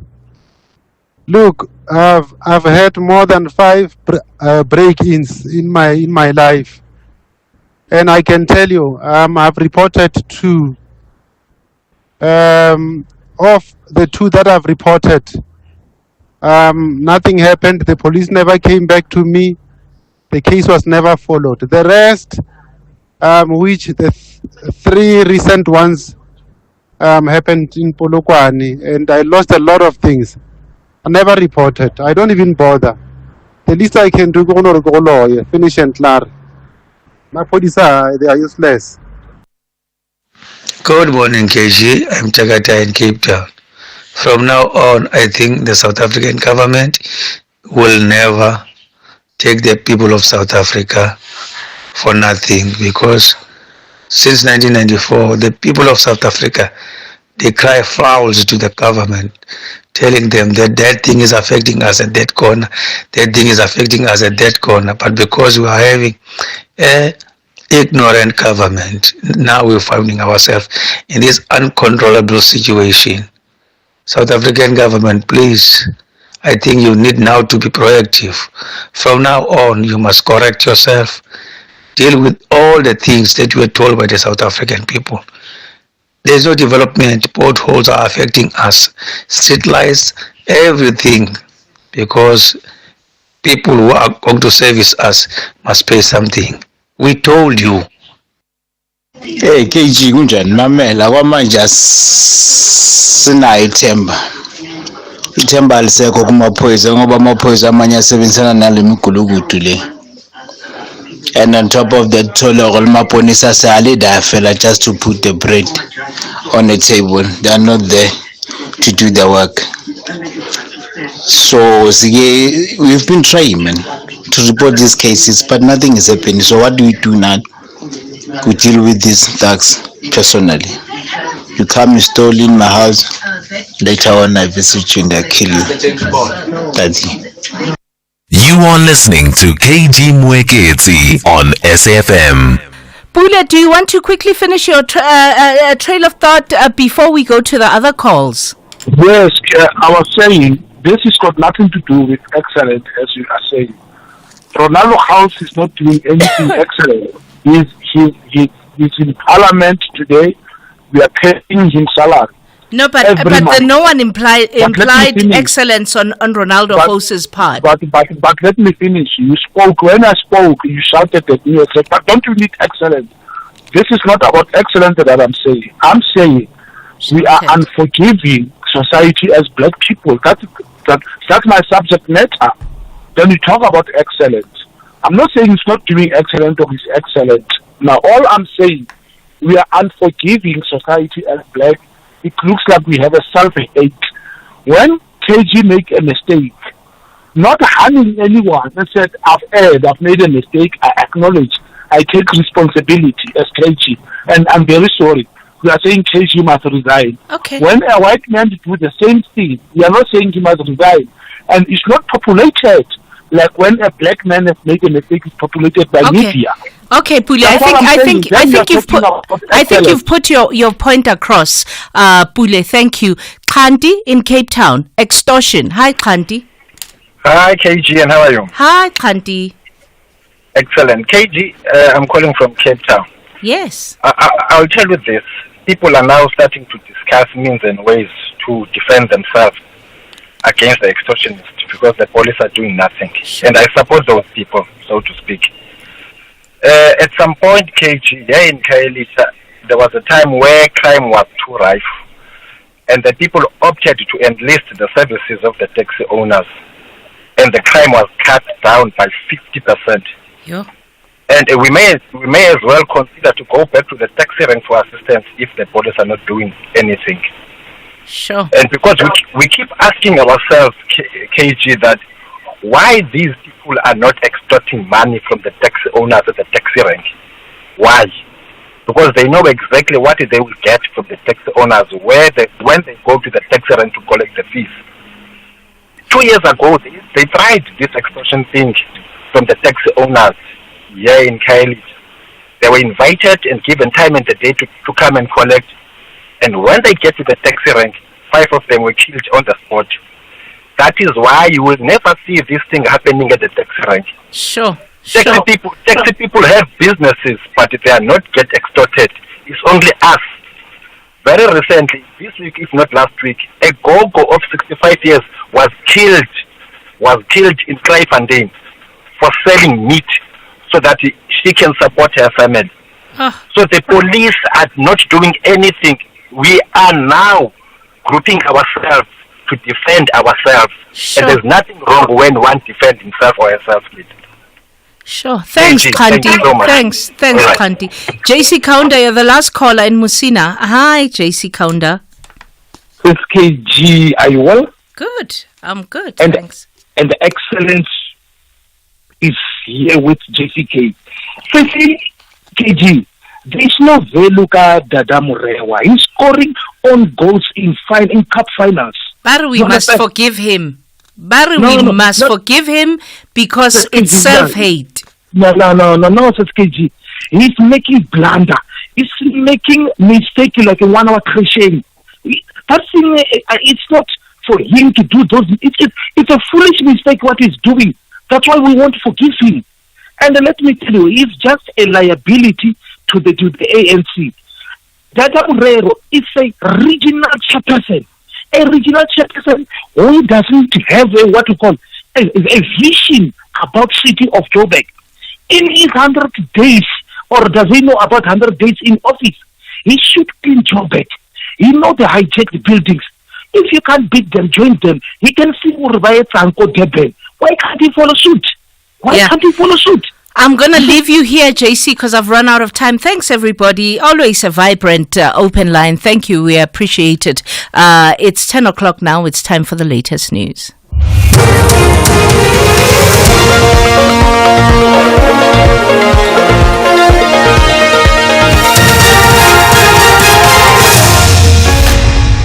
Thanks, KG. Top stories for this hour. A bus crash leaves 10 people dead in Limpopo, and Ukraine asked the Western powers to use their weapons against Russia. Good morning, I'm Eva Chipa. 10 people have died and several others injured when the bus they were traveling in overturned on the N1 in Loitrigad in Limpopo. The bus was traveling from Zimbabwe to Johannesburg when the crash happened just before midnight.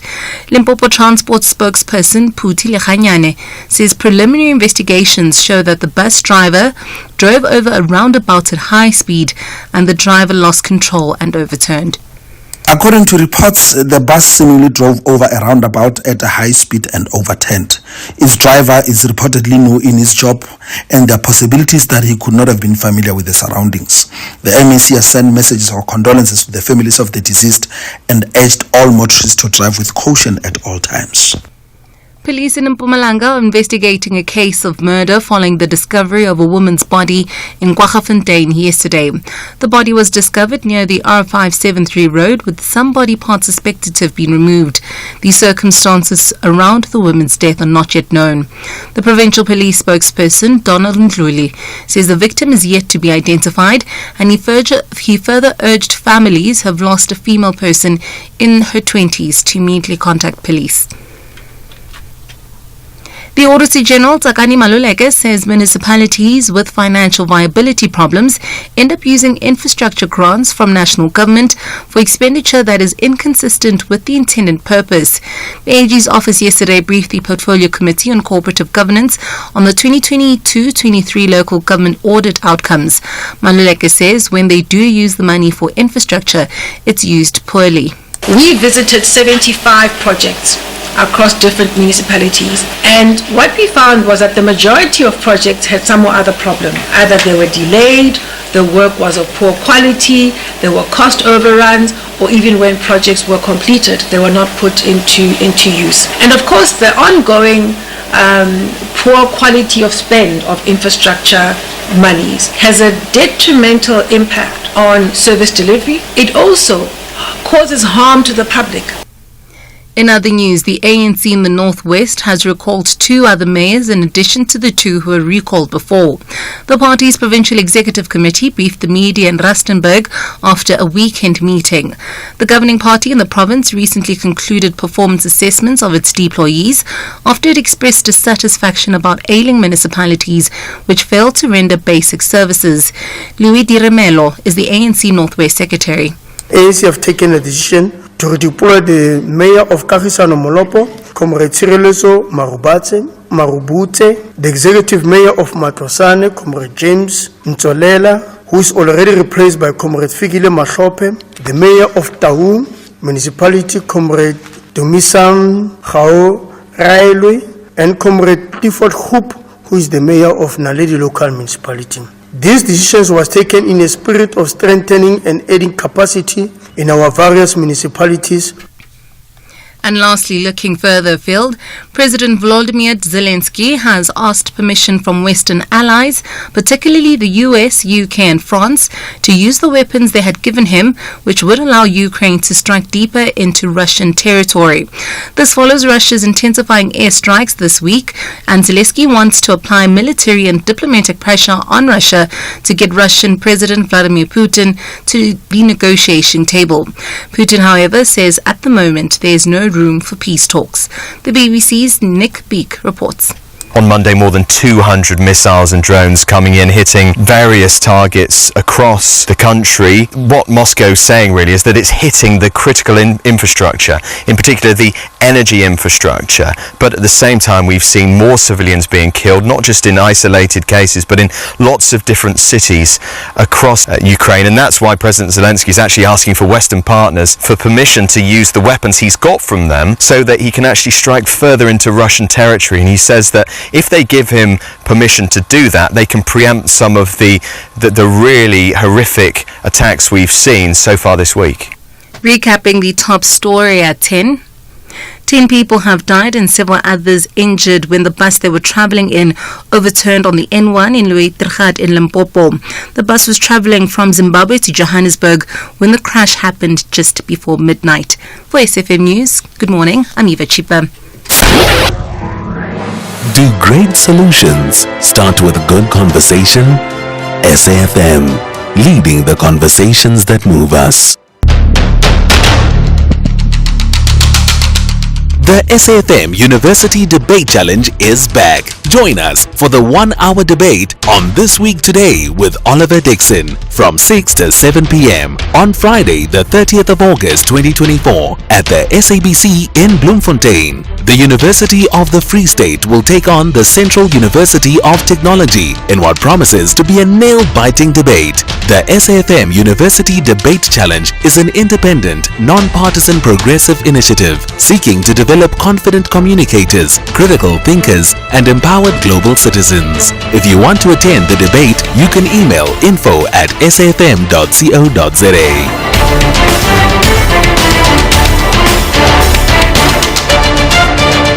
SAfm, leading the conversations that move us. SAfm is celebrating its 88th birthday, and what better way to celebrate than with you, our loyal listener. We will be giving away 8,800 to 10 lucky listeners during the month of August. To stand a chance of winning, stay tuned to SAfm and SMS the keyword SAfm88 followed by your name to 41391 and listen to the station throughout the day where you could be selected as a winner. SMSs are charged at R1.50 per SMS. Free SMSs and SMS bundles do not apply. Happy birthday, happy birthday, happy birthday, happy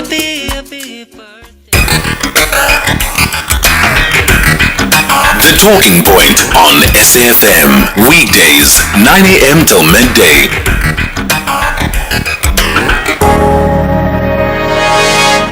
Here we are in the second hour of the Talking Point. Welcome.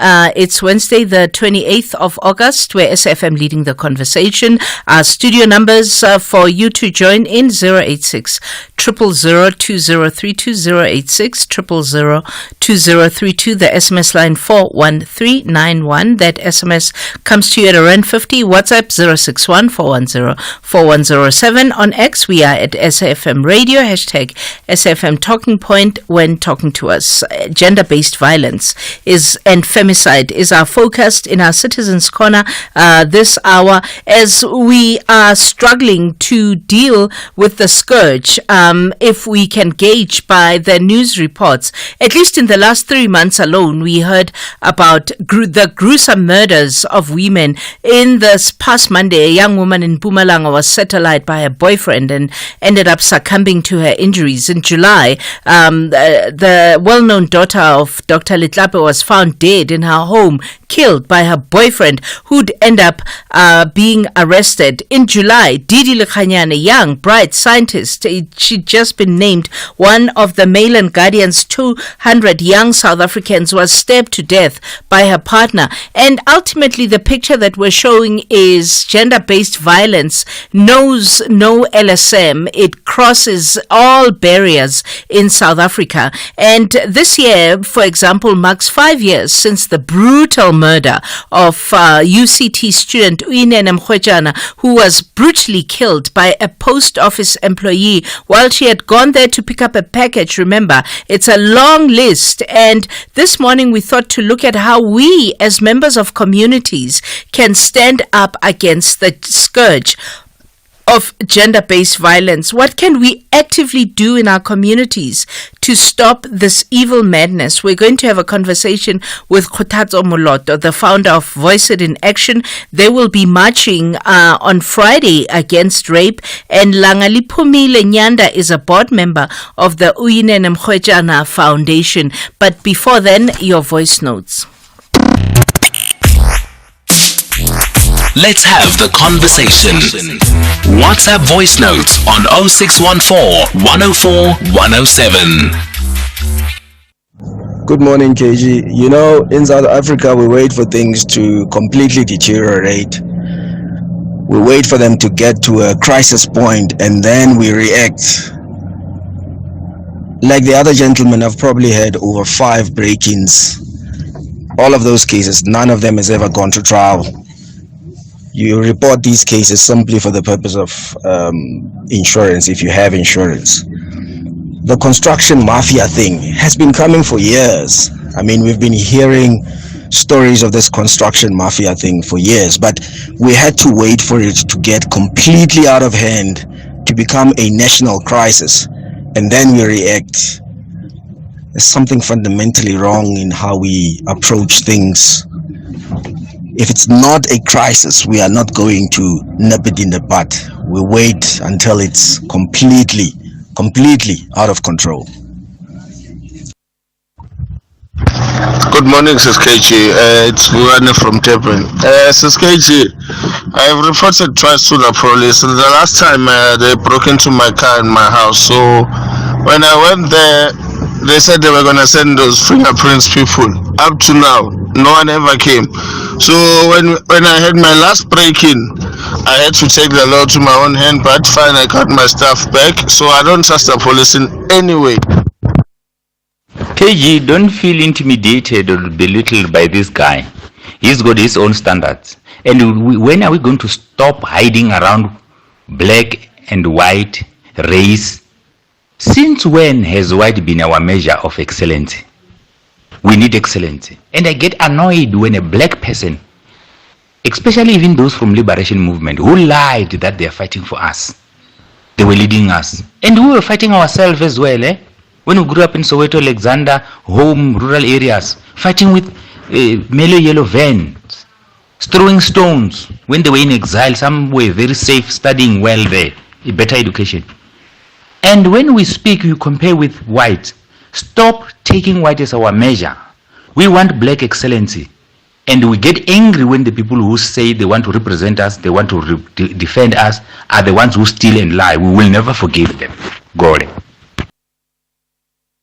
Hi, good morning, KG, Nora in Heidelberg.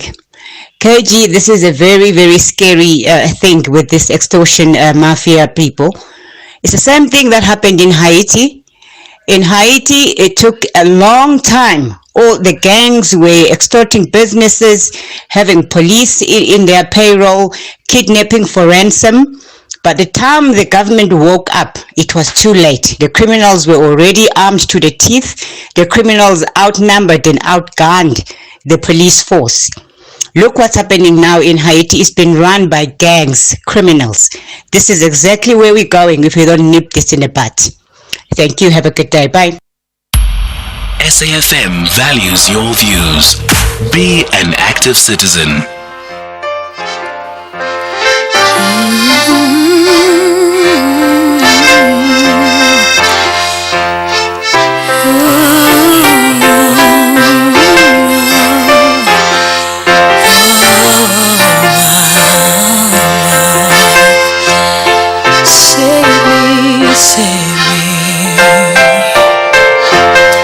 Save me from this cruel man, Lord. I need you to save me. Oh, save me, Lord, from this madman. Mama warned me about this man of mine. She said, baby, take time slowly. Didn't listen to mama. I went straight to church and married my man. Didn't know I'm marrying a married man. Sunday morning, I was about to go to church. He told me to choose between him and God. I told him I'll never choose if already gone. He beat me and gave me a therapy. Why?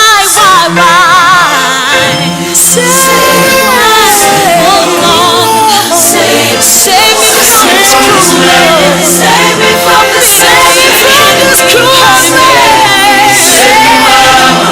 Save me, oh Lord.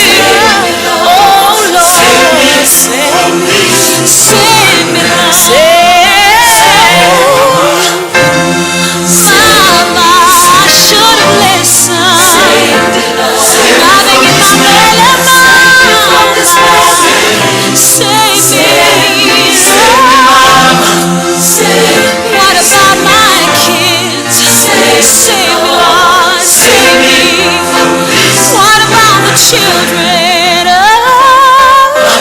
Mama warned me about this man of mine. She said, baby, take time slowly. Didn't listen to mama. I went straight to church and married my man. Didn't know I'm marrying a married man. Sunday morning, I was about to go to church. He told me between him and God. Told me I'll never choose between my God. He beat me and gave me a therapy. Save me, mama. It's 17 minutes past 10 on SAfm 104 to 107 nationwide.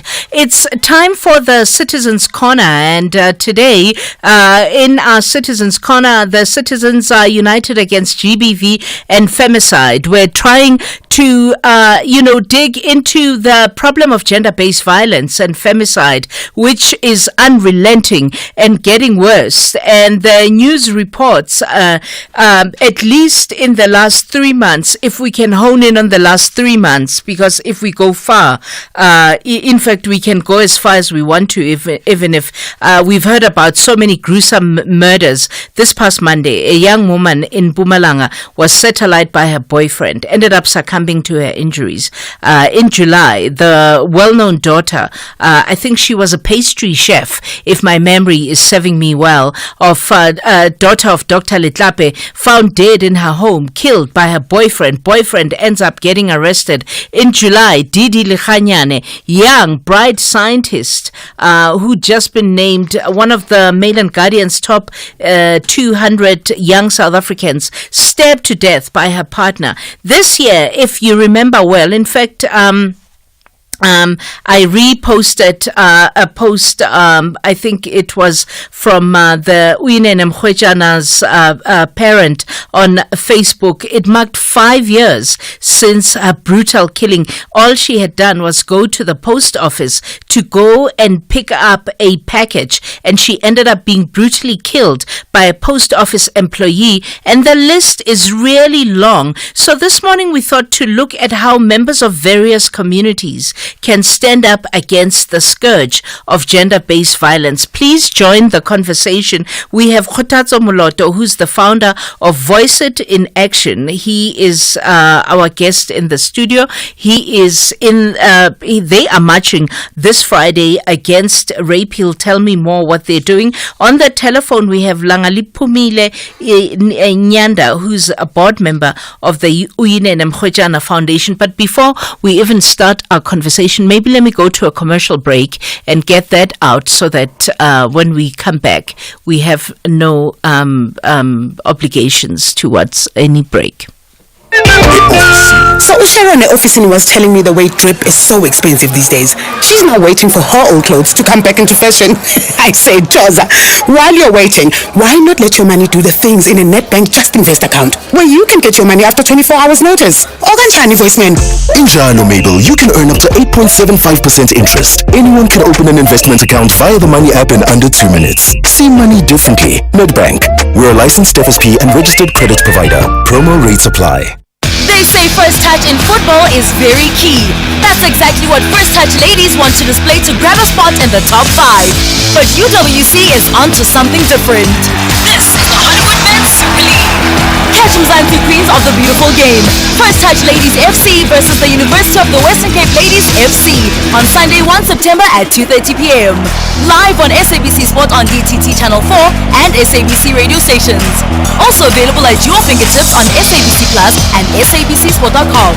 Brought to you by SABC Sport. For the love of the game. The Chief Executive Officer of the Nelson Mandela Museum, Dr. Vuyani Gweki Boy, will engage SAfm listeners on how the Nelson Mandela Museum is preserving, promoting and protecting the legacy of Nelson Mandela. He will further unpack the 2023-2024 audit outcome results. Tune into the Talking Point and the National Pulse to hear about the latest developments within the museum and the upcoming Liberation Heritage Indaba. Stay on top of all meaningful, top trending stories right here on SAfm.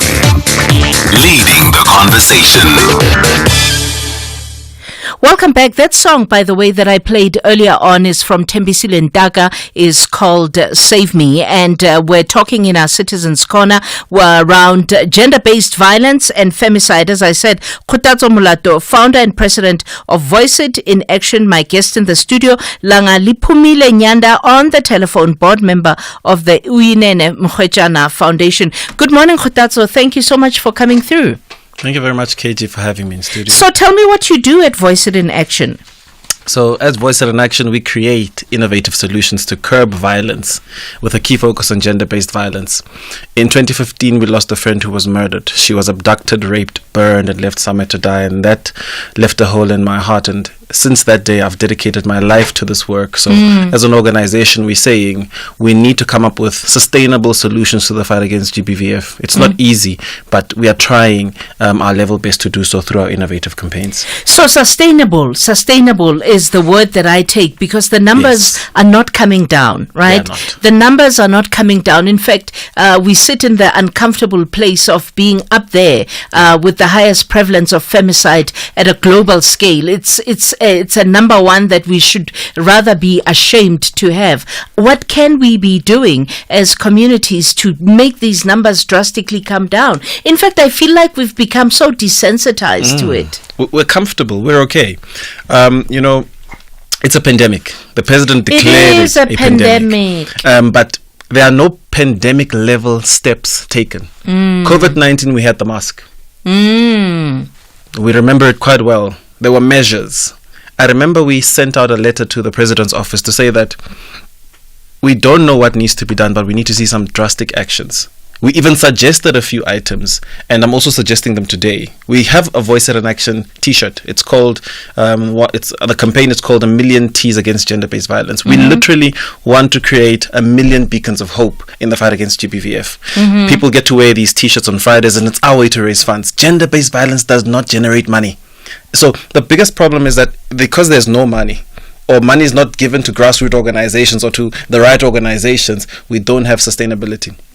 It's difficult as well because, government has to decide. But government, as all of us, has to decide who do we give these resources to. But also when you give out the resources, you don't know where they're going. You don't even know if they reach the grassroots organizations. And what exactly they're going to do with the money. So with our 1,000,000 Beacons of Hope, we're saying we want to see people wearing the T-shirt on Fridays. So, if you are a soccer fan, you'll wear the soccer T-shirt. If you are a rugby fan, a rugby t-shirt, but you will have something that represents what you love. And we are saying people who want to see the fight against gender-based violence taking shape and form, join us, become a beacon of hope. Wear your t-shirt on Fridays. Every single Friday or most Fridays or Fridays that you can wear it. And we will obviously have Fridays where we all get to wear these t-shirts together, but it will say to a victim that you are not alone. But in the process, it's giving us the power to continue doing our work because it's going to give us the resources because you buy the t-shirt. And most importantly, you're also then in a position to say, I've got the t-shirt, I'm going to go and support a victim at a courthouse. You're creating consistency. It's saying to you that you are now given a responsibility to continue raising awareness because we can't stop. I've never seen 1,000,000 things in one place, but imagine 1,000,000 people on a particular Friday constantly wearing this Voice at an Action t-shirt and saying to people subliminally that I care about you. I love you. And I do not want you to go through this problem, but if you've gone through this problem, we're going to come up with ways of helping. Let's also welcome our guest, Langa Liphumile Nyanda, who's a board member at the Uyinene Mkhwetjana Foundation. It was 5 years. I couldn't believe it, actually, when I saw online that it was 5 years just the other day of the commemoration of the passing of Uyinene Mkhwetjana. Good morning. Tell me about the work of the foundation, the Uyinene Mkhwetjana Foundation. Good morning, Langa Liphumile. Good morning, Sis KG, and your listeners and the colleague in studio as well. So on the 24th, we commemorated 5 years since her brutal killing. It has been 5 years exactly, and I think for me and for us as the foundation, the important emphasis as well is that we need to actually establish where the problem is. So the theme for this year was eliminating the fear, prioritizing safety and security. But we gotta, in the same breath, ask ourselves, who is causing that fear? Where is the fear coming from? And I think, Sis KG, we have to also we also have to focus that men have to be part of the solution, because it is men, if we are being in complete honesty, that are not stepping up, that are not coming to the party in terms of taking away the fear that has been created in society. It's women that are scared to walk to the shops late at night, who are scared to run, to jog, to go to shops. We have created a fear, and when we organized this march, we had a march in Cape Town this past weekend. When we had this march, it is women who are going to these marches and are part of these community organizations, and we as men are not stepping up. We are not saying, not in our names, in our corners where we are, this will not be accepted. We see it in our communities where it is women who have to fight for just the right to stay alive. And so in the work that we've been doing is we've been doing a lot of psycho education and focusing a lot on young boys in particular, and young students as well, in terms of trying to educate them in terms of positive development and education, in terms of how are we creating better young men in our society. With all these brutal killings that you highlight, you'll see at the epicenter of it is that it's men who most likely have shown these signs before, but we have left them, and it's gotten to a place where it's too late. We cannot stand by idly as a society and be happy with being the rape capital of the world. That is not something that we should be comfortable in, and for far too long we are too comfortable as a society in South Africa. This fight is going to take corporates, it's going to take every sphere of society, because gender-based violence is happening everywhere. It's happening in the workplace, it's happening at home with people that we know, it's happening on the street with strangers. It has manifested itself in every part of our society in South Africa, and we are just standing idly by and not doing anything about it. As my colleague highlighted, the resources that need to be pooled, because there's a lot of organizations that are doing great work, but they are not getting adequate support in terms of supporting victims and so forth. So I think this is going to it takes all of us, it takes the corporates to be on board, it takes government to be on board, and it takes the ordinary person who, whether you are affected by it directly or not, if it's affecting you indirectly, it's still affecting you.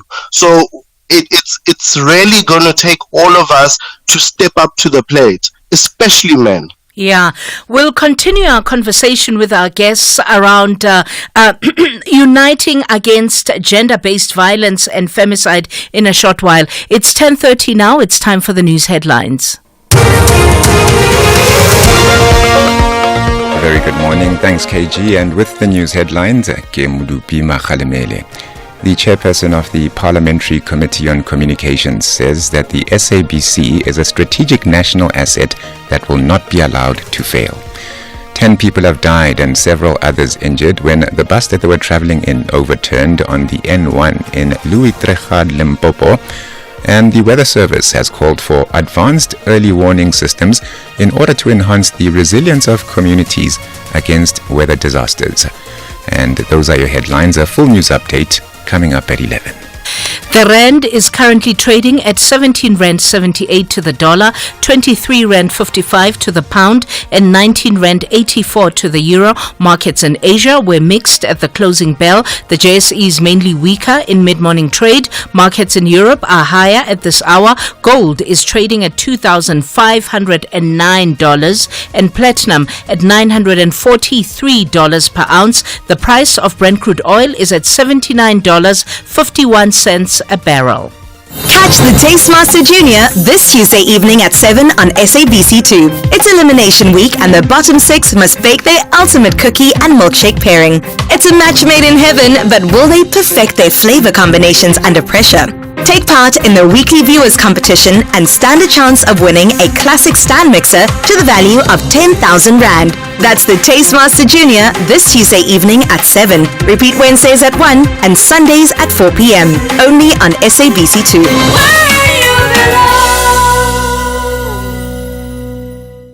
It's Truck Month at Ford, and that means one thing. You save big when you upgrade to a 4x4. Get a Ford Ranger Wildtrak 4x4 Auto Double Cab for only 12,999 per month with 0% deposit. That's only 12,999 per month with free 4x4 driver training at your nearest Ford dealer today. T&Cs apply. British supergroup Smokey is touring South Africa in September. Party of the Year with Mexican Girl, Needles and Pins, and of course, living next door to Alice. Smokey in South Africa, Cape Town 18 September, Pretoria 20 September, Port Elizabeth 21 September, and Carnival City on 22 September. Bookings at ltickets.coza, 011 815 3000 or smokey.coza. The Foxes are highly motivated to wrap up the month of August with maximum points. Jamie Vardy! Again for Leicester City! Ageless, priceless, and timeless! Yet the villains are fully focused on travelling back home with vital 3 points. Larkin towards Randy, but John Duran! Oh, it's John Duran! Rolls it into the net, puts Aston Villa 1 goal This is the Premier League. Do not miss out on the glittering action between Leicester City FC and Aston Villa FC on Saturday 31 August at 3:30 p.m. Live on SABC3 and at your fingertips on SABC Plus. Also available on SABCsport.com. Proudly brought to you by SABC Sport. For the love of the game. SA Women Struggles Journal. Hashtag Women's Month. Celebrating 30 years of democracy towards women's development, SAfm celebrates the power, resilience and brilliance of women. It's Women's Month and we honoring the incredible contributions of women in our communities, our workplaces and our homes. Join SAfm in recognizing the achievements, strengths and spirit of women everywhere. Let's uplift and empower each other today and every day. SAfm, leading the conversations that move us.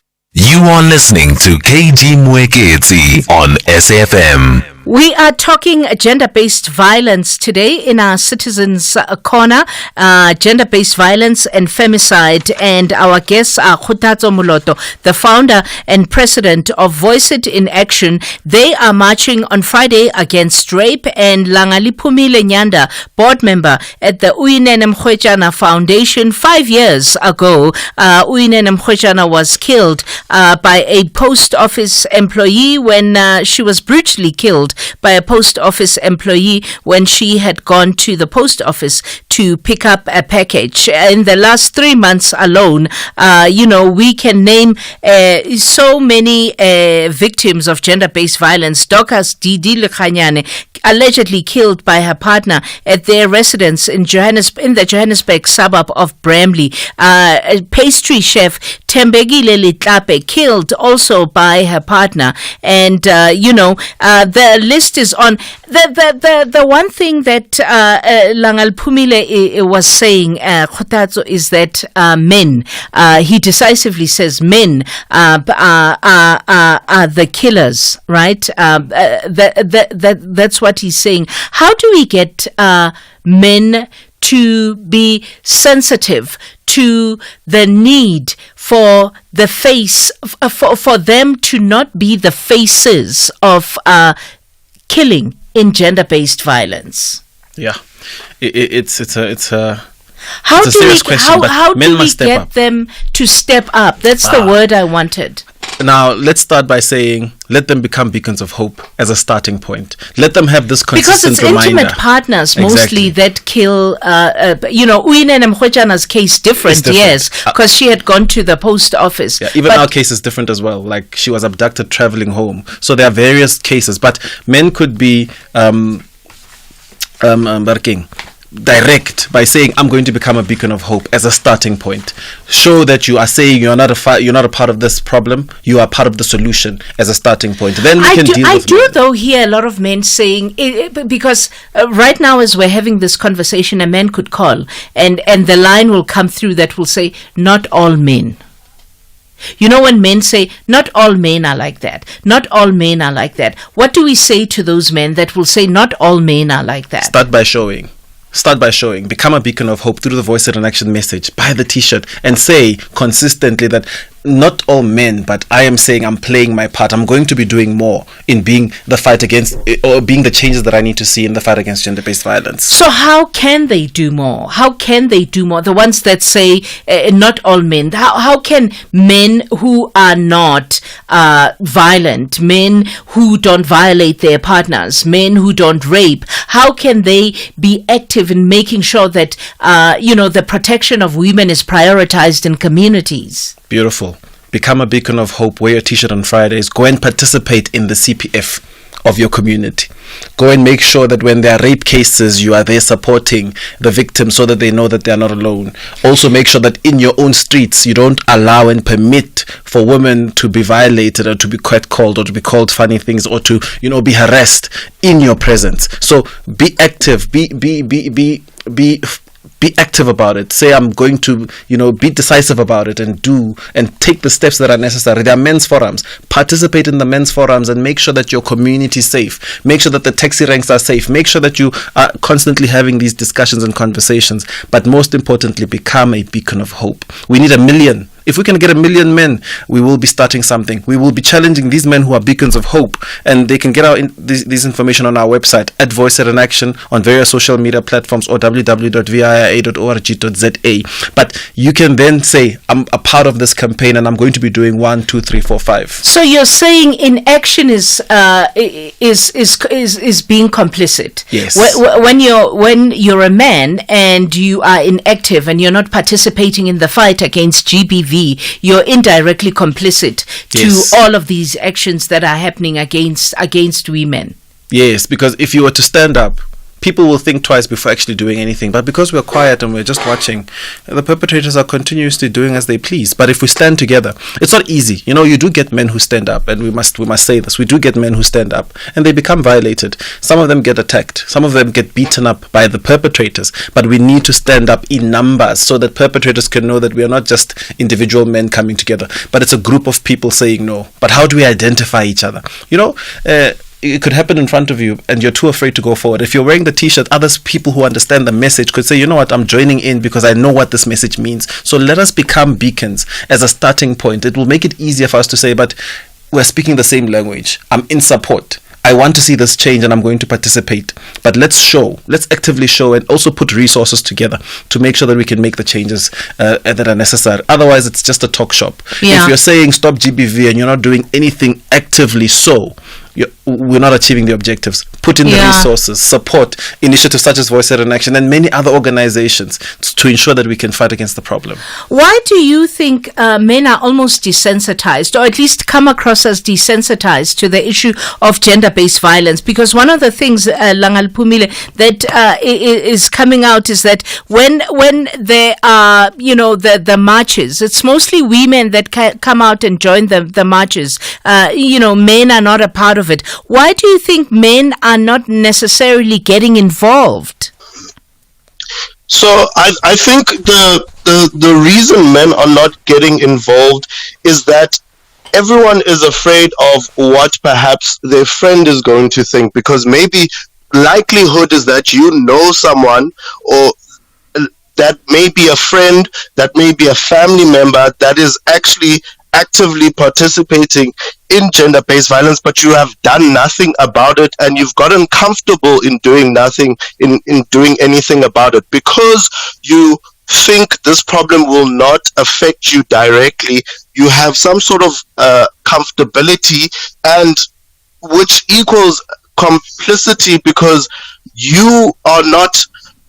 You don't want to attend these marches. We have a march now on the 31st of August in East London, and there I want to appeal that men in East London show up, because the the problem is we don't want to have these difficult conversations within our own friendship circles, within our own communities, about men being able to step up. We don't want to mobilize each other. I mean, with the march in Cape Town, I told all my friends that we need to go there because it's important for us to show that we are supporting and to support in any way that we can, not by just saying on social media stop GBV, but to be seen and to be actively participating, as my brother in studio said, become a beacon in some way or another in your community, but actively, not just to say you're so doing it. So did your friends come? Did your friends come to the march? Yes.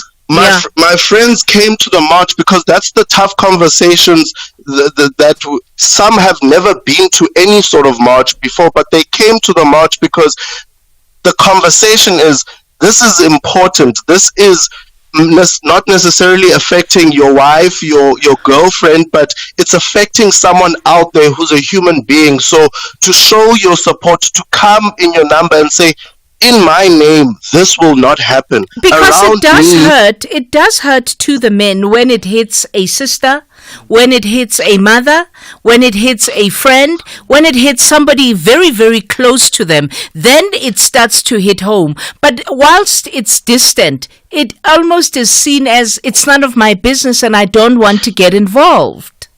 And that's the humanness where we have become so detached, where we don't have the mindset that actually what another woman, even if I don't know her, it's one woman too much, it's one victim too much. And I think we need to start getting, and perhaps it's because of how comfortable the other forces have been in terms of government and corporates and other sectors of society, that we don't treat it as a huge problem, and the kind of problem that it's manifesting, where it's actually out of control. It's getting worse by the day. It's young children, it's old women, and we are not coming to the party, and that's why in this particular year, we're saying prioritizing safety and security and eliminating the fear. How are we going to be able to eliminate the fear? And that's through creating safe spaces. Safe spaces are not, you can't be with a man, for example, and a stranger and feel like you're in a safe space, and that should change. There's a real problem there, and it's going to take the people that are saying they are good men, the people that are saying that they are not the perpetrators. If you're not a perpetrator, but what are you doing about it? So I think that's the important conversation to have now. It's not good enough to just say you're a good man, you have not done any, you don't do those sort of things, but what are you doing about it? Are you going to a march? Is your voice being heard in your community? Is your voice being heard in your family?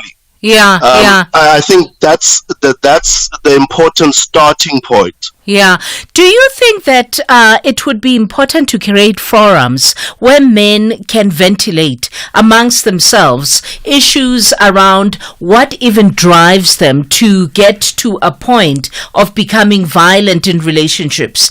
Because some are violent, yes, not to the degree of killing, but others beat their partners, etc., etc. Why they get to that point? Do you think having those kind of forums would enable men to be able to ventilate and speak and air out their emotions? Because to even put that in one sentence, emotions and men, is hard for me, but air out their emotions around why it is that they even get violent amongst women.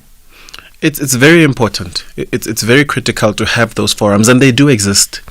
And men, are there enough of them, though? They are not enough, but they exist. And maybe as a starting point, men who are serious about this fight, and hence I was saying that the CPF, the South African Police Services, you've got a police station across the country somewhere. There are CPFs, and at those forums, the police stations have to have information about the different forums that men can go and join and go and actively participate. So I'm giving people a strategy in terms of how you can go and get into a forum and participate. Or even start one. Or even start one with collaboration from the SAPS, because we do need support. You can't do this alone. And that's the biggest thing that I've always been saying. We can't fight the problem of GBVF alone.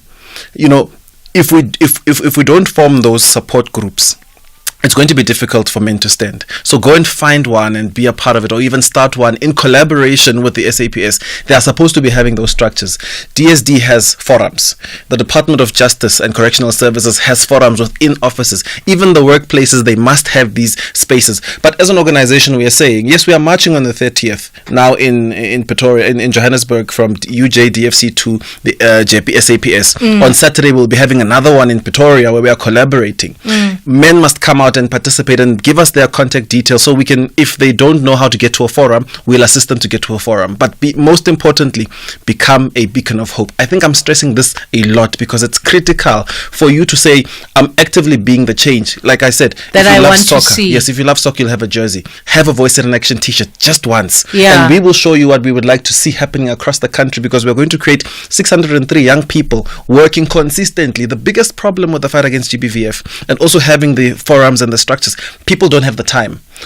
People are trying to survive and live, so they don't focus on, fixing the issue. They are saying, yes, I want to do something about it, but if we don't have a consistent army, we're not going to win. So we want to make sure that we have a consistent army who will make sure that there are forums that are running and men can participate and play a part, or go and be a part of the different stakeholders and say, look, in these areas we are here, in those areas we are here, in these areas we are here, we're able to, pull ourselves together and to work together. There are structures. Men must just find out and be a part of them. I've got some voice notes and I've got some callers. I'm going to go to a break, but I want to ask you before I go to a break, at your marches, do you find, because we heard about Langal Pumile's marches that they had, do you find that men do come through at your marches, or is the majority of people that come through women? All right. So we had a march again on the 1st of August. It was a two-city awareness campaign. Yeah. We had an even mix of men and women. Why?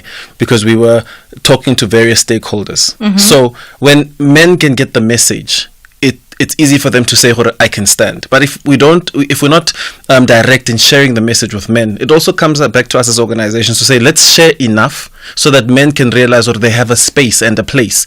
But men are willing to participate. It's just that, where do we go? How do we go about doing it? And finding them in these different structures makes it easier for them to come together and also encourage others to come on board.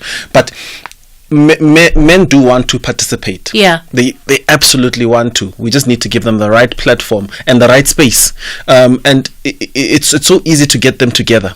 Especially if it comes from government structures, it's easy to pull men together. So we are still saying to government, do a bit more. But if you need strategies, call us who are on the ground, who are running these different programs, so that it's easier for you to get strategies in terms of how to pull men together. We were talking to one of the rugby clubs and we were saying to them, we want you to be a part of this fight and to say to other men at a rugby game, be the change that we want to see. We're going to do with the soccer clubs, etc. So we're also going to get men where they are seated or where they go, where they enjoy activities. So different strategies will help in fighting against the problem. So I hope I've answered the question and also given enough more information to say that we want to see the changes, and I know men want to participate. We'll just give them a proper platform for them to be able to participate and to do it in a way that we can also monitor and say, but we are not achieving our objectives, and hold them accountable as well. Okay. We'll come back with your calls and your voice notes in a short while. The SAfm University Debate Challenge is back. Join us for the 1-hour debate on This Week Today with Oliver Dixon from 6 to 7 p.m. on Friday, the 30th of August 2024 at the SABC in Bloemfontein. The University of the Free State will take on the Central University of Technology in what promises to be a nail-biting debate. The SAfm University Debate Challenge is an independent, non-partisan progressive initiative seeking to develop confident communicators, critical thinkers, and empowered global citizens. If you want to attend the debate, you can email info@safm.co.za. SAfm, leading the conversations that move us. SAfm is celebrating its 88th birthday, and what better way to celebrate than with you, our loyal listener. We will be giving away 8,800 to 10 lucky listeners during the month of August. To stand a chance of winning, stay tuned to SAfm and SMS the keyword SAfm88 followed by your name to 41391 and listen to the station throughout the day where you could be selected as a winner. SMSs are charged at R1.50 per SMS. Free SMSs and SMS bundles do not apply. Happy birthday, happy birthday, happy birthday, happy birthday. Let's have the conversation. WhatsApp voice notes on 0614 104 107. Hi, KG, and your guest. Your guest is not living in reality. The reality in our communities is when you see such a thing. We witnessed this. I had to take someone to hospital after her boyfriend, he was almost killing her. How the mouth was cut and the whole face was deformed. And I assumed that she was going to open a case because of that, but only to be surprised that she didn't. She came to hospital. They were all together again. It's very difficult for us as an outsider to go now and report the person that you can see that they're in love, regardless of how they treating each other. It's unclear from case to case. I do agree with this gentleman. He's right. We need to stand together in order for this to work. But the reality is, the problem with everything in society, everything, whether it's from gender-based violence or from whatever, people don't stand up because they rather protect the people that they love despite their wrongdoings, opposed to identifying and exposing individuals that will keep zip just because I like this one and I like that one. So they don't talk out, and it goes for everything else in society. It's everywhere, whether it's corruption, whether it's theft, whether it's murder, whether it's... People don't come forward because they like the perpetrators, and instead of exposing them, they push it under the carpet. Khomotso ke Matomi from Mankweng, Limpopo. You see, this issue you are discussing in the studio, femicide, gender-based violence, it's not isolated. Therefore, it must not be treated as an isolated matter. Because in the main, we need South Africans to be re-socialized properly. We need South Africans to be reorientated properly as global citizens. The politicians are in the main the ones who are putting petrol and encouraging these fires that you see happening around the country, whether it's these issues you are talking about or whether it's issues of general hatred against one another, black on black violence, or in the main in xenophobic topics. So unless the society is reorientated properly and re-socialized, you are almost fighting against the wind. Nothing will change. It just gonna remain a talk shop. So yeah, that's my view on this whole issue. Thank you. Morning, KG and your guest there. It's very disappointing that there are still police station here in Limpopo who are viewing gender-based violence and femicide as a family matter. When they report it to the police station, they are saying go back home and resolve it as a family. Very disappointing. So we can't win a fight against gender-based violence and femicide if a police station are exercising that road. Shotisinyole ni Mafefe Limpopo. Good morning, KG and your guest there. What an interesting topic about gender violence and how should we do away with it. For example, we talk about it. We are not fixing it from the core, from where it started. When we watch a lot of sports or media, a woman's body will be portrayed in a certain way that gives dominion to men, because most of the time men just see women as something which is not of value because of how they are portrayed in the media or sports. For example, you watch any boxing, before boxing match, there will be ladies there. How they are portrayed is the only reason why men have dominion. Okay, and let's go to the calls. Sipo in Durban. Hi, Sipo. Hi, KG. Yes. How are you and your guests? I'm good, thank you. Thank you. You are touching a very serious issue about this GBV. My worry is that we have got the president of South Africa who doesn't care about this.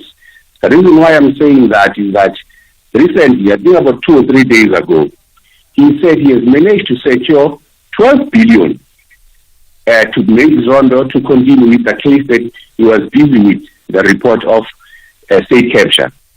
Whereas if this 12 billion could have been secured to secure the security system in South Africa to protect women, elders, and schools and hospitals, we would have been saying we have got a good man who is looking after us and who has got interest in the South Africans. But instead, no, he's only interested in one case, that Zuma must be arrested, not about the South Africans to be protected. Please try and see and check why is he doing this. Okay, thanks, Sipo. Thank you. Major in Bloemfontein. Hi, Major. Good morning, KG and your guest. KG, I disagree with the person who penciled the text message when he says all men are abusers. Less than 10% of men abuse women and children. 90% real men are largely husbands, fathers, brothers, and sons, etc. So I ask myself this question: how long will real men allow 10% of men to rape children? How long will our spirit not sit for women and children? So the challenge is that we real men must develop strategies to deal with successfully with the 10% of men that misrepresent us and defend our women and children. It is important, therefore, to develop men structures where men will address challenges of men. This must be done within the confines of the law, and we must cooperate with the law enforcement. I agree with you, guest, that we must establish a forum group.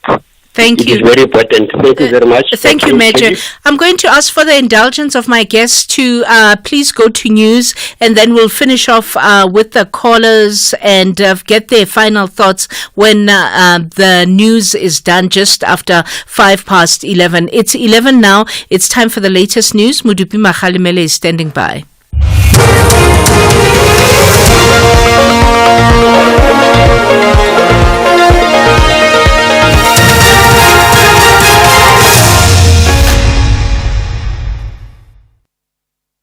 The top story is the Sawadi SABC under financial strain and 10 people killed in the Limpopo bus crash. A very good morning. Parliament's Communications Committee says the SABC is a strategic national asset that will not be allowed to fail. Yesterday, the public broadcaster, together with the communications minister, briefed the committee on the implementation of the turnaround strategy and the progress made in the dispute resolution with Centec. The SABC owes Centec 1 billion rand. Committee chairperson Kusela Diko says that the public broadcaster's finances are in dire straits. You have an SABC that is expected to firstly deliver on its public mandate. That mandate is not funded or not funded sufficiently. You have an SABC that is expected to evolve and become a broadcaster of the future, using digital technologies, competing with over-the-top services, but still the funding is not enough. This is largely because we expected that public mandate to be financed largely through the license regime, the TV licenses. Now, it's not an exaggeration to say that that particular regime has failed. 10 people have died and several others injured when the bus that they were traveling in overturned on the N1 in Louis Trechard, Limpopo. The bus was traveling from Zimbabwe to Joburg when the crash happened just before midnight. Provincial Transport spokesperson Phutile Khanyane says investigations show that the bus drove over a roundabout at high speed and the driver lost control and overturned. According to reports, the bus seemingly drove over a roundabout at a high speed and overturned. Its driver is reportedly new in his job, and there are possibilities that he could not have been familiar with the surroundings. The MAC has sent messages of condolences to the families of the deceased and urged all motorists to drive with caution at all times. The Revenue Service SARS says withdrawals by retirement fund members from funds when the two-pot retirement kicks in will be taxed. The two-pot retirement system kicks in on Sunday, the 1st of September. Deputy SARS Commissioner Johnstone Makubu says contributions to retirement funds are not taxed. When people make contributions to their pension funds, those contributions are not taxed. And at the taxing event arises when you withdraw at retirement or when you resign. So the fact that those deductions are not taxed when they are made means that the government and the system is trying to encourage people to continue to save, knowing that the taxing event is deferred to a future date. Makubu says that those earning below 95,000 rand annually will not be taxed when they make retirement withdrawals under the two-pot system. A withdrawal triggers a taxing event, and that's why in this instance, because there's withdrawals, we are now applying the rights to tax. How it works on the rate that a person falls within in line with the income that they earn, and starting off at 18% and moving through to 45% if you are earning above 1.5 million. So it is progressive in nature, and if you are below the threshold of tax, which is around 95,000, then there is a tax-free implication in as far as the deduction are concerned. The Weather Service has called for advanced early warning systems in order to enhance the resilience of communities against weather disasters. CEO Isham Abadir made the call at the National Consultative Workshop for Early Warnings for All. The three-day event, which concludes today in Pretoria, aims to assess the current state of early warning systems in South Africa as part of a UN-backed initiative to protect all from hazardous weather events by 2027. Abadir says the country needs to scale up its early warning systems. We're looking as part of this workshop to see how we strengthen what we have in place already so that we can actually scale up these early warning programs. For example, things like warning dissemination and communication. South Africa is very unique in that regard with our 12 different languages now, and being able to actually get weather warnings to our most rural areas is one of the gaps that we, for example, identified. Where, as part of this workshop, we'd be looking at engaging with people like the International Telecommunications Unit, which is a UN entity as well, and then also locally with our sort of GSM network operators. And the South Korean media regulator will meet today to discuss how to tackle digital sex crimes. The country's president has called for action after a large number of social media groups were discovered sharing explicit deepfake images of women. The images, which are generated using artificial intelligence, combine the face of a real person with a fake body. The top story at 11 o'clock, Parliament's Communications Committee says the SABC is a strategic national asset that will not be allowed to fail. For SAfm News, Kemudupi Makhalemele. Everyone is just as important as you are. Stop gender-based violence. Treat others the way you want to be treated. No one deserves any form of violence. Report gender-based violence. Contact Lifeline South Africa toll-free number on your mobile phone. Call or WhatsApp 0800 150 150. That's 0800 150 150. Lifeline South Africa. Mental and emotional health for all. This is an SABC-supported initiative. Northwest Provincial Legislature's Portfolio Committee on Premier and Finance will conduct public hearings on Northwest Youth Entrepreneurship Service Fund Act Repeal Bill 2023 on 30 August 2024 at Madibugo Community Hall in Madibugo, Twin Park Hall in Potchefstroom, Ipelege Multipurpose Center in Schweizer-Reneke, and Mokwase Sports Ground Park Zone 1 in Mokwase at 10 o'clock.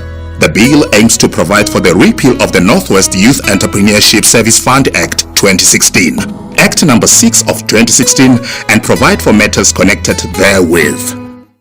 They say first touch in football is very key. That's exactly what First Touch ladies want to display to grab a spot in the top 5. But UWC is onto something different. This is the Hollywood Men's Super League. Catch Mzansi Queens of the beautiful game. First Touch Ladies FC versus the University of the Western Cape Ladies FC on Sunday 1 September at 2:30 p.m. Live on SABC Sport on DTT Channel 4 and SABC radio stations. Also available at your fingertips on SABC Plus and SABCSport.com. Brought to you by SABC Sport. For the love of the game.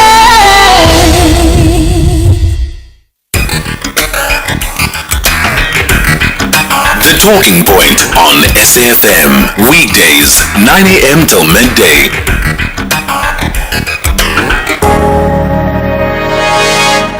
We're in the final hour of the Talking Point on SAfm, and we have been having a conversation since 10 o'clock in the Citizens Corner around citizens uniting against gender-based violence. And our guest in the studio is Khutatso Moloto, the founder and president of Voice It in Action, and they're marching against rape on Friday. And we've also had on the line Langaliphumile Nyanda, board member at the Uyinene Mkhwetiana Foundation. We had some calls that we needed to get through, and then one last question, and then give our guests the chance to give their final thoughts before we close our conversation, because we're running out of time, of course. Tabane in Durban, hi. Good day, KG. This topic is very close to my heart because in March this year, my daughter was killed by her boyfriend, right? Yo. So it's very close to my heart. I'm so sorry, Tabane.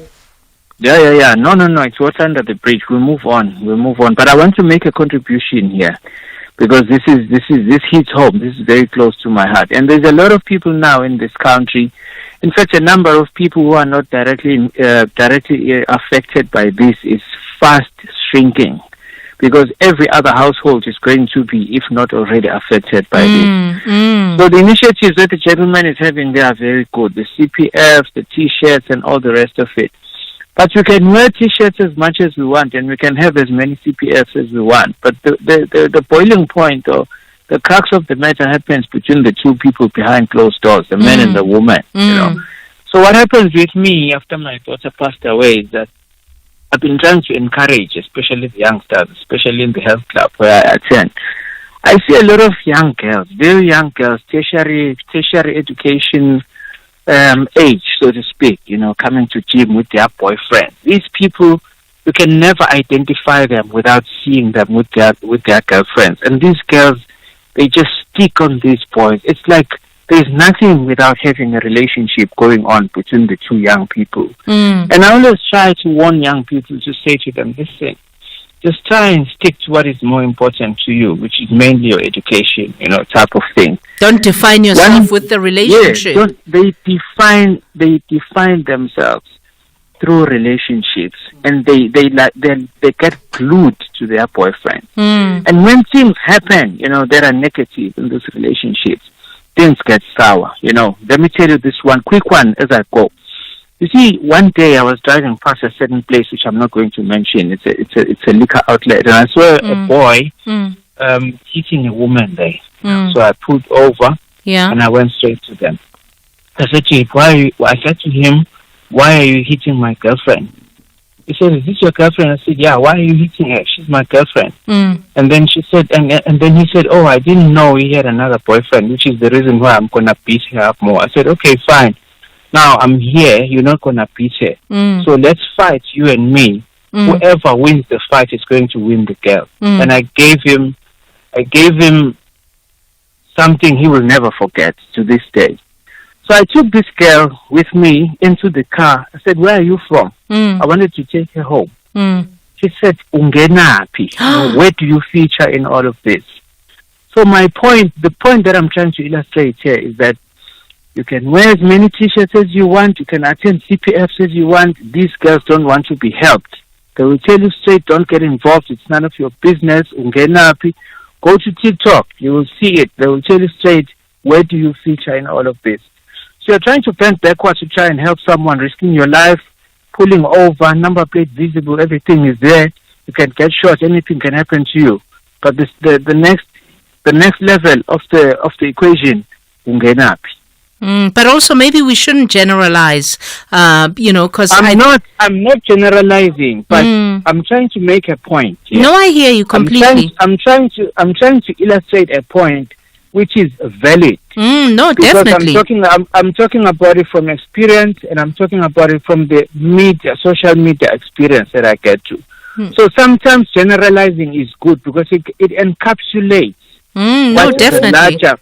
It encapsulates what the larger portion of the people are doing. So sometimes we do need generalizations because they cover a wide spectrum of what is going on. Absolutely, I hear you. Thank you so much. Thank you.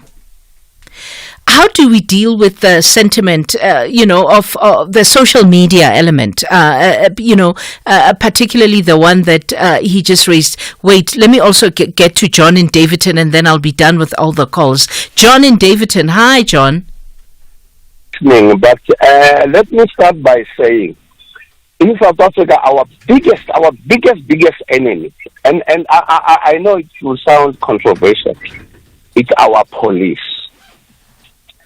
I'm saying it's our police because the problem starts as small. People will report it, they don't care.